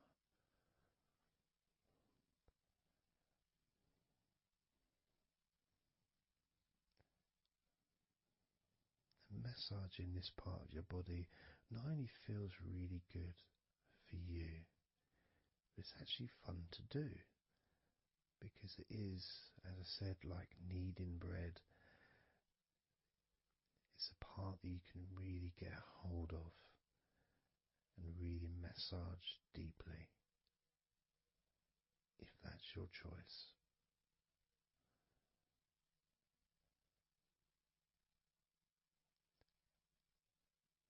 Then I'm going to move over to the other side of your body and do the same with the opposite part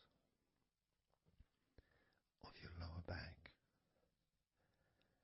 kneading and massaging from your sides all the way to the middle of your back where your spine is. Pressing and kneading,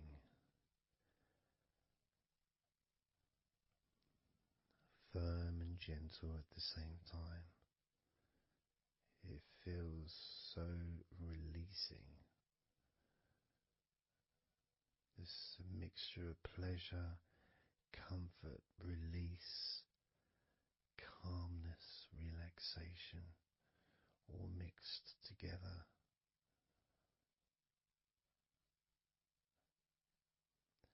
Plus there's that feeling from your stomach as it's being stretched. Even though you're on your stomach now, you can feel it being stretched because that whole area is connected to your stomach.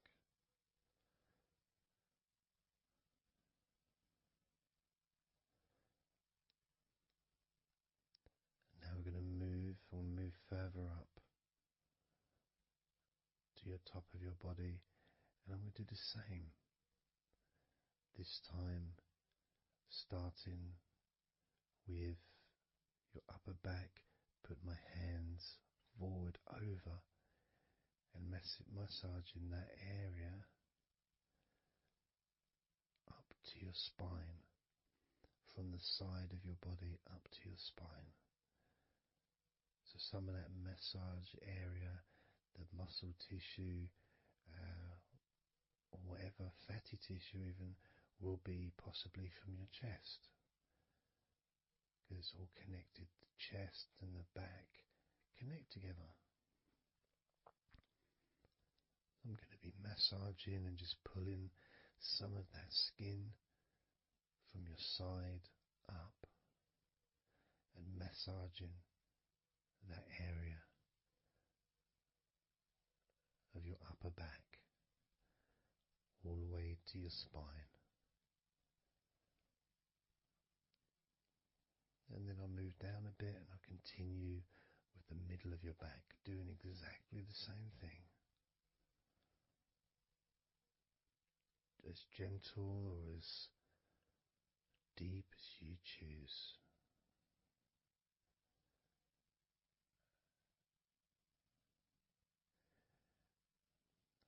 Now I'll move the other side again and do the exact same thing with the top of your back on the other side, from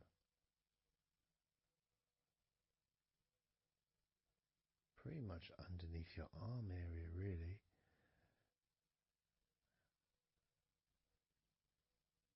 to your spine.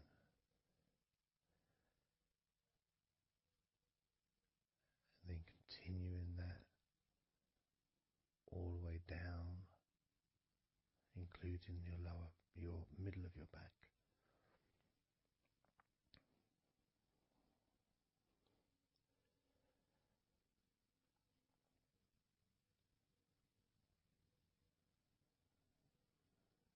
Now I'm going to go to your thighs, the backs of your thighs,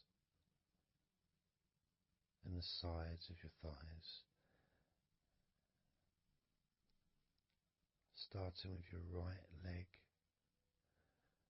massaging the back and the sides of your thighs, gently and firmly. There's a lot of muscles there.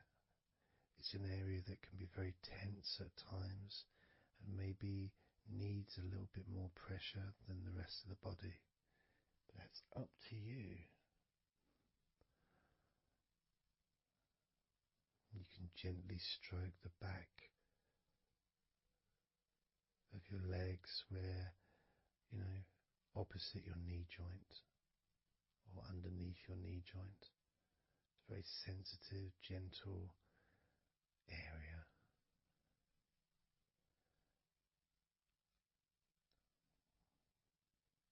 And working down to your calf muscles, massaging your calf muscles thoroughly and deeply if you choose, using both hands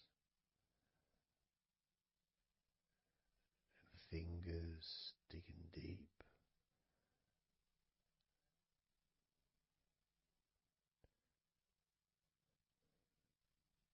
To your ankles and the back of your ankles, just gently massaging that area.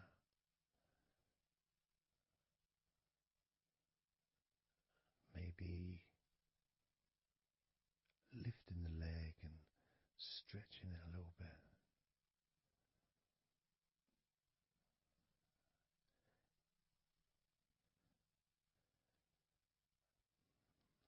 Moving to the right foot.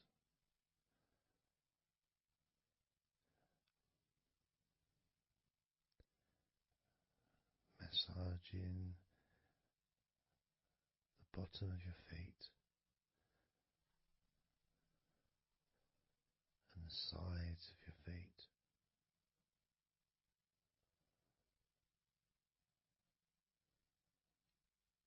gently but firm enough so they don't tickle.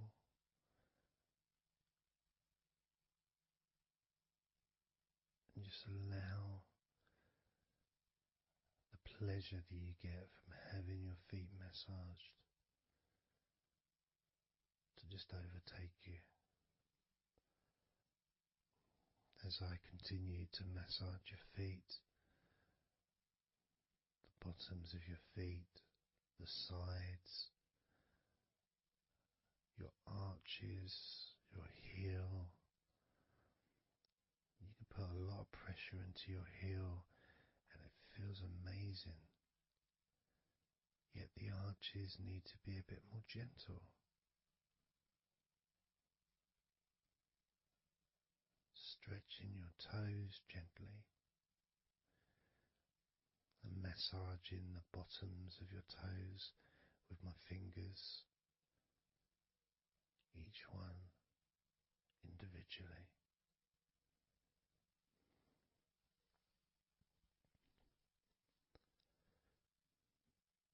Moving over to the left leg to do exactly the same thing. Starting at the top of the thighs, working the back of the thighs and the sides, massaging deeply and gently that whole area, working all the way down.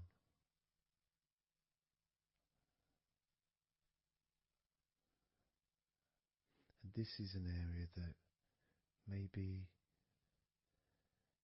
you could like to spend more time relaxing and massaging.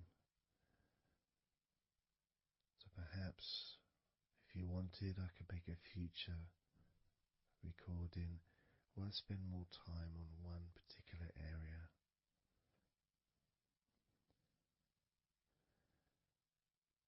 As you move down to your calf muscles,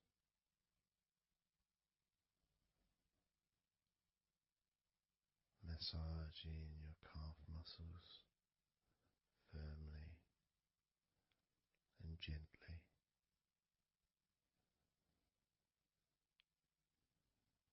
Moving down your ankle and to your feet, massaging the backs of your feet,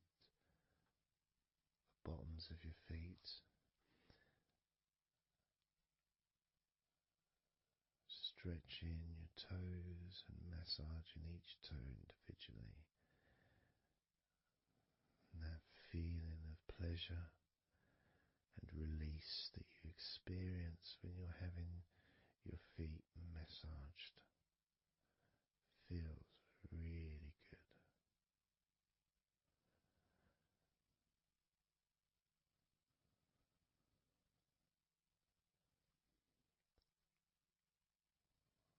Now,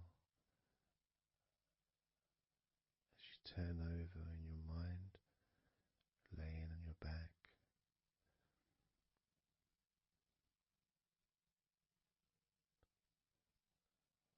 I'm just going to start again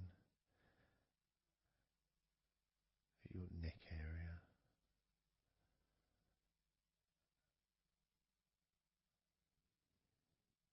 In your shoulders, just to get back in touch with that area.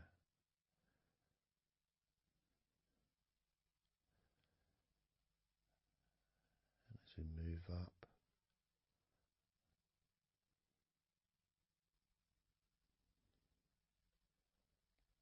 I can clean my hands, make them all fresh, because now I'm going to massage your face gently. Starting off with your forehead,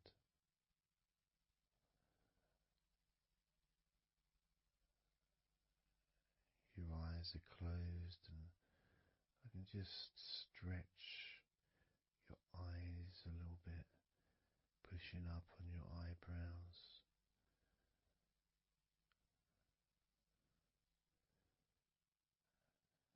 massaging around your scalp,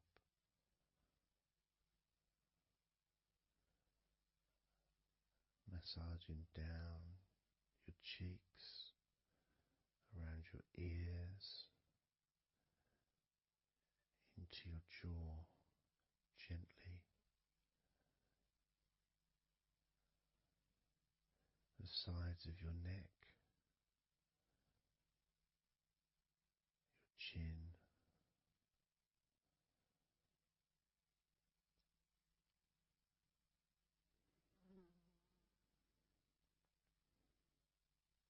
then just moving down from your neck down to your chest, starting by massaging the very top of your chest, where the collarbone is, either side of the collarbone.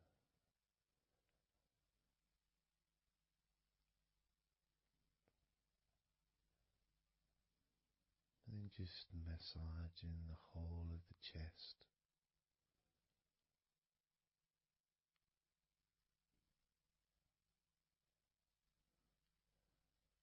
moving the chest around,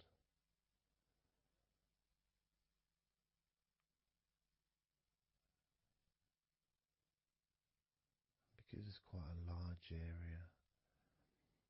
You can move from one side to the next, moving my hands from underneath pretty much where your arms are, stretching up, stretching some of the muscles of your back in the process, moving up over your chest, and then moving down again.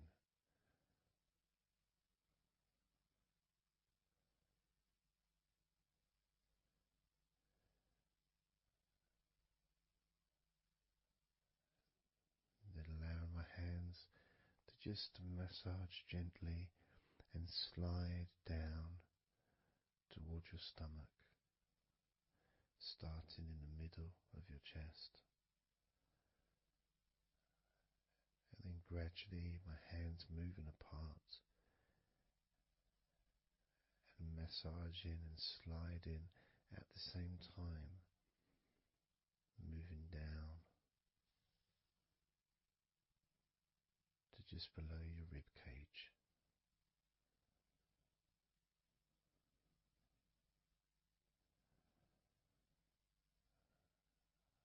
Moving down, then massaging up again,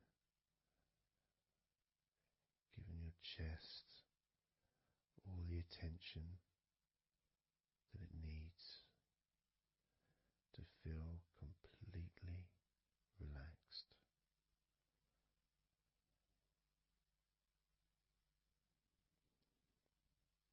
Remembering that I'm also going to be focusing on your sides as well, an area that really doesn't get much attention, but feels really good when it's massaged. Just stroking my hands down the sides of your body, and just below your arms, all the way down to your hips.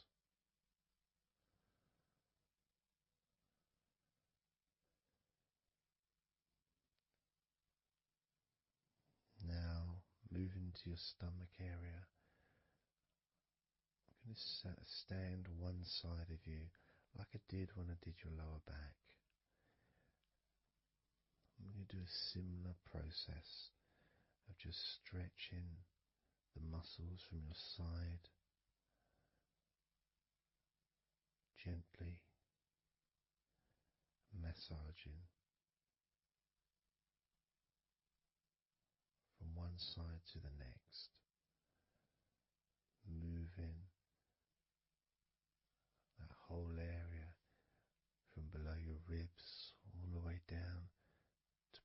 your belly button.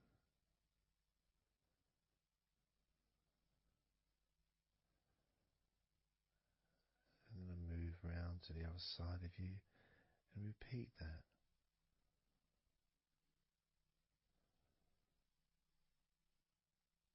Process of relaxing deeply, calmly. You feel loose, you feel free. And there's something about having your stomach massaged that's different from any other part. Because we do have a tendency of holding a different kind of stress in our stomachs that we may not be aware of.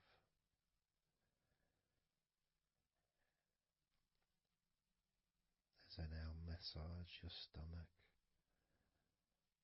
the front of your stomach, making circles around your belly button.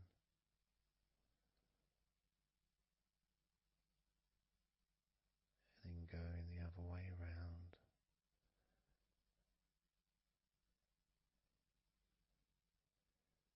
There's a gentleness and a freedom that comes from feeling how you're feeling.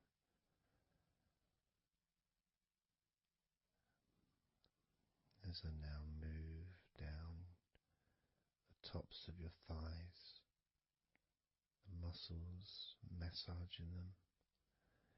And I can do this with 2 legs at the same time, pressing down, massaging deeply those muscles in your thighs, the front of your thighs.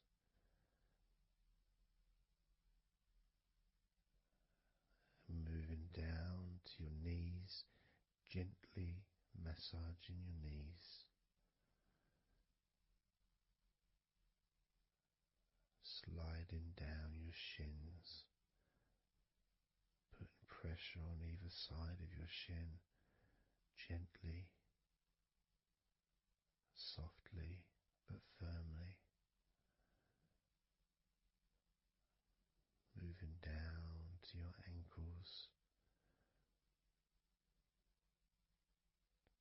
stroking the tops of your feet.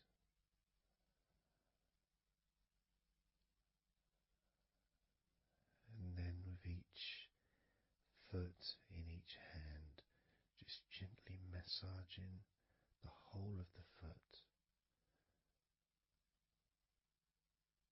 The top, the bottom, your heel, your ankle, your toes.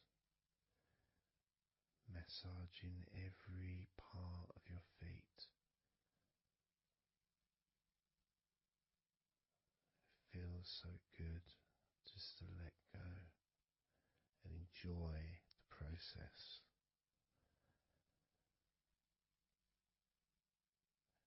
Enjoy feeling so deeply relaxed.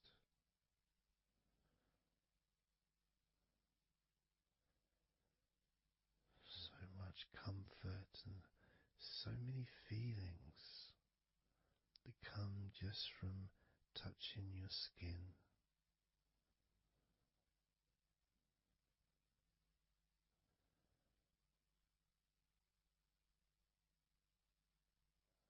And you can just lie there for as long as you choose, enjoying the feeling of deep comfort from being massaged by me.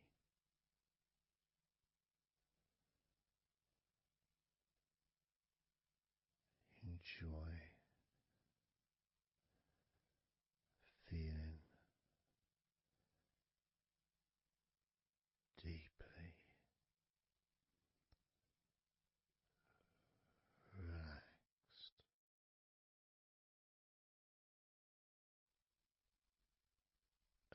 to do is blow out some candles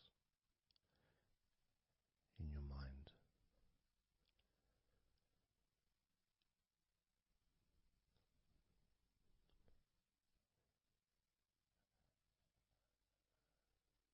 There are going to be 100 candles,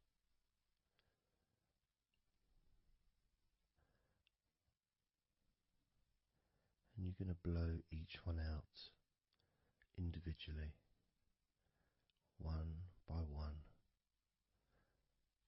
starting at 100 as I count down,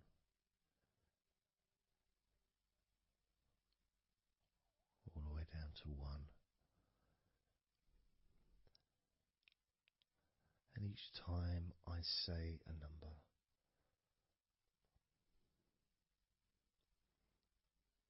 you can imagine that candle in front of you, and I'd like you to actually physically gently blow that candle out.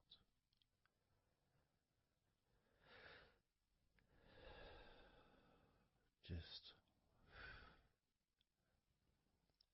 so it's not a big blow, it's just a gentle, and that candle will extinguish. And then I'll say the next number as we move down, and you can just blow that one out as well.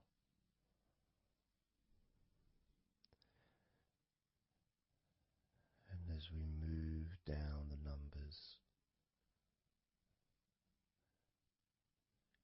you'll find yourself feeling more and more relaxed.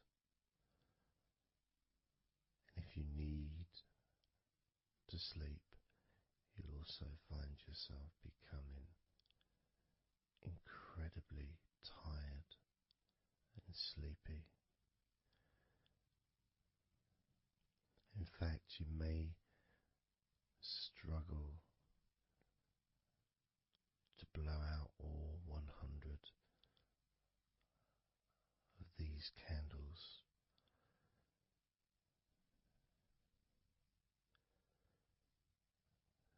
As you feel more and more deeply relaxed,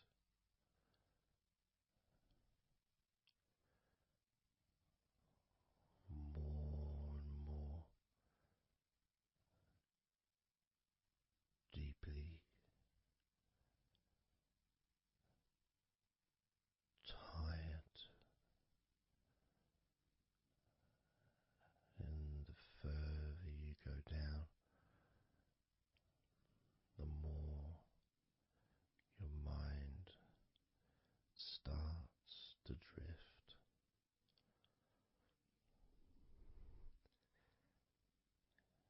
And you may find that you stop listening to me after a while.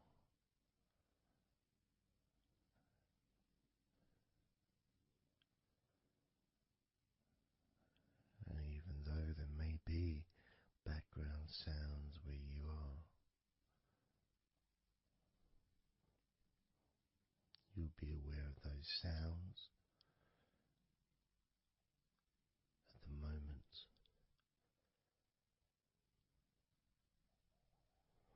You may start to just not even notice them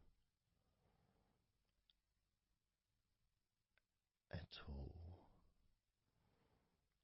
because they're unimportant.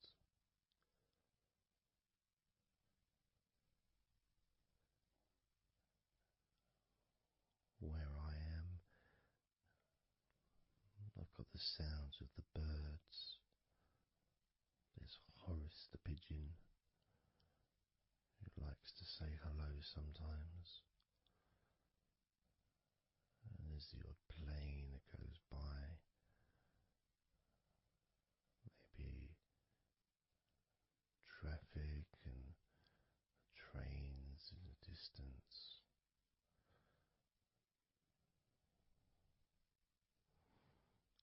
But none of that seems important whatsoever. The more candles you blow out, the less important anything is. The more candles you blow out, the further you seem to move away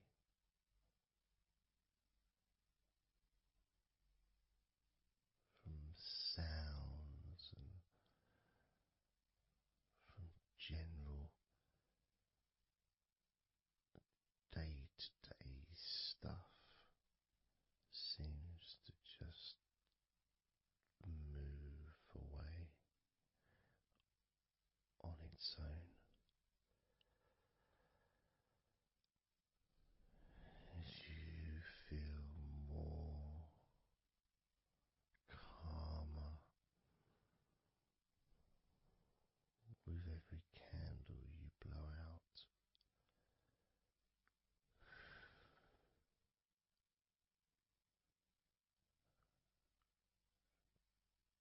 Guiding you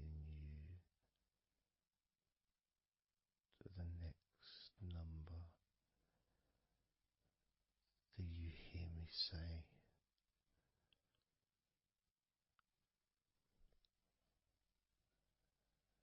and then you blow that candle out too.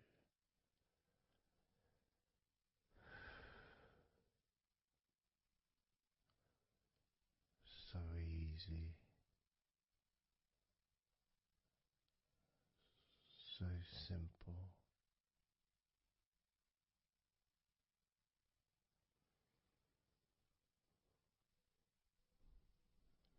I'm going to start by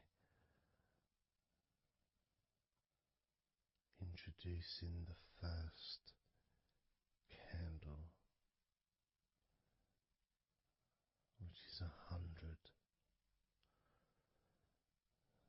The first candle, which is 100. When you blow that candle out,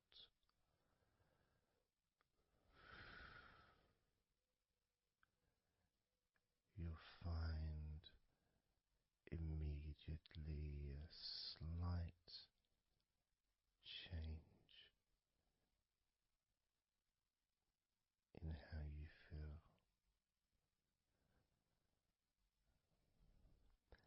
As well as a real sense of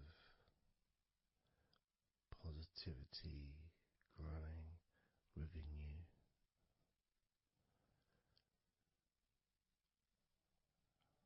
Relaxation and sleepiness expanding.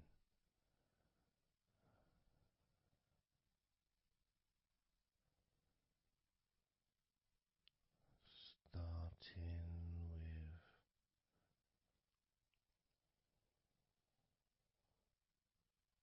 100. Blow out that candle now.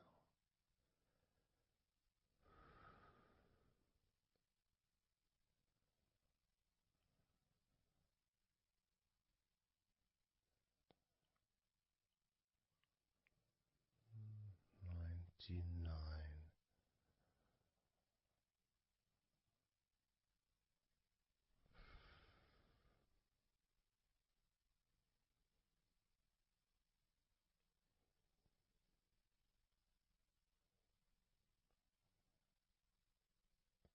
Candle 98.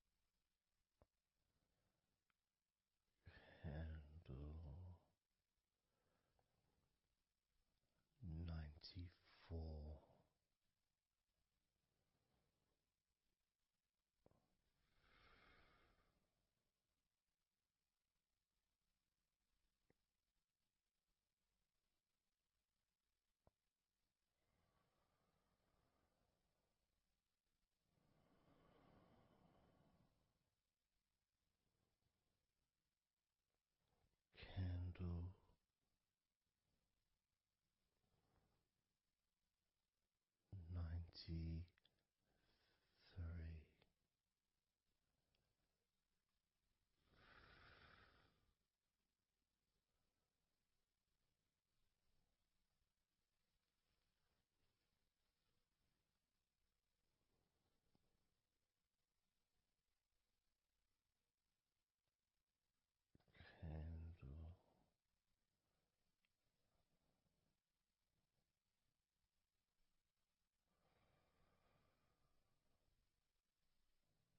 92.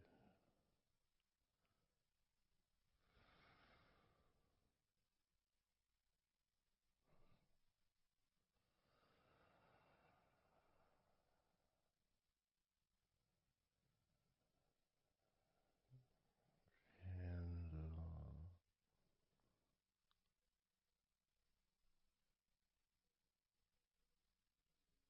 91.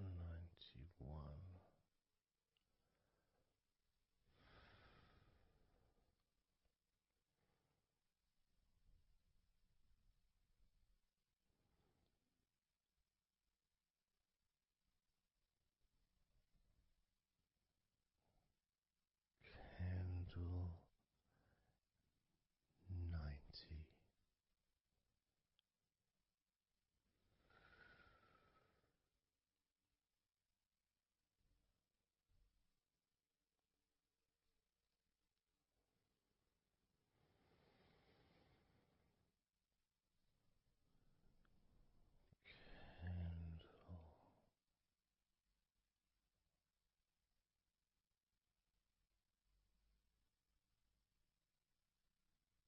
Candle 89.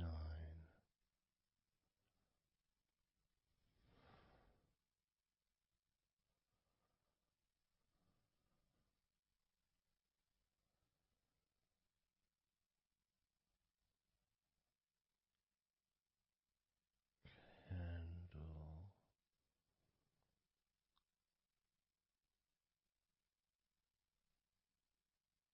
88.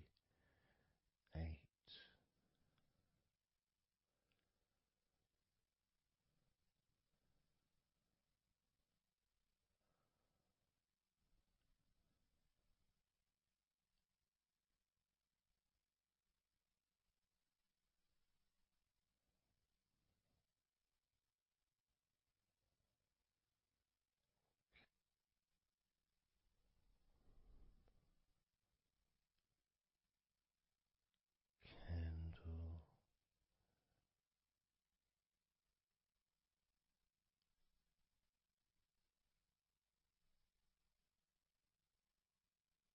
87.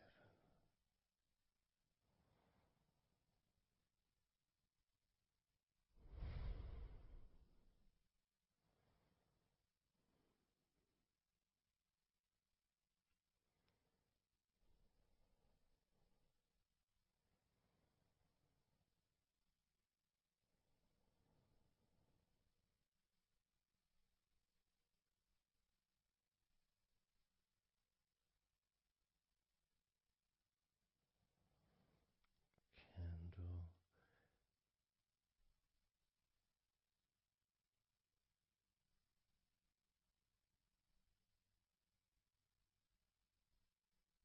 86.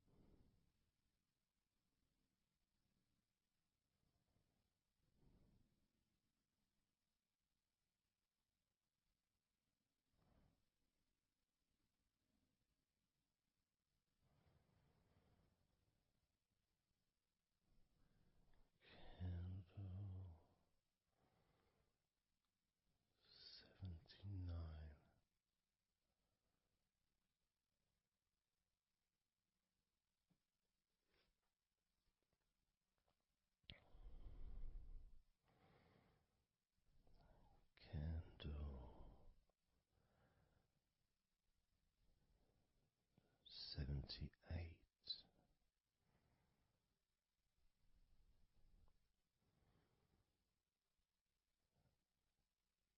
Candle 77.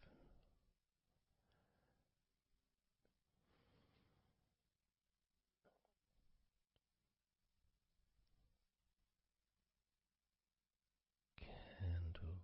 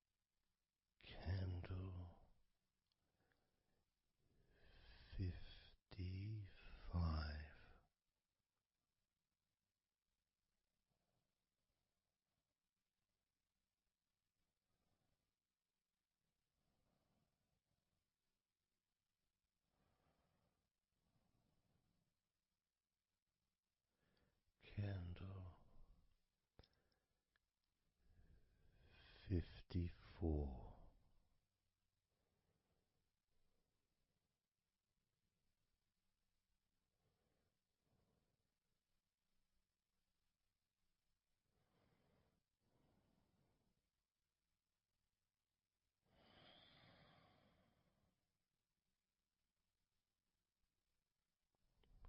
Candle 53.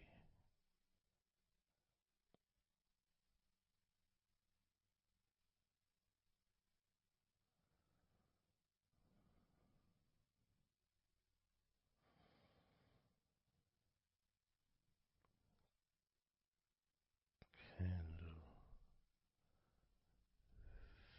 52.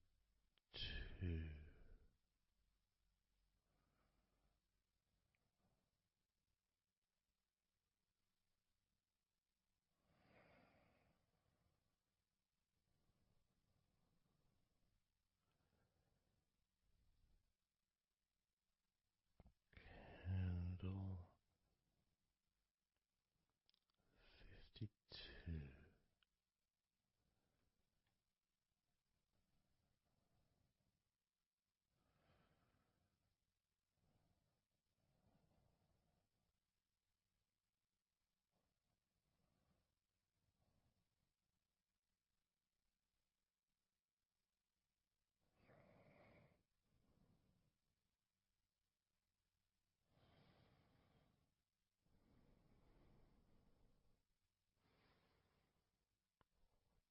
Candle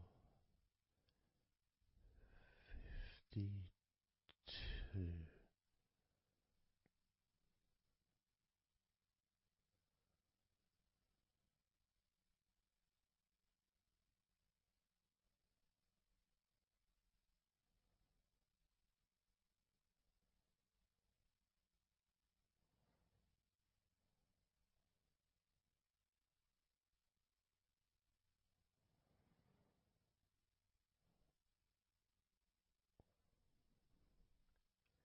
Candle 51.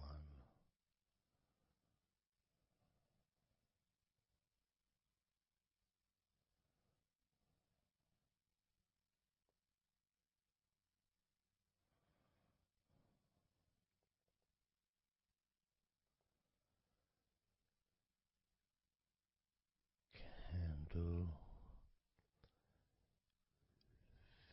50.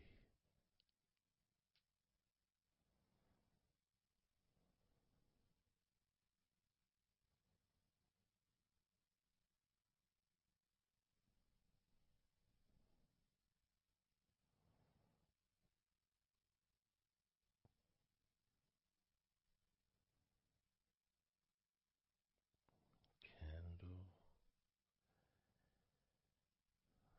49.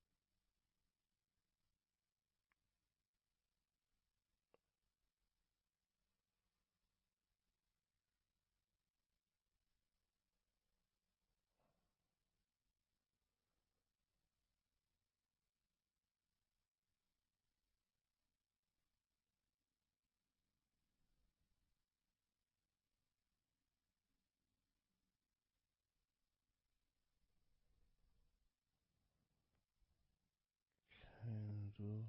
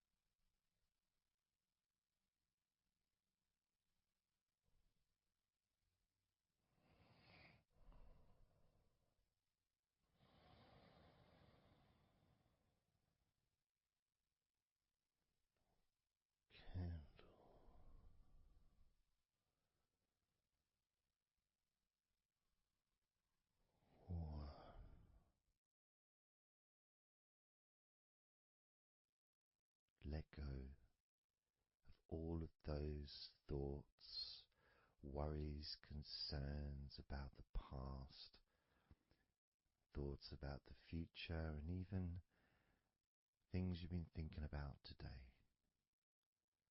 Just let it all go, because none of it is useful in this moment.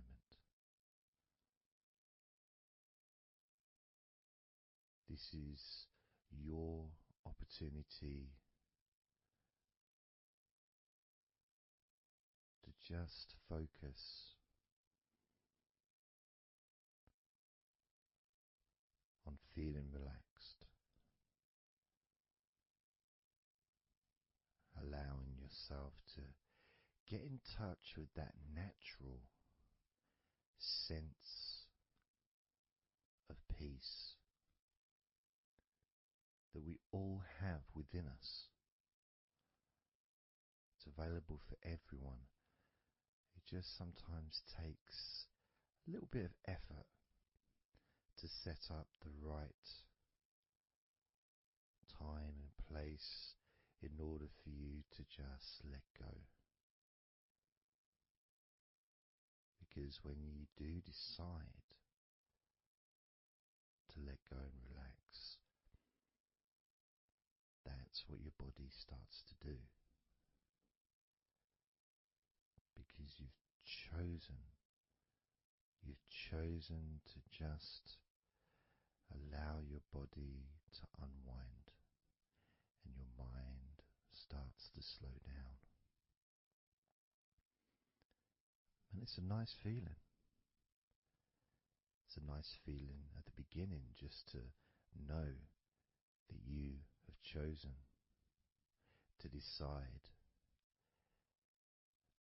to relax deeply. And because you've made that decision, your body will just follow suit. Because sometimes all the muscles in your body need is just permission from you to relax. Because so often we're busy, we're going from here to there, we're walking around and we're doing stuff, and the body doesn't have any time or space to really relax deeply. So it kind of waits for you to lead the way, waits for your permission. And when you do give your permission, when you give the say-so, when you say, okay, it's time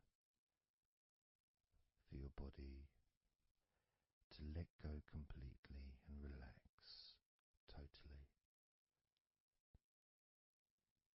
your body just follows. It's almost like a breath of relief.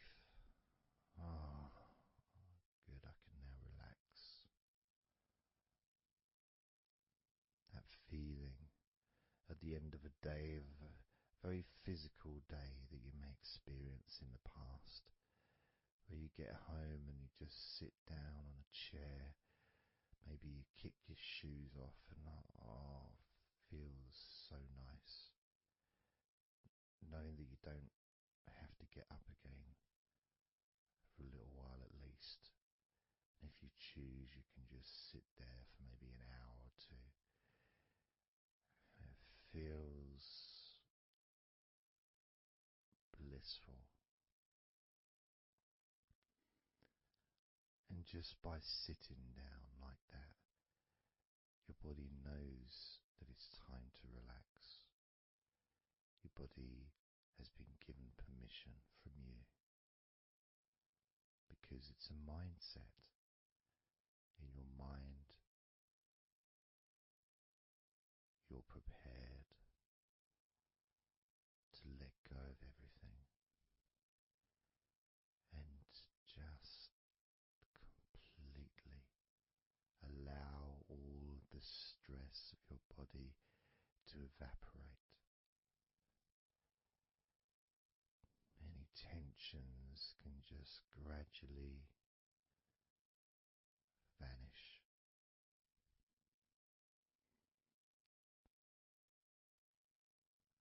It's almost like magic, really,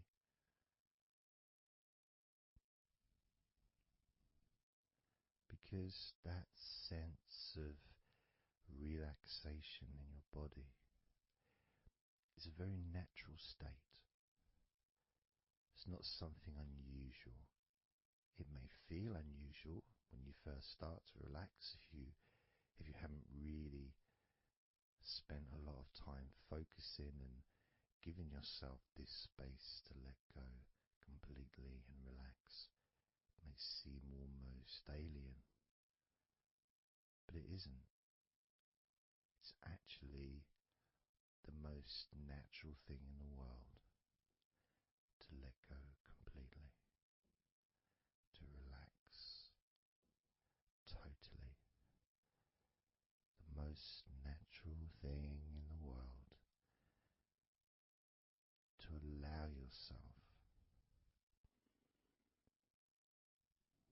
to feel really calm in your mind. And it is almost like a literal unwinding. It's like you press a button and all the tension just releases. And it's like a wheel, like a cog, like the inside of a clock just unwinding. And it's almost like you could see the little wind up knob that's used just going the opposite way that you would use to wind it up. And the energy, that frenetic, stressful energy, gradually winding down, losing its power, losing its strength, as the sense of relaxation becomes stronger and deeper. And you may find that the more relaxed you feel, that your mind starts to wander. Maybe you seem to stop listening to me for a while and your mind goes somewhere else, and then you realize you're listening to me again. And that was just your mind drifting to sleep, which is quite natural, because sometimes when we're stressed and tense, may not actually be aware of what we need, what we physically or emotionally need in this moment. But when you allow your body and mind to relax completely, and you let go of all thoughts, concerns, worries, ideas, all letting them go, allowing them to drop onto the floor.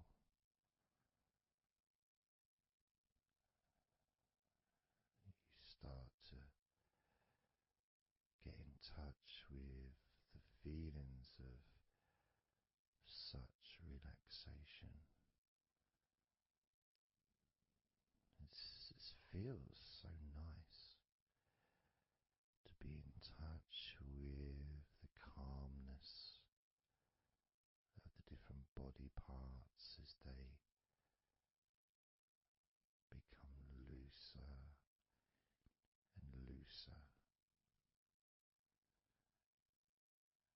Even your breathing seems easier and more natural, effortless.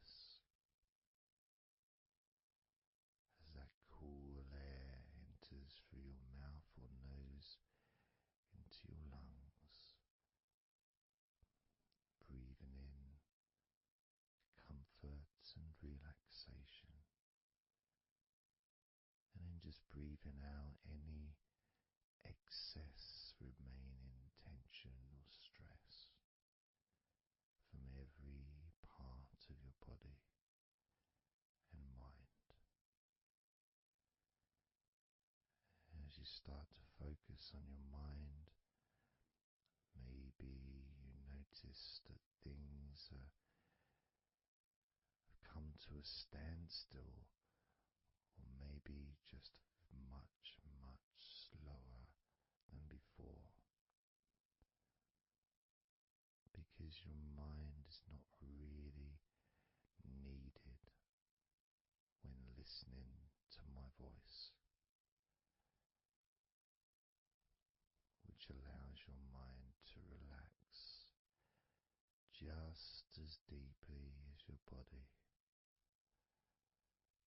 And that synchronicity between the relaxation of your body and relaxation of your mind lets you know that feeling completely calm, loose and relaxed really is a great healing experience for you, and has so many positive benefits for your body, your mind and your life, to be able to let go of everything and to relax completely in all parts of your body and mind. Even your bones are relaxed. All your muscles are relaxed.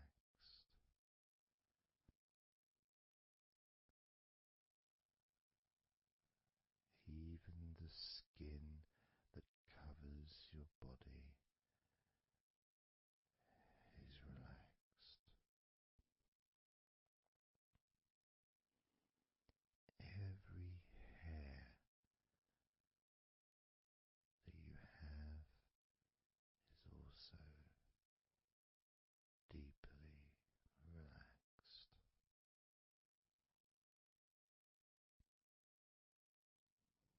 And your brain really starts to feel the benefit of this healing relaxation.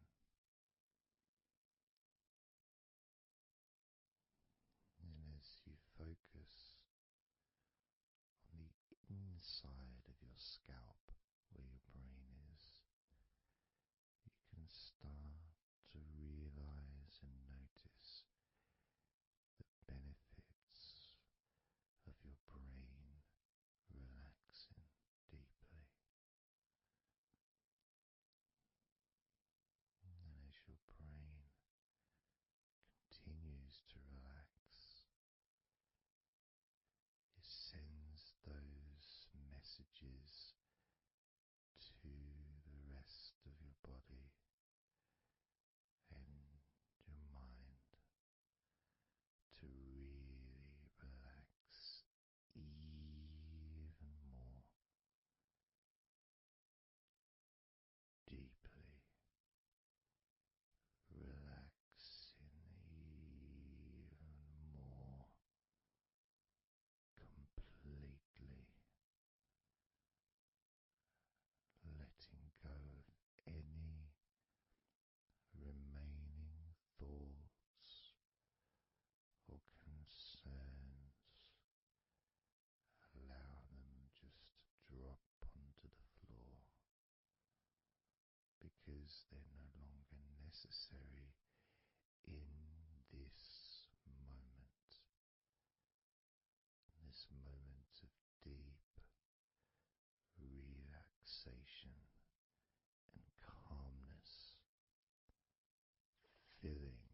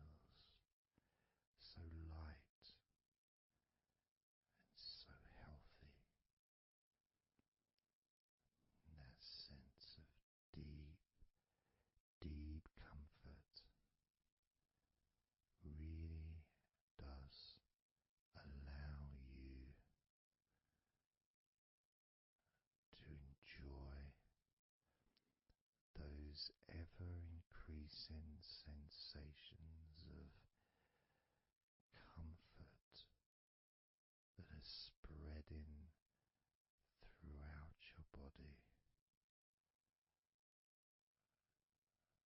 relaxing each and every muscle of your body even deeper, even deeper,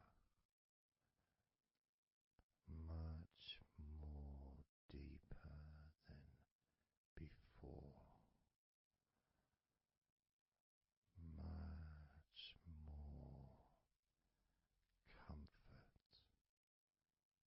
spreading through your body and your mind, feeling so peaceful and calm, so very, very peaceful in every part of your body, letting go of everything,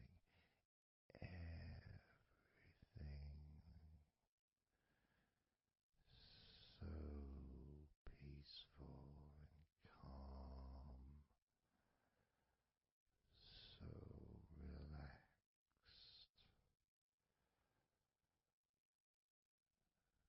With every second that passes, you feel deeper and deeper relaxed,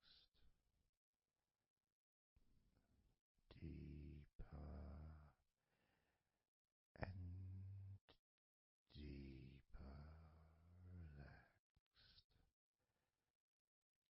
calm, so calm, peaceful, so very peaceful, from your head down to your toes, such peace and comfort growing all the time, such peace and comfort spreading through your body and mind, deeper and deeper, such comfort spreading and sinking deeper into every muscle of your body, so that you feel amazing, so relaxed, so peaceful, so relaxed and peaceful, letting go of everything. We're going to do a body scan, focusing on firstly how you feel in your body, not trying to change how you feel, not trying to relax, not trying to move away from any discomfort or stress or tension, but just accepting, observing and accepting how you feel in the different parts of your body. Just allowing yourself to be exactly as you are, to notice, to get in touch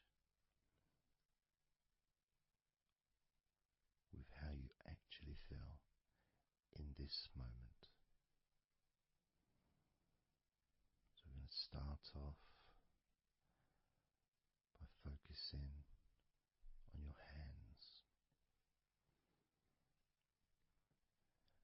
Just be aware of your hands.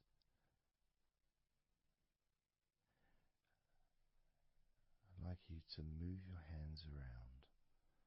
Just maybe move your fingers a little bit, open and closing your hands very gently, just so that you can get in touch with how your hands and your fingers feel, with very, very slow movements.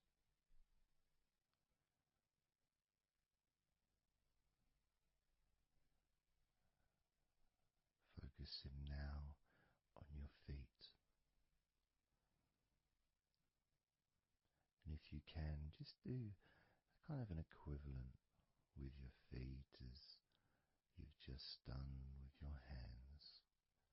Maybe turning your ankles, moving your feet around, moving your toes gently, but only very gently and very slowly,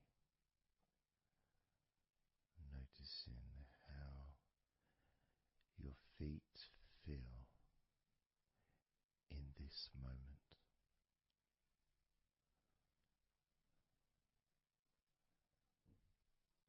Focusing now on your eyes.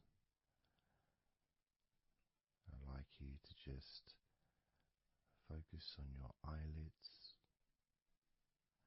Maybe you can open and close your eyes a couple of times to really get in touch with how you feel when you do close your eyes. The muscle changes in your eyes when you do close them. Maybe raising your eyebrows, which stretches the tops of your eyes. Perhaps squinting your eyes, scrunching up your eyes, just so you can really get in touch with all aspects of how your eyes feel right now.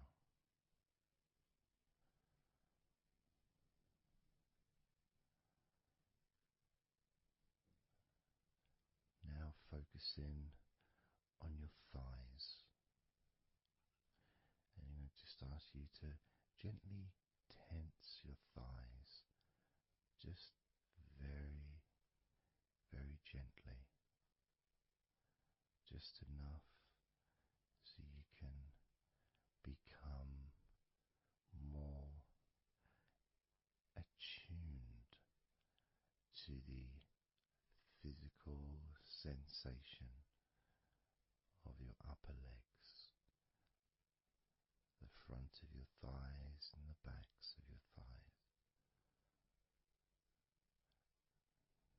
Noticing and observing how your thighs feel right now.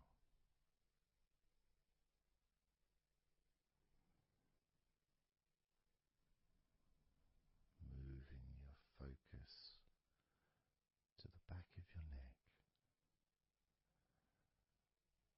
Just noticing the back of your neck, the muscles, and of course they lead to the side of your neck. They also lead to the top of your back, which lead to your shoulders. So as you focus on the back of your neck, maybe you can move your head gently upwards as if you were looking up. Maybe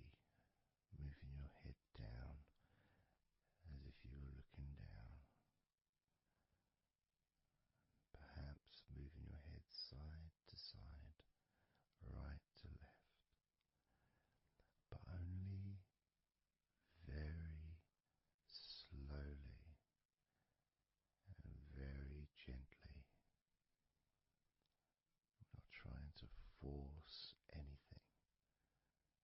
It has to be very, very gentle, just so that you can be more in touch with the feelings, with the sensations, the physical sensations of how the back of your neck feels right now.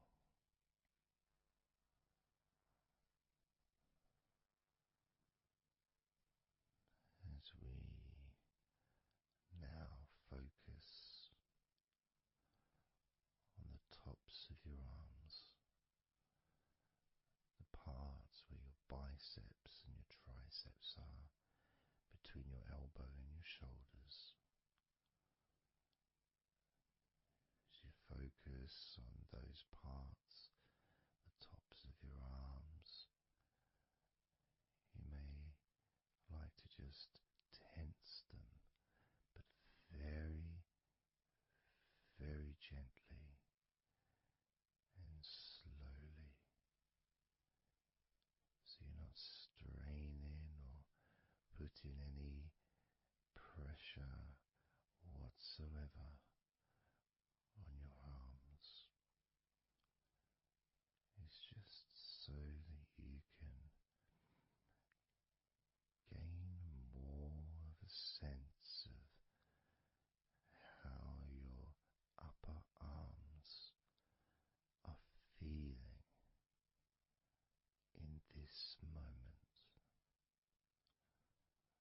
and just noticing as you gently, very gently and slowly tighten the muscles and then let go. Notice how the tops of your arms feel right now.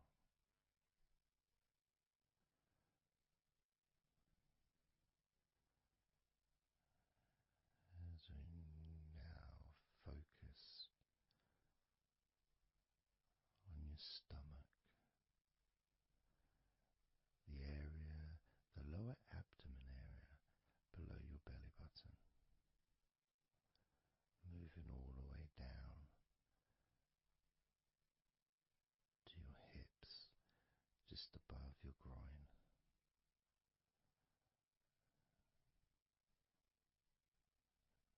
Maybe you're able to tense these muscles in that area very, very gently and slowly.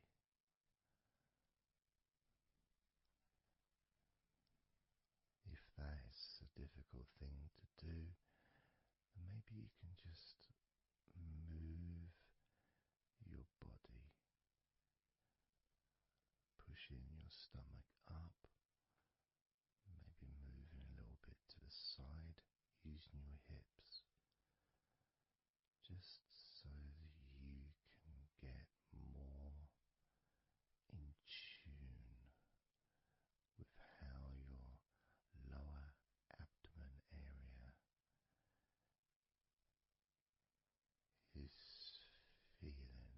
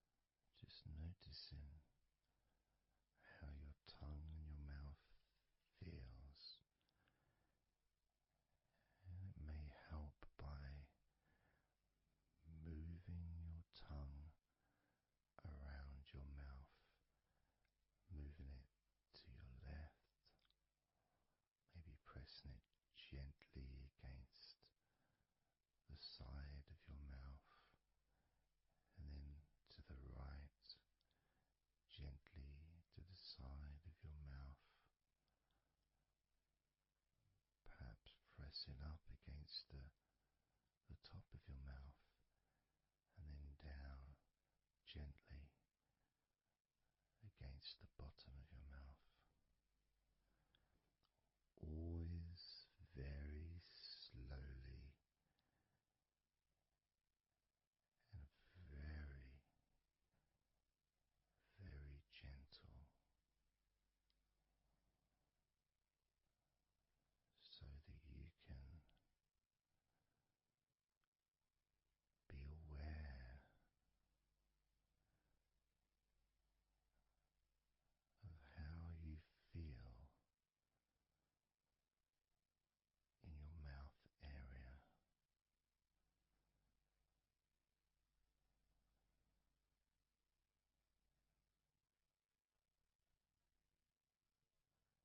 Now we're going to focus on your wrists.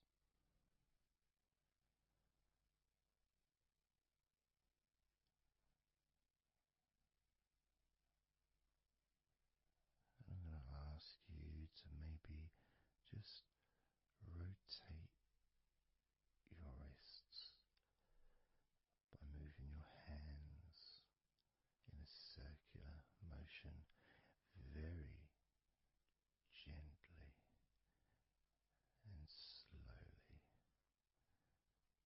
just so that you can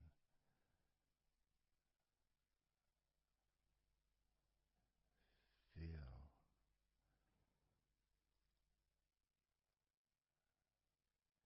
the sensations that you are currently experiencing in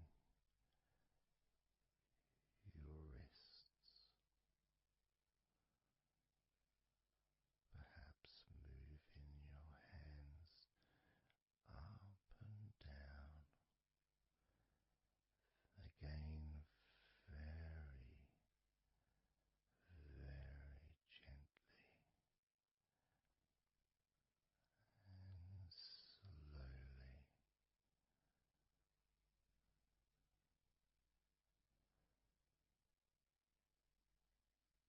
Very gentle and slow.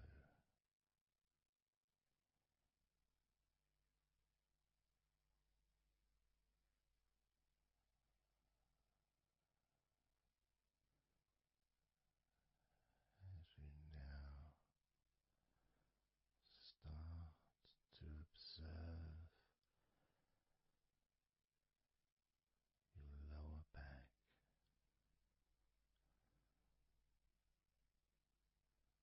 that back part is just above your hips, where your coccyx are.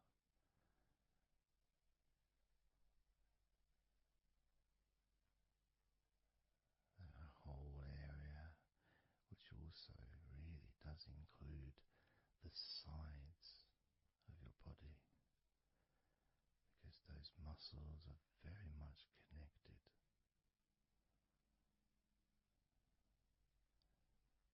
As those muscles also move into your hip area, connecting to your buttocks, the sides of your hips.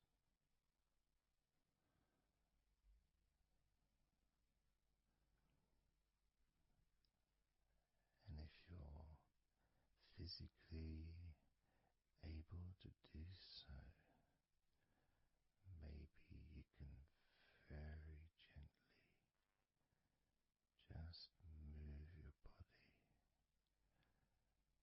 ever so slightly, very slowly, from side to side, just enough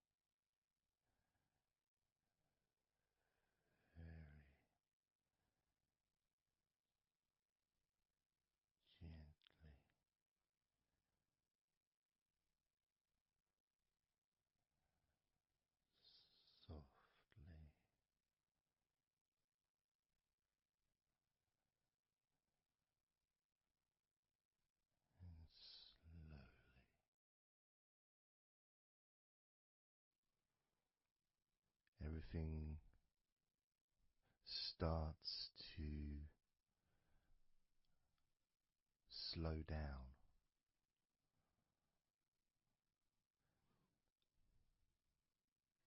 including the thoughts in your mind, and your mind itself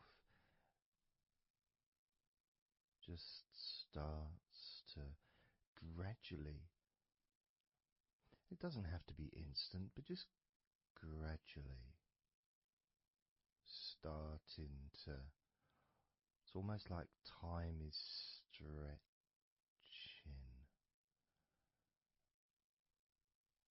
It's a slower pace to maybe what you're used to in your day-to-day life. It's a slower movement of energy.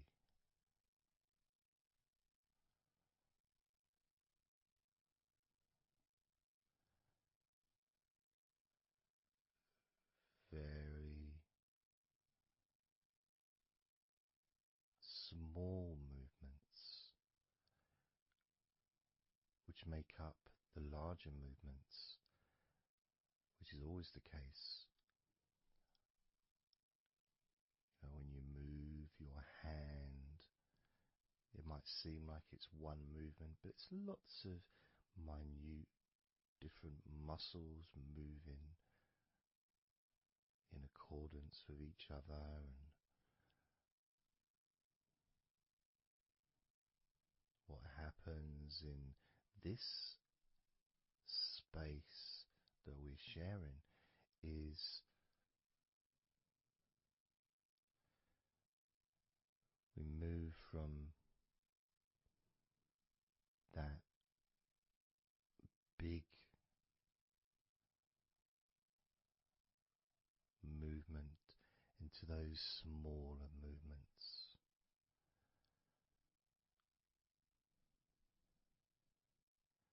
starting to focus on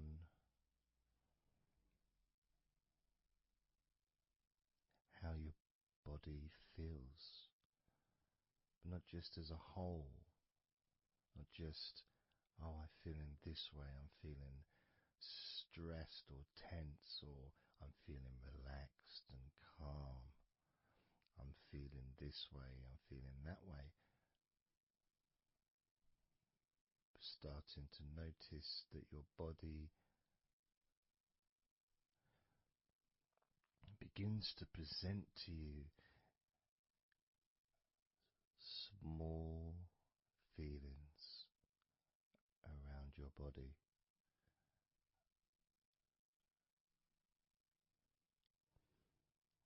Small physical sensations in your legs, whether pleasurable or not.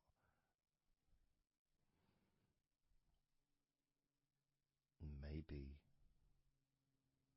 resisting the temptation to label them or to judge them, those feelings, just thinking about them as just being neutral, just feelings.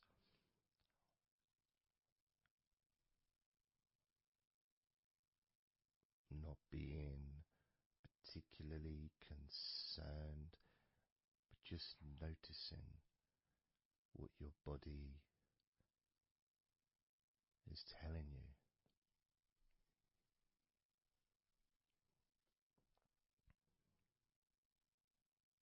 The feelings in your arms. Instead of feeling the whole of the arm, maybe notice those individual feelings for all those different muscles and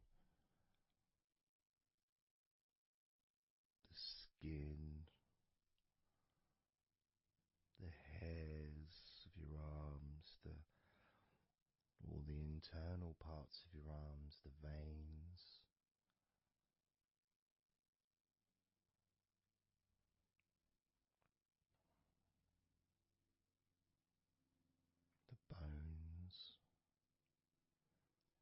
just being aware of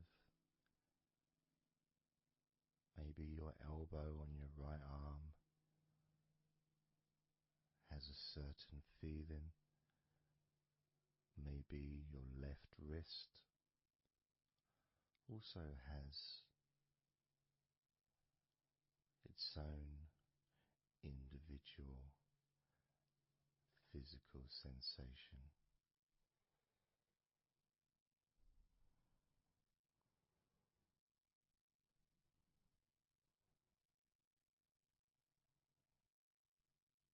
What about your forearm on your right arm? Your right forearm.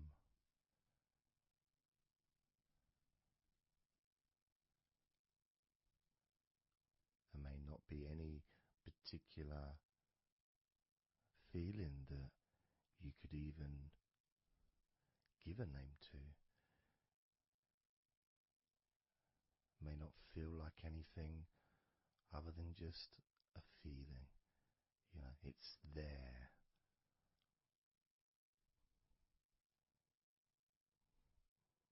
The feelings in your shoulders. Perhaps your shoulders, when you think about them, they're kind of almost like they're the same, you know, the same feeling. Almost like both of your shoulders are just one thing. But of course they're not.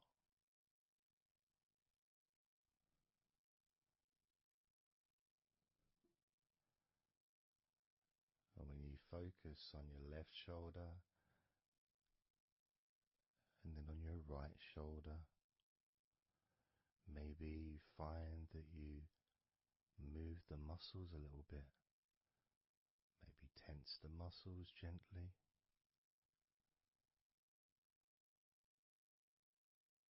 Noticing the difference in each shoulder.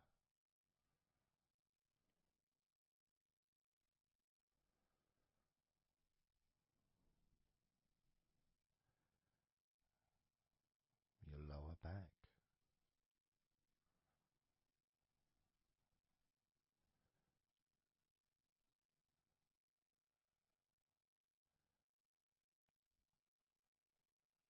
The left side of your lower back and the right side of your lower back.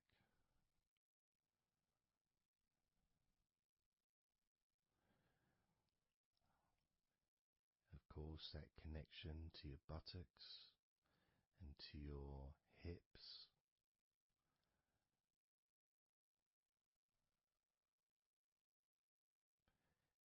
And also moving up into the middle of your back.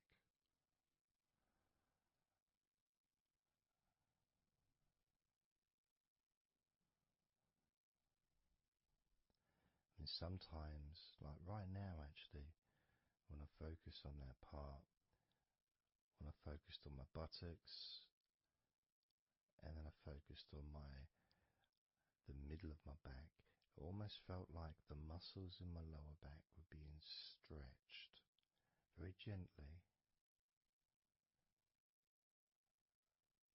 but just stretched a little bit, even though I wasn't doing anything to try to stretch your lower back. It just seemed to happen. The feeling of very gently stretching your lower back.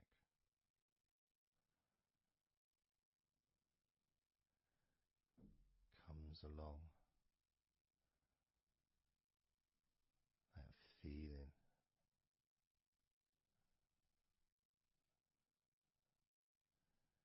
in your chest.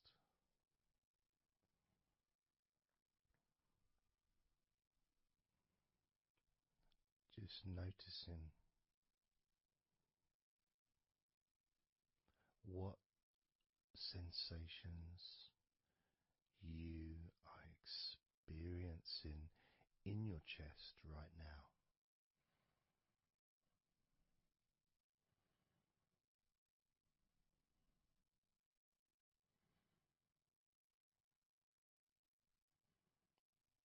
so much of the chest. Obviously there's the collarbone leading to the chest. You've got the chest bone. You've got the muscles in your chest. And of course, if you're female, there's possibly the breasts. If you're male, you've got the different, well, mine aren't that different these days, but there may be more muscles at the top of the chest, but at the side, underneath, it's pretty much the same, whether you're a man or a woman.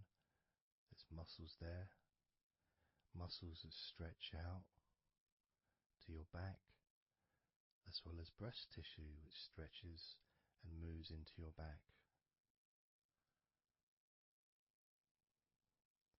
So just being aware of your chest,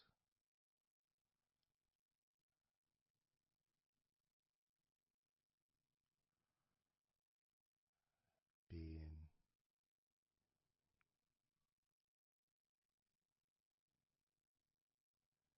with whatever feeling there is in your chest.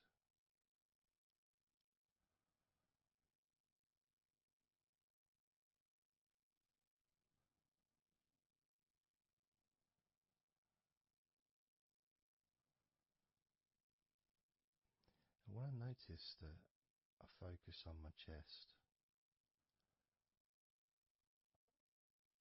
I feel it in my back, my upper back. I mean, I guess the obvious reason would be because, I breathe in,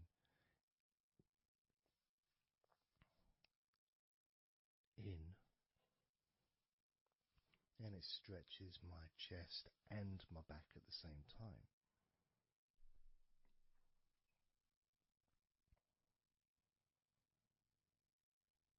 Yeah, it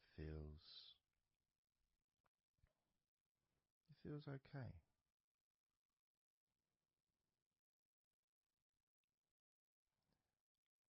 Doesn't feel. I got a little bit of pain in my right chest. A little bit, not pain, but little discomfort, maybe stiffness, possibly. I don't know. I notice my shoulders are also wanting to flex for some reason. I think that's probably part of my upper back.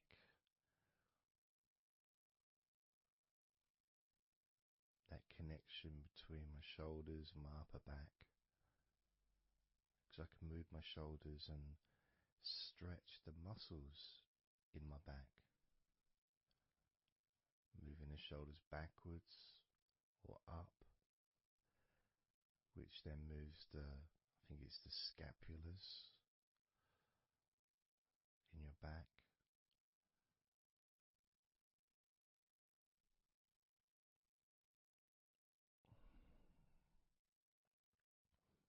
It feels quite nice, actually.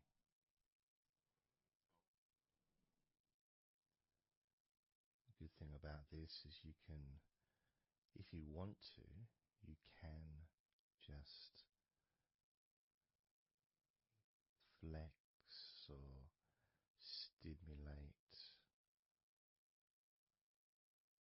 the various muscles in your body gently in order to get more of a sense of how they feel.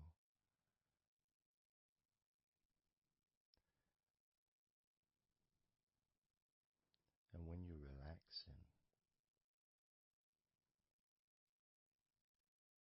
when you do tense a muscle and you let it go and you let it relaxes way more than it would normally. But you have to feel that you're able to do that. There's no point doing it an issue with a part of your body, you need to be gentle with yourself at all times when relaxing deeply. It's important to be kind to yourself.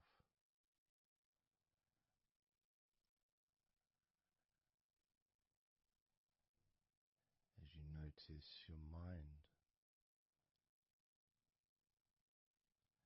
how much has your mind slowed down since we started this recording?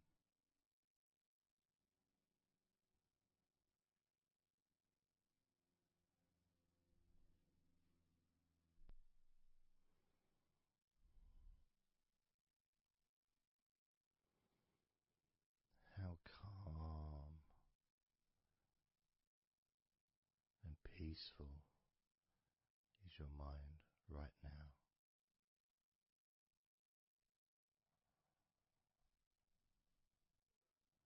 With nothing to think about,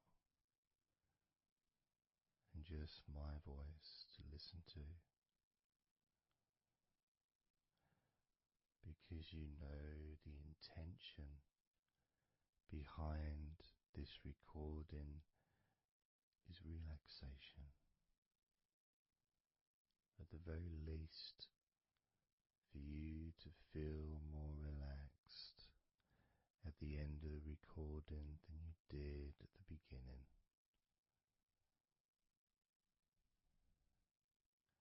At the very least, for your mind to slow down as your body continues to relax,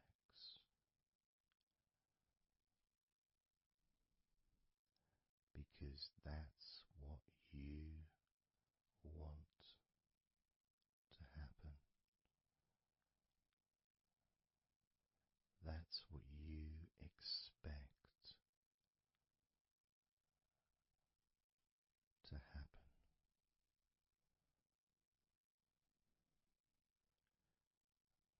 For relaxation to fill your body.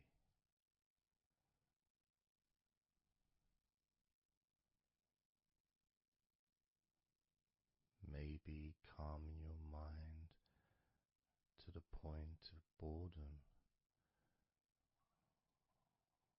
when you start maybe to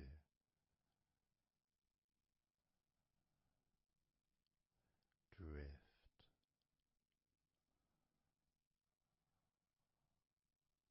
away.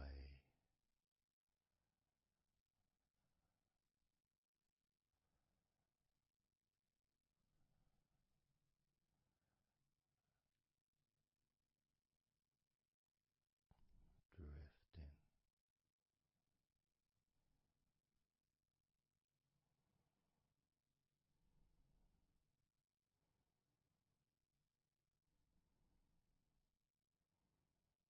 It's almost as if you're moving further away from your body and your mind, just leaving that there.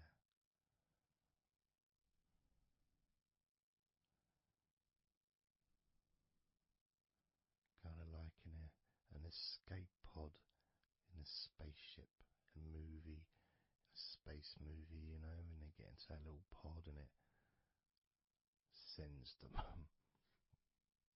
far away from the spaceship.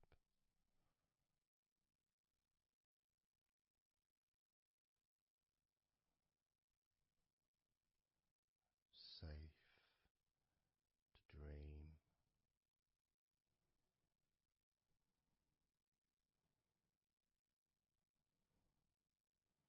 And continue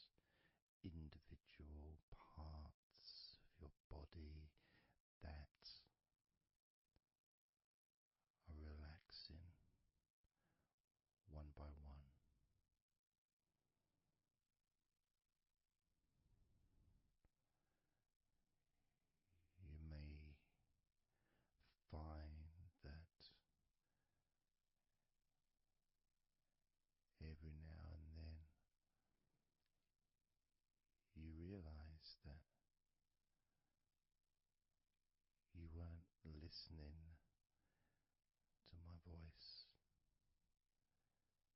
because your mind started to imagine something different. Maybe you started to almost move into some kind of a dreamy state. And then you become aware of my voice again. And even though you may want to focus on my voice, you may also wish to allow your mind to just drift naturally into that space of comfort and safety.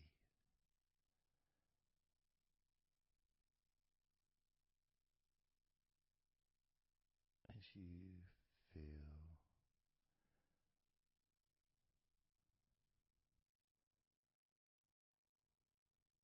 more comfort spreading through your body like a warm blanket, covering you gently, keeping your body at just the perfect temperature.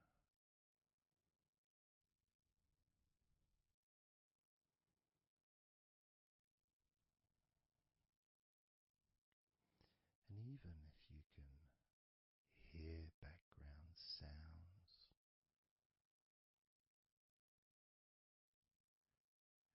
they just don't seem to matter anymore.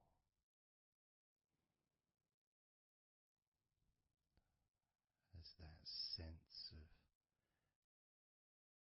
peace spreads through your mind,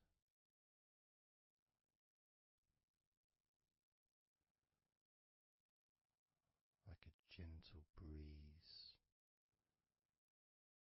yet strong enough to blow away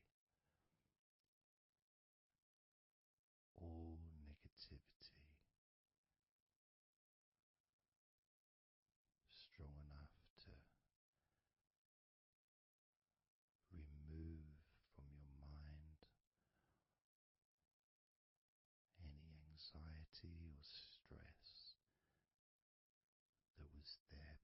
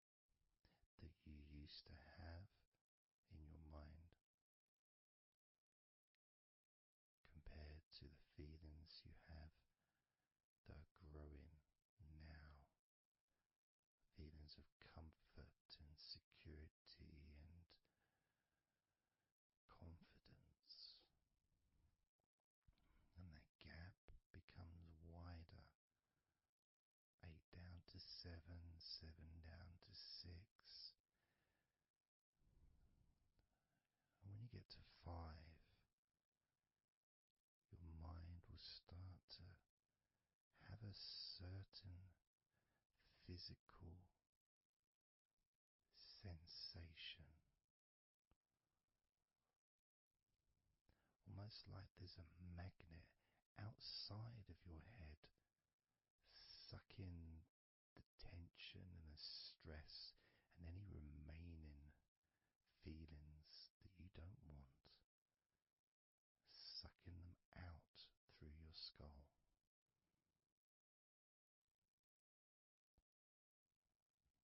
And then down to 4, you can start to really experience that sense of not just emptiness but space,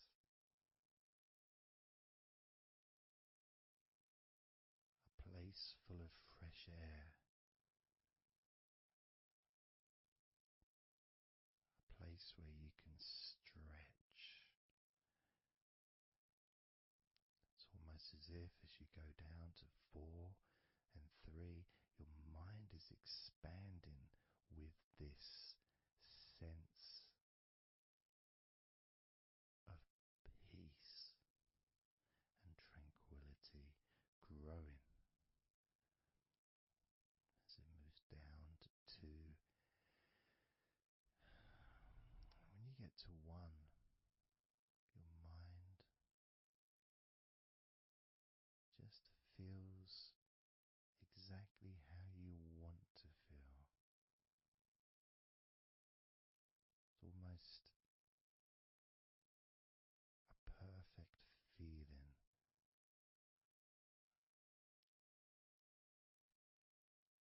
Maybe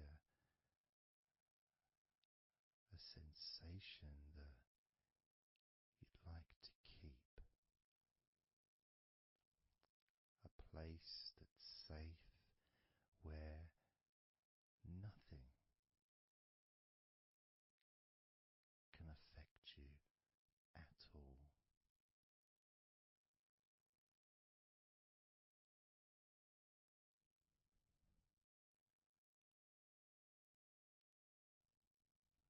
And you can stay in that space of comfort and confidence, confident in your own ability to create this space and this feeling of comfort within your own mind, just by counting from 10 down to 1.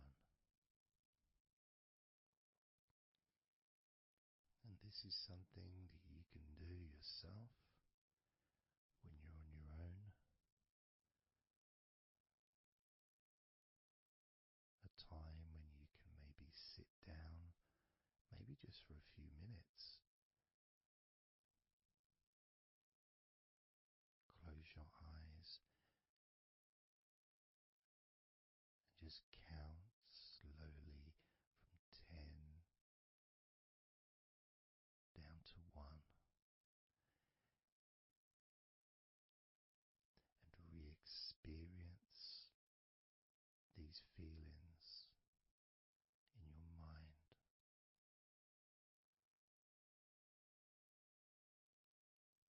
And when you feel that way in your mind, your body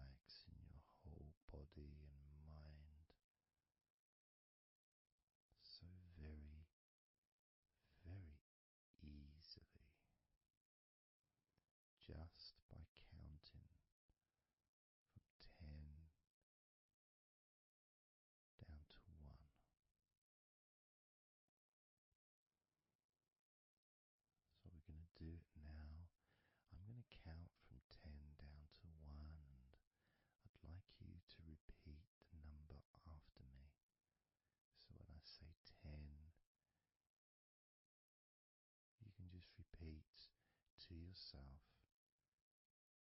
10.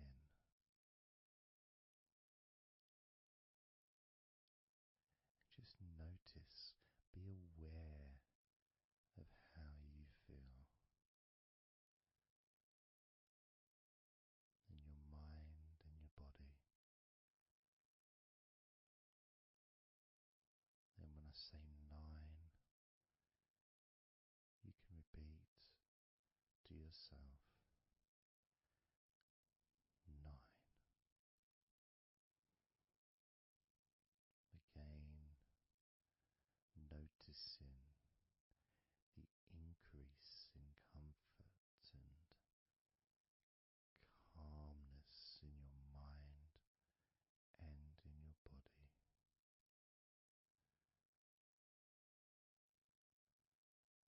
The same when I say 8, when I say 7, 6, when I say 5, 4, when I say 3, 2, and lastly when I say 1, you can repeat that number.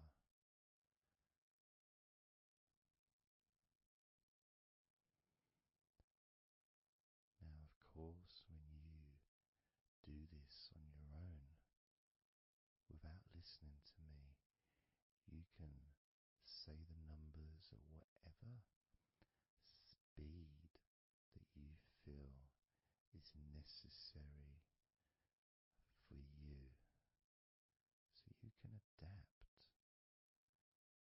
So if you feel you want to say the numbers 10 down to 1 faster than I do, then go ahead and do that. Or if you feel when you do it yourself that you'd like to have more space between the numbers, maybe take a lot longer to get from 10 all the way down to 1. That's your choice also to do.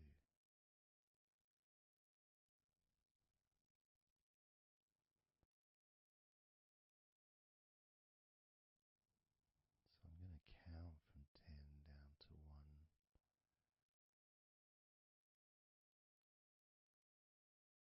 And when I get to 1, that will be the end of this recording. Unless, of course, you're listening with music, then the music will continue.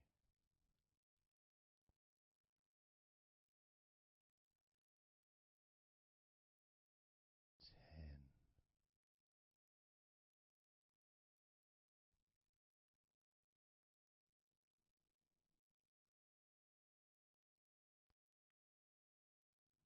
Nine,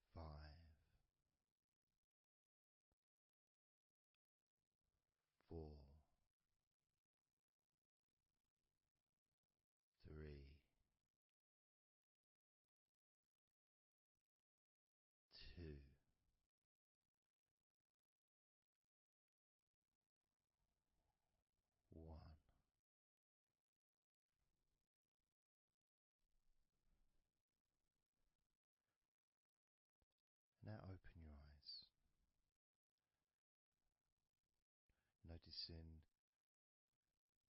how you physically feel, having counted down from 20 to 1, allowing stress and tension to leave through your fingertips and your toes. And as you focus on your fingertips, maybe they feel a little bit tingly,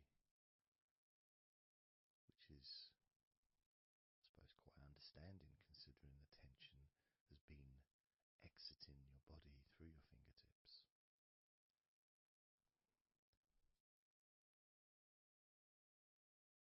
So now we're going to count from 20 down to 1 again. This time you're going to feel relief of tension and stress, any anxiety that you may have, leaving through your stomach. Just leaving through your stomach, almost as if it's just releasing the whole of your stomach, from your navel to just above your chest, or below your chest rather. So surrounding your belly button area, that whole area, you can feel the tension of your body, whatever's left, just releasing from that area. And you may notice that your stomach will become very relaxed as I count down from 20 down to 1. Now, 20, 19, 18,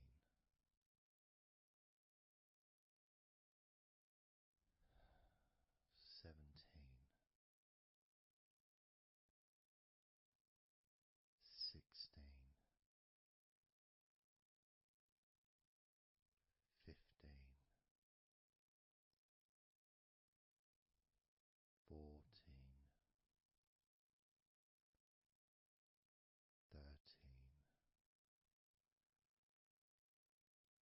12, 11,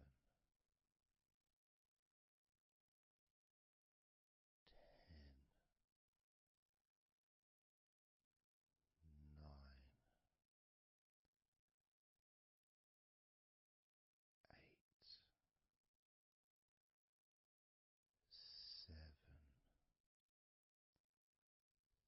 7, 6, 5, 4, 3, 2, 1.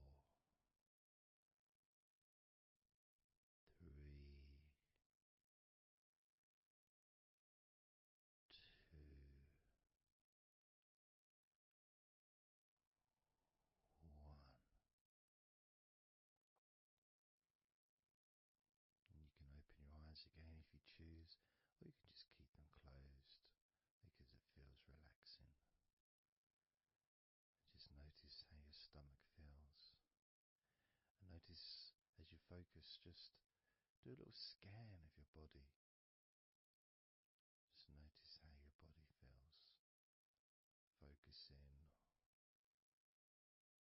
on your upper body, your back, chest, stomach, legs, arms, hands, feet. Just noticing. And you may start to feel more of a sense of tiredness, which may be the reason you're listening to this recording, because you would like to let go completely of everything and drift off into a nice, natural, calm, relaxing sleep.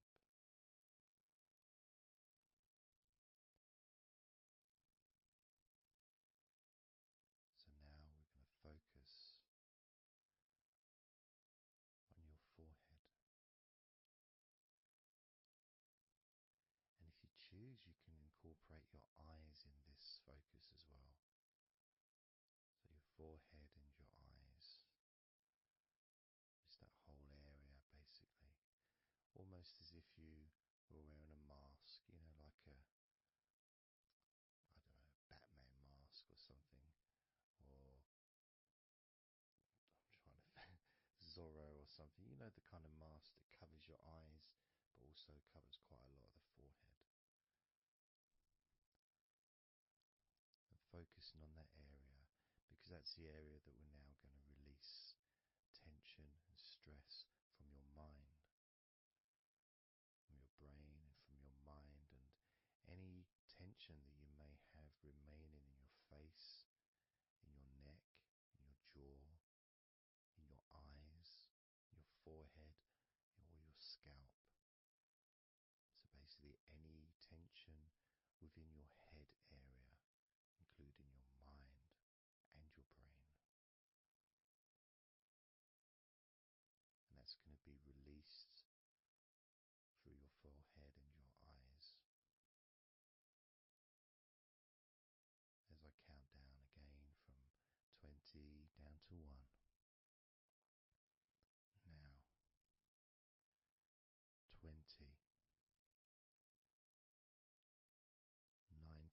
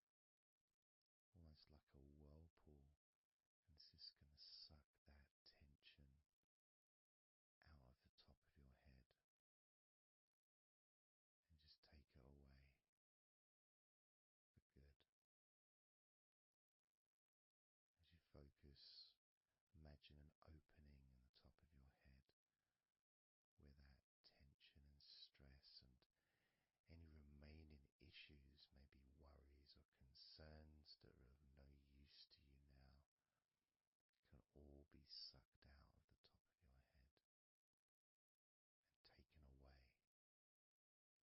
as I count down again from 20 down to 1. Now, 20, 19, 18, 17,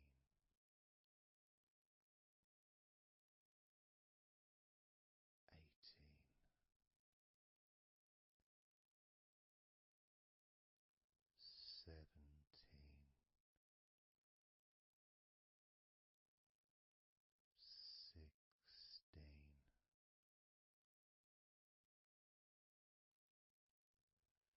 15, 14, 13,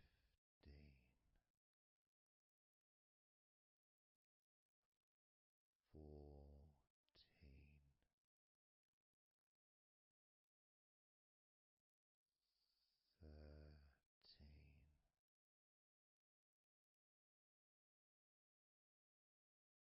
11, 10,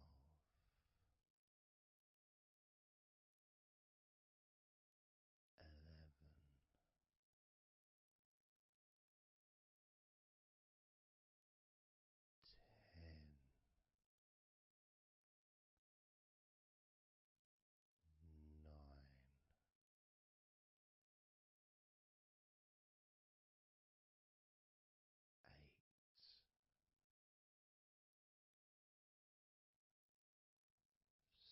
8, 7, 6, 5,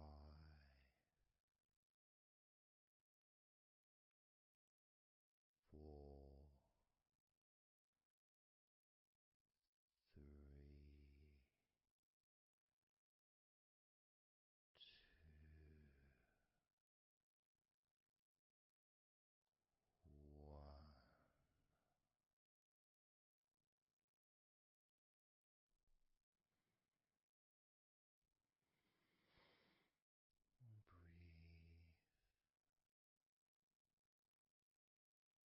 Breathe, noticing how you feel,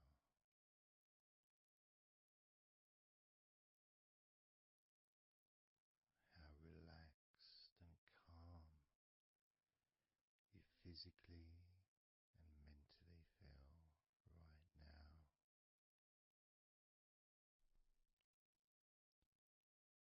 How peaceful your mind feels. It feels so nice to just let go, to give yourself some space to breathe easily, to think calmly, and just to take a break from all that pointless worry and concerns about things that you don't need to think about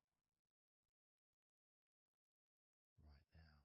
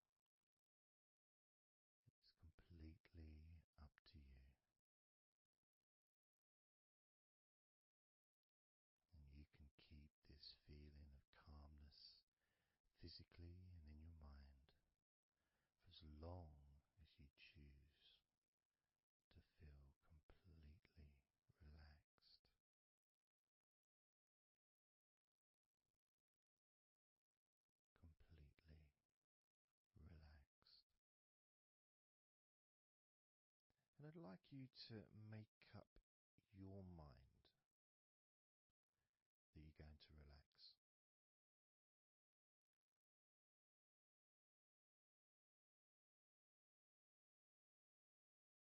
And I want to explore that with you, what it feels like when you actually decide that you're going to relax. Not forcing yourself, but giving yourself that. I guess it is a command, really, isn't it? When you're telling yourself,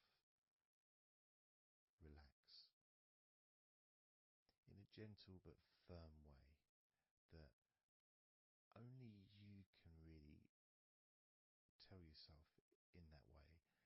You can't really have someone else saying to you, now relax, relax, you know. It needs to be gentle, but someone else can't really have the same kind of influence or power that you have over your own physicality, over how you feel.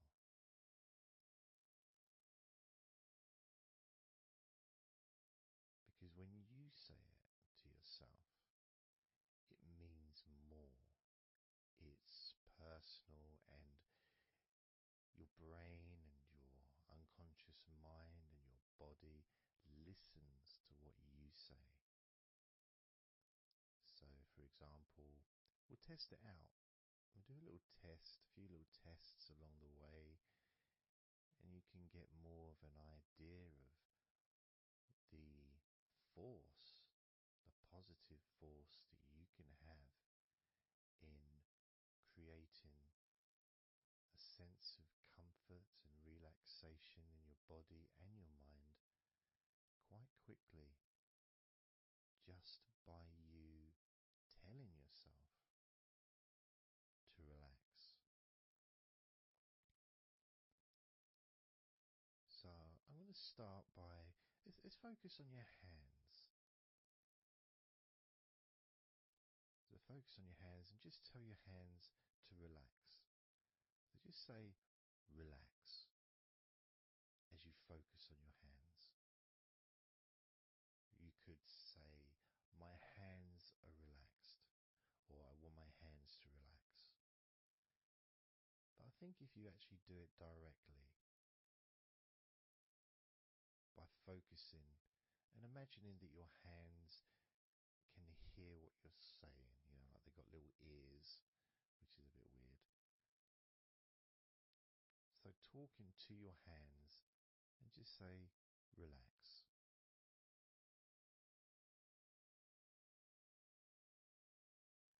Noticing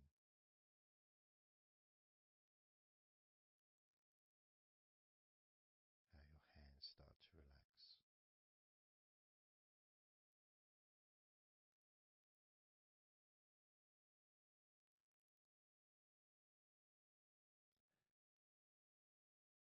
Now focus on your eyes and tell your eyes to relax. So you're just saying the same word, relax. And find the right tone for you. I might say relax, but you might say relax or relax. You might say it differently to yourself, and that's important for you to gauge what feels right for you. So just tell your eyes to relax whilst focusing on your eyes, your eyelids, the muscles around your eyes, your eyebrows, and just tell your eyes directly, relax now.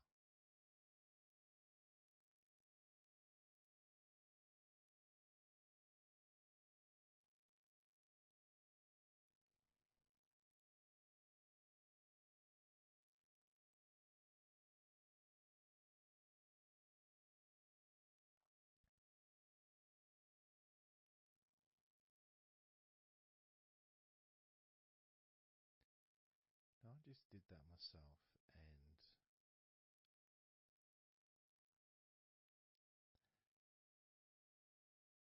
sometimes you may feel that you need a bit more time for the different parts to relax, because I start talking again and maybe that part hasn't relaxed fully. But what will happen is it will just continue to relax even though I'm talking. And that's happening with my eyes. Something else I noticed is when I started focusing on my eyes, they actually they got worse before they got better in a way. Sort of, I felt a degree of tension growing in my eyes and then disappearing. So I think what that was really was just me becoming more aware of the tension that was already there, that I wasn't focused on it before. So I wasn't really acknowledging it or really conscious to those feelings.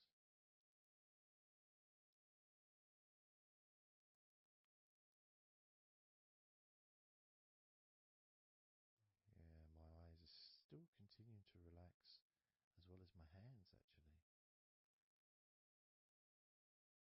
My hands have got a certain kind of energy, like not buzzing, but I can kind of feel a degree of energy in my hands. Maybe that's where the tension's being released. Maybe that's causing that.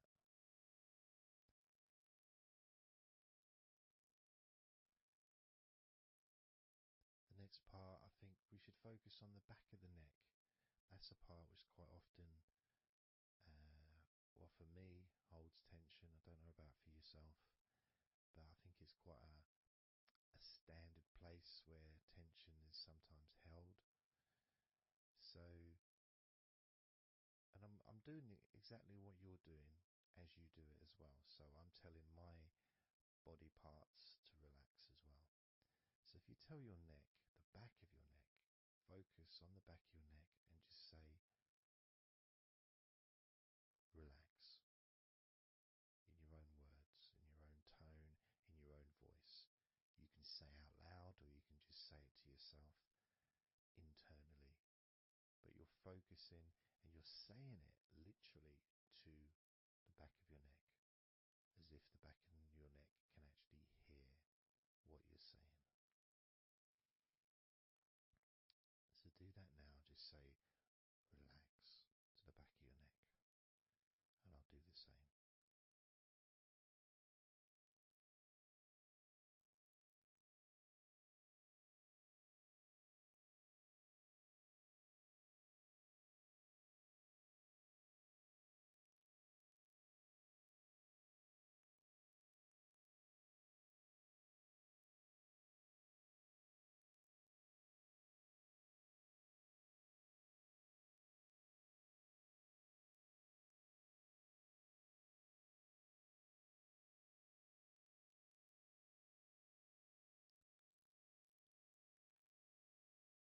Now, what I noticed, and you may have had a similar thing, is even though I was focusing on the back of my neck,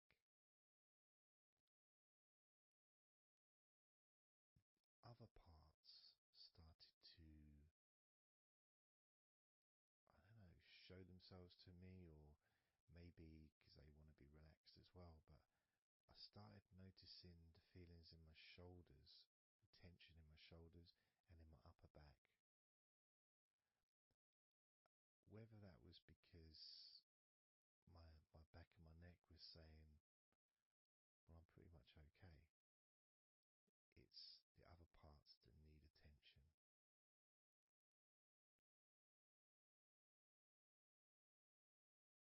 But my back of my neck is still relaxing. But I just became more aware of other parts that needed attention. Now this might happen, and it's not.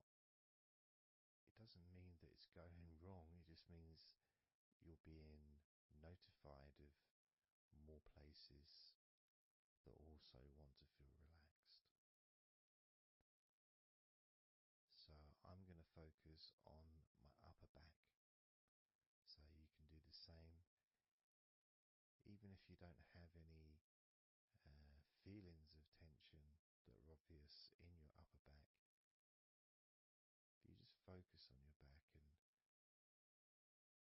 the whole area from your shoulder blades down to the middle of your back, down your spine. And with me, it's more the shoulder blades that are more. Yeah, that's the parts that are really sort of giving me the nod that it needs relaxing. So I'm just going to ask that part to relax. And you can do the same now.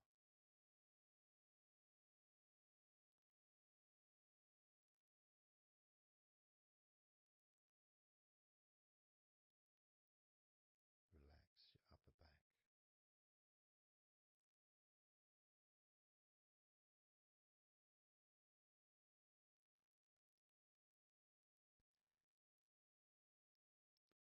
Something strange happened there, and this often happens. I've been doing this for 16 years or something, and often I don't know why I'm surprised, but amazed really that there can be a feeling. So when I was focusing on the back of my neck, my upper back was starting to feel quite stressed and in need of attention. As soon as I started talking to you about my upper back and talking about, getting ready to ask the upper back to relax, my upper back already started to relax. It's almost as if it doesn't need to hear the words, just needs the attention. Just needs to be noticed.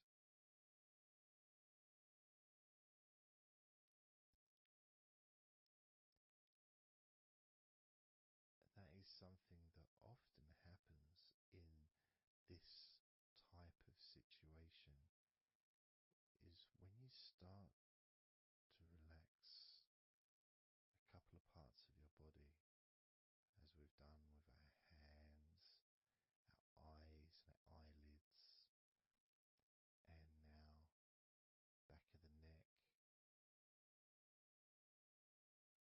top of the back, upper back. The rest of the body seems to just take notice and decide in its own way to start relaxing. Other parts of your body start to just become looser. I suppose it's kind of like a bit of an avalanche, The little ball starts rolling, and before you know it, the whole of your body is completely relaxed and calm.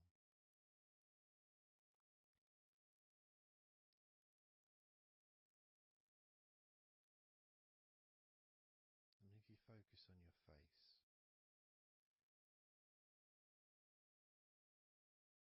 you focus on your eyes, your eyelids, your eyebrows, and the muscles around your eyes. Maybe you start to notice that your forehead is more relaxed than it was. Maybe your face is more relaxed.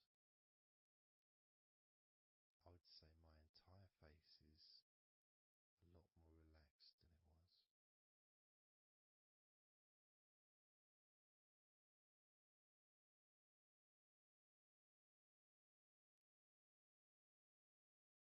So we're going to focus now on your shoulders. Again, just like before, just tell your shoulders. I mean, you can do them individually. You can do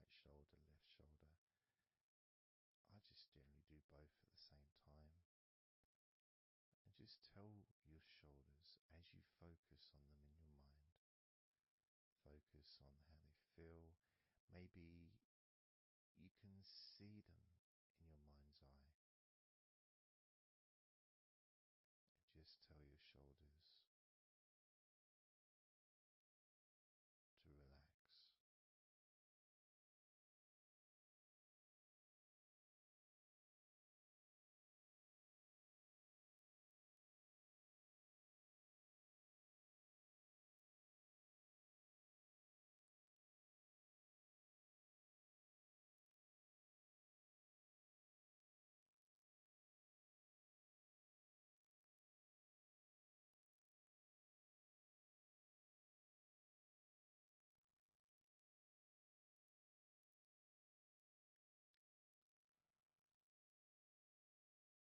It feels nice as they relax.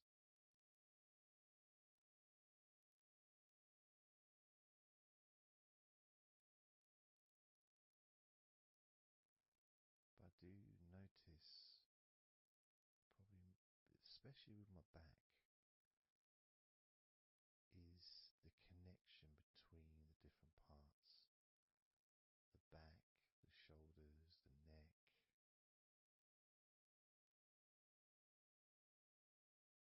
being all connected and being such a large part of your body.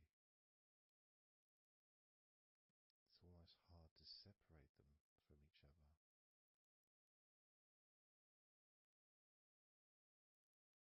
And my lower back has started to relax on its own.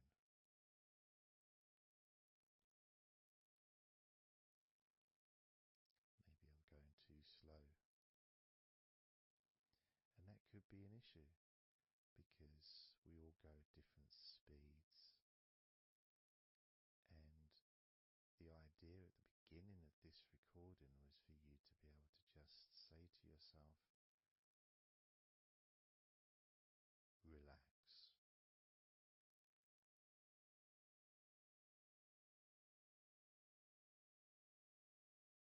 Without focusing on any particular part of your body. Because when you know that telling your hands to relax and your hands relax,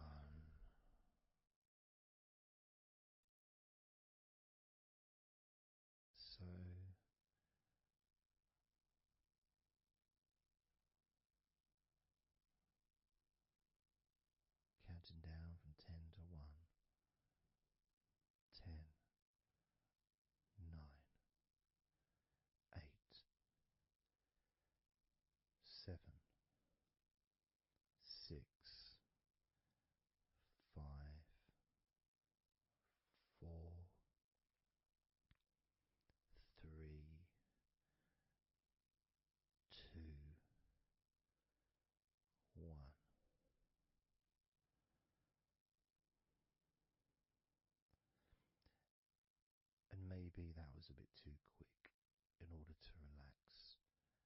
Maybe it's a bit too fast for you to notice the calming of your body. Maybe even a little bit of pressure there, like you're counting down from 10 to 1. What do you expect me to do, man? You expect me just to go all floppy just because you're counting down? 2. We could try again, but this time I'll go a bit slower. This time, as you focus on the whole of your body before we focus on your legs, just notice how your body does start to feel more relaxed with every number that I count down. 10.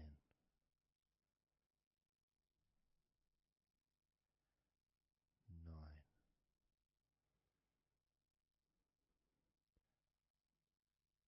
8.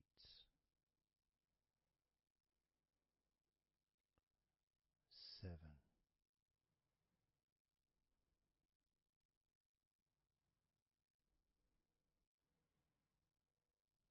6.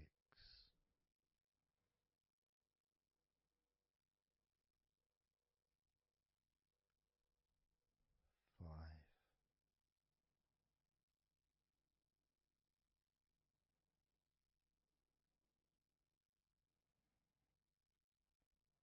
4.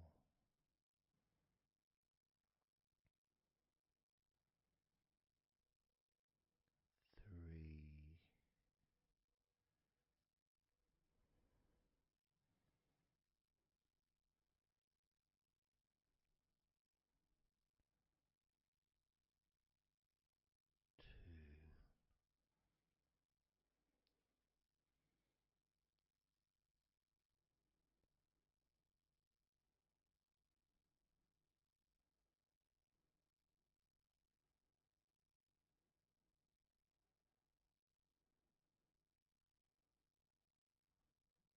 1.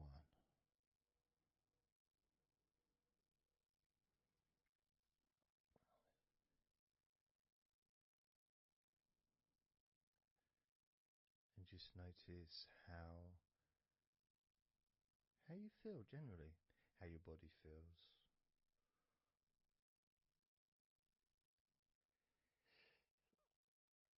It's not necessarily even about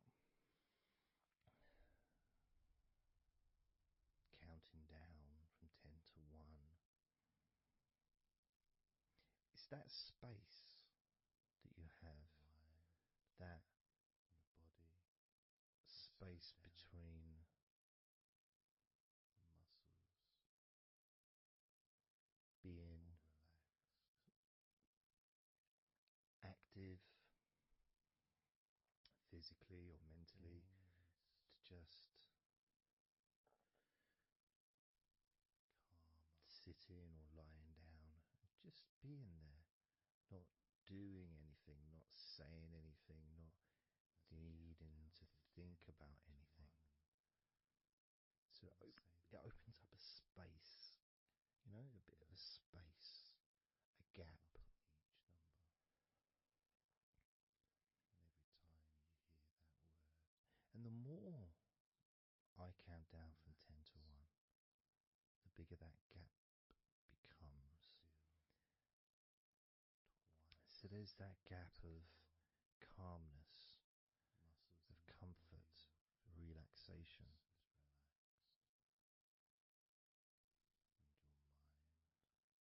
It's a nice feeling.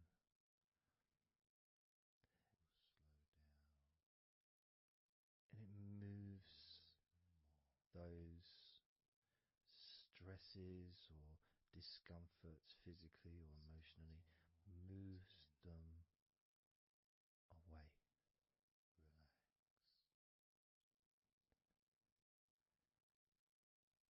Allows you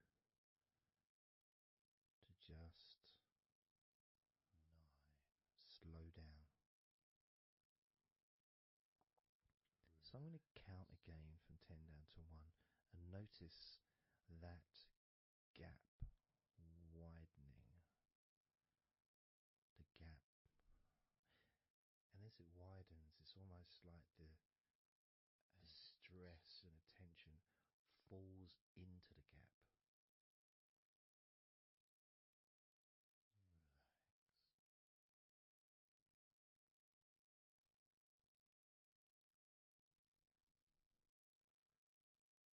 And gives you that distance, that space.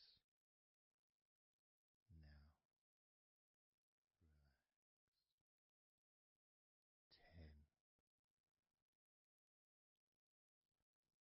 relax.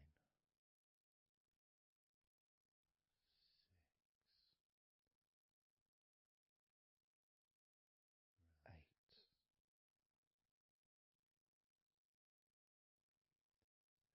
7,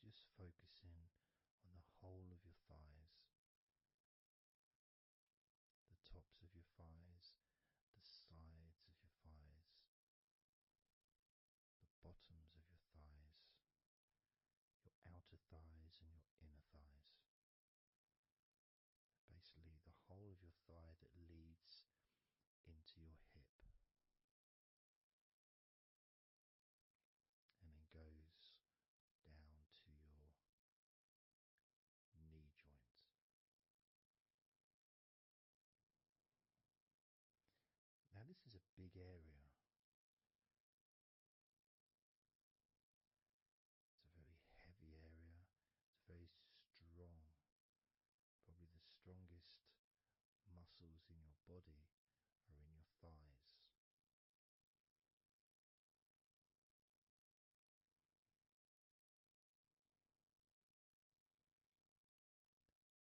But I don't think we perhaps give enough attention to our thighs.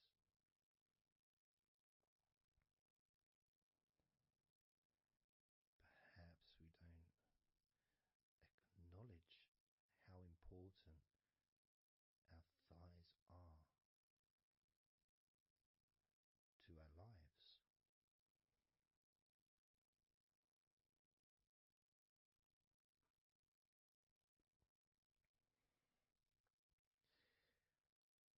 How much they actually do for us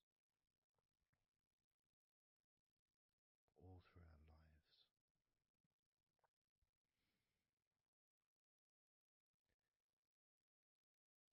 And it may sound really weird, but I think that all of our body parts, especially our thighs, need some TLC.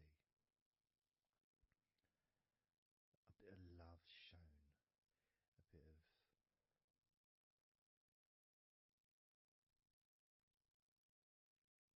acknowledgement,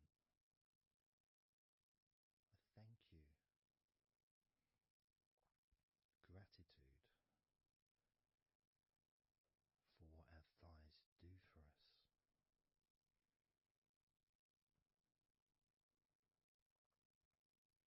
And I know this may sound a bit strange. Maybe you think, why am I? Surely I should be out in the garden hugging a tree or something. Well, it's hard to set a microphone up on a tree. That's why I'm doing this indoors, otherwise I would be outside hugging a tree. No, I can't see the television from the tree.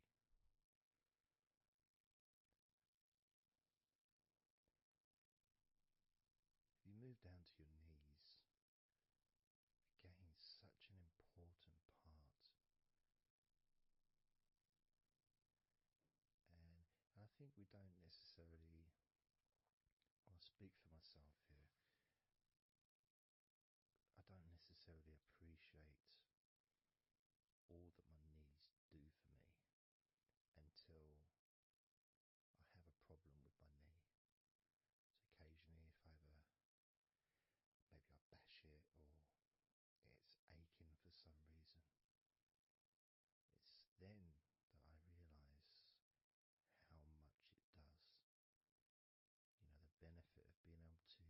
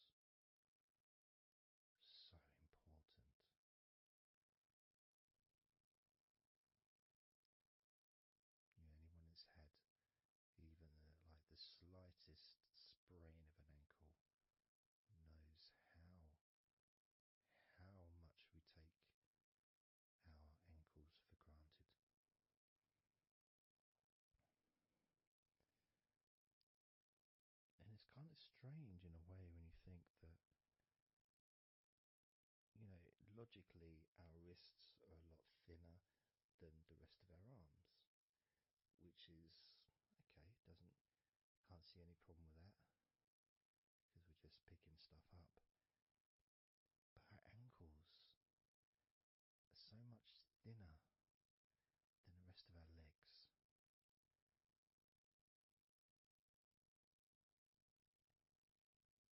And from a physics perspective, or logical even, it doesn't really make sense that all this weight would ultimately be resting on your ankles, then leading to your feet.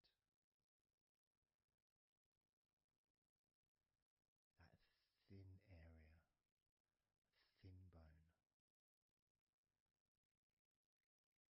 yet it does so much great work. Supports us, supports our body for a lifetime. Helps us to balance, helps you to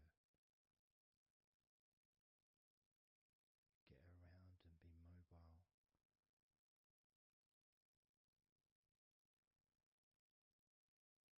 And there's the calf muscles, of course. When I was younger, I couldn't see the point in calf muscles. It didn't seem to do anything. Okay, if I walked around on tiptoes, then my calf muscles get some work. But of course that's not true. The calf muscles are being used whenever we use our legs.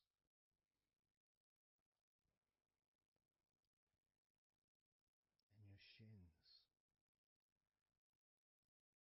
there to protect your lower legs. Shaped in a way almost as a protector for the bone.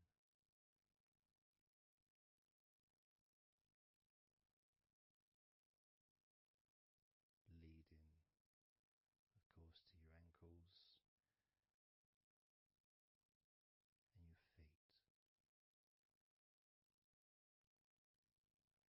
But we're not going to focus on your feet, we're just going to focus on the legs.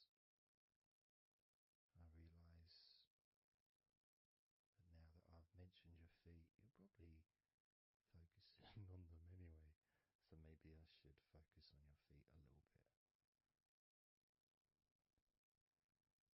You can have them in your awareness,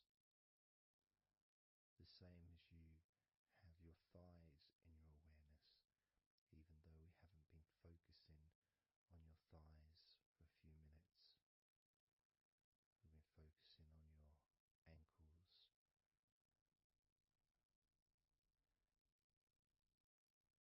there's still that sensation of comfort in your thighs. And there's that movement of energy,